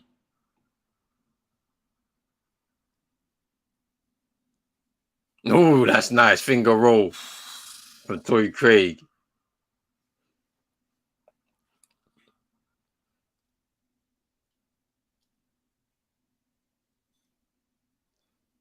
Westbrook gets Booker up, tries to find Zubac, still Clippers ball. Out of bounds.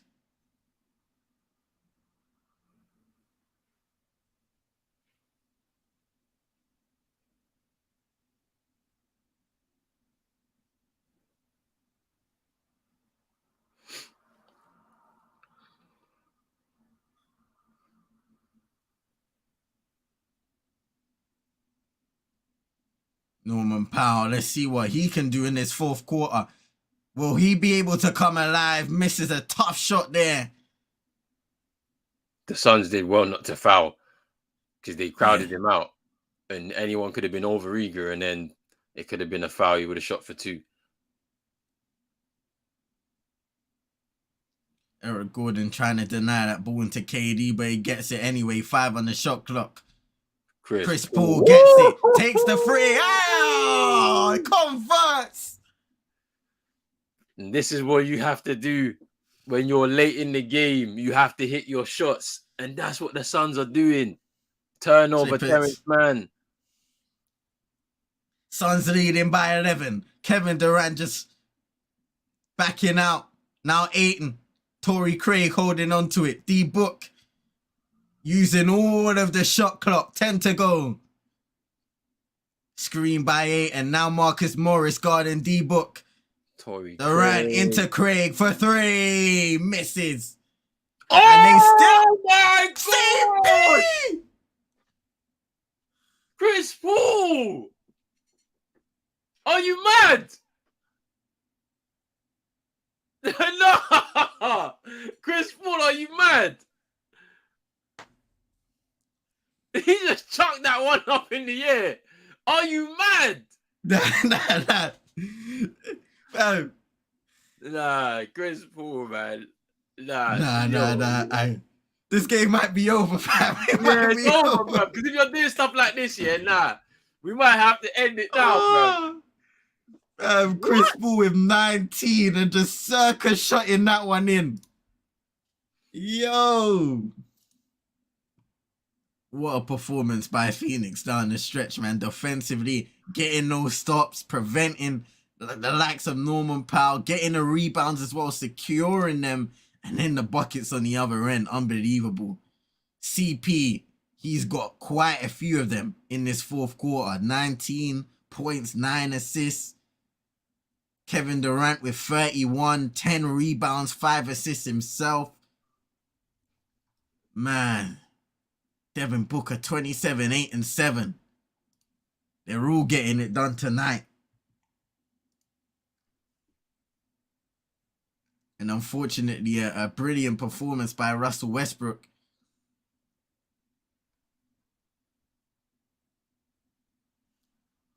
But in terms of that scoring output, nobody's really been able to get anywhere near. Eric Gordon hit a few shots in the first half, or hasn't really been able to follow that up. Credit to Terrence Mann, 13 points off the bench. Westbrook airballs that three. Norman Powell struggled shooting tonight. You would have thought if he had that 45 piece tonight, then the Clippers would have been in a much better position.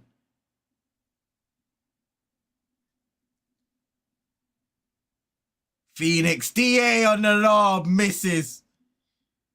2:20 to go now in the game. Westbrook to the rim, lays it up and in.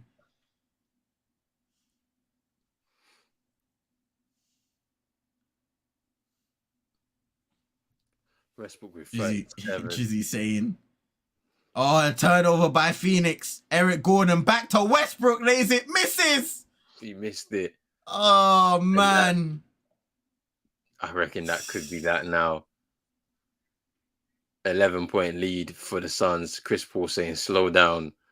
We've pretty much won this now. We don't want to give it away. Ooh, blocked Shot by clock Westbrook. winding down. Blocked by Westbrook.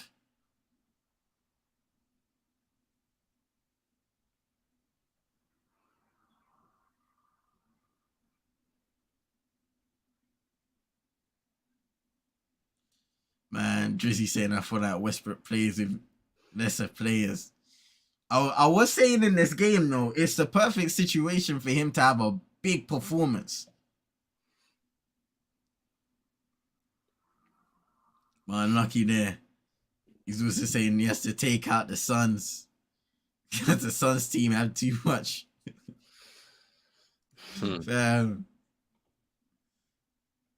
Marcus CP was boying it with that shot before the, oh my God, Marcus Morris, fam. Yo. What has happened to him, by the way? I have no idea. This is a guy, for me at least, I expect him to be contributing at a decent level as well. Like, D-Book nearly scored that. His KD. oh, just save. Torrey Craig has been brilliant on the offensive boards in the second half. CP, Norman Powell goes down. He misses the shot. Final 50 odd seconds now. Terrence Mann, ball fake. Oof. Marcus Morris lays up and in. D-Book into Kevin Durant. They'll slow it down. There's D-Book. Lays up and in. And one. Oof.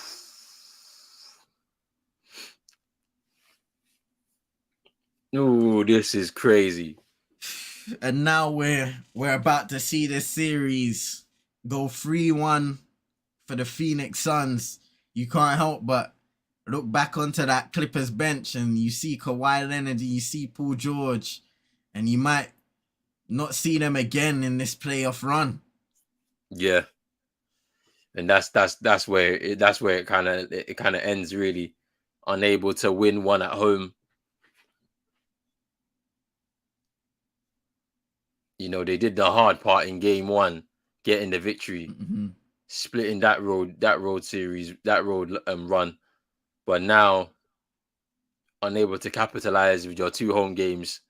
It could have easily been in your favor, but now it's in the Suns' favor. And they've got a game 5 coming shortly. That'll be on Tuesday night.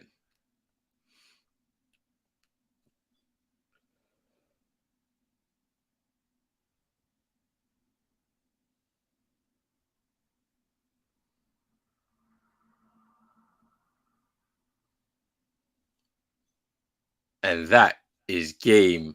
Phoenix Suns win 112-100. What a performance by the Phoenix Suns in that fourth quarter. Wow. KD, Booker, Chris Paul at the end with that fadeaway circus shot. Oh, man. They take a 3-1 lead in the series with game 4. KD having a nice moment with his mum.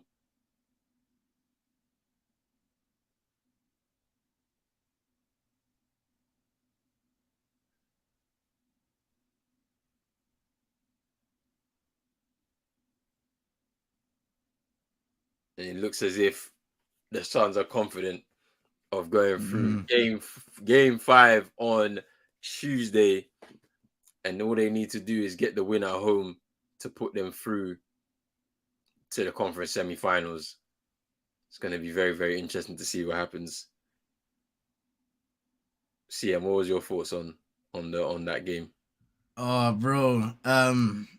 Great game, competitive from both teams.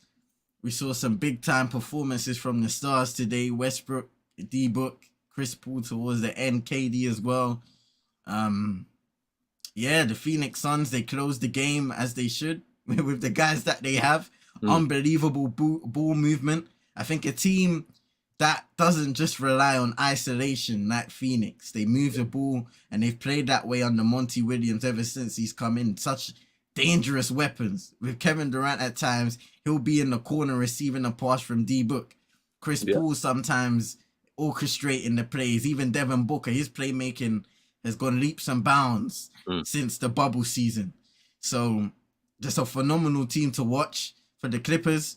It's going to be tough, a tough uphill battle to try and get back in this series now. We're looking at not Kevin Durant. We're looking at Kawhi Leonard and seeing his availability. It doesn't look like he's going to be back for the rest of this series. You never know, but we'll see. Paul George, he's out. So now they're relying on Russell Westbrook. He had a great last 2 games, to be honest. He's had a great series overall. But if they don't have somebody else stepping up and giving them 20-plus points, Norman Powell struggled shooting tonight. He was the one that was next to Westbrook, and then he still lost. They were about by 5 points in game 3. So they need multiple guys to step up for them if they want to get back in this series. Will that happen? I'm not too sure. Then Terrence Mann had a good second half. You need a little more from him. Bones Highland not really living up to what the way he was able to perform in game 3. I think he had like 20 points. Yeah. So it's unlucky for the Clippers. A lot of people will be looking at it not fondly when you look at the injuries and the amount of games that Paul George and Kawhi Leonard have played together in their Clippers tenure. And it isn't over yet, but you feel like at some point it could be coming to a close, especially if this continues. I can't wait to see the next game. It's been a great series so far. I wish it could have gone on a little longer, but circumstances have got the best of it. But terrific basketball today. Shot making from both teams. Defense on both sides at times. We got everything from that. Yeah, for sure. Look, well, we're going to take a slight break because the next game doesn't start until 12:30. So we have about an hour and a half to recover a little bit, have some food, get some energy up, and we'll be back in a bit. So people, thank you to everybody that tuned in for the first part of this NBA Chill-A-Thon marathon that we got going on. We got another one in an hour and a half. Big up to everybody. NN, Drizzy, Vibes. Big up to who else was in here? SK, Moss. Who else is in here? Red Devil Studio. Armin as well. Yeah, big Super up to Nick. Super Nick. Big up Super Nick as well. Manitas Di Piedra. Yeah, Shout out big to up, you. big up to everybody. Big up to everybody. We'll be back very, very shortly. You will have a good, quick break. Get yourself refreshed and ready. Hit the like button on both channels, on both streams. Hit the subscribe button on both streams. If you're new, hit the notification bell. We'll be back in about half an hour. No, hour and a half, people. We're out. Peace. Peace.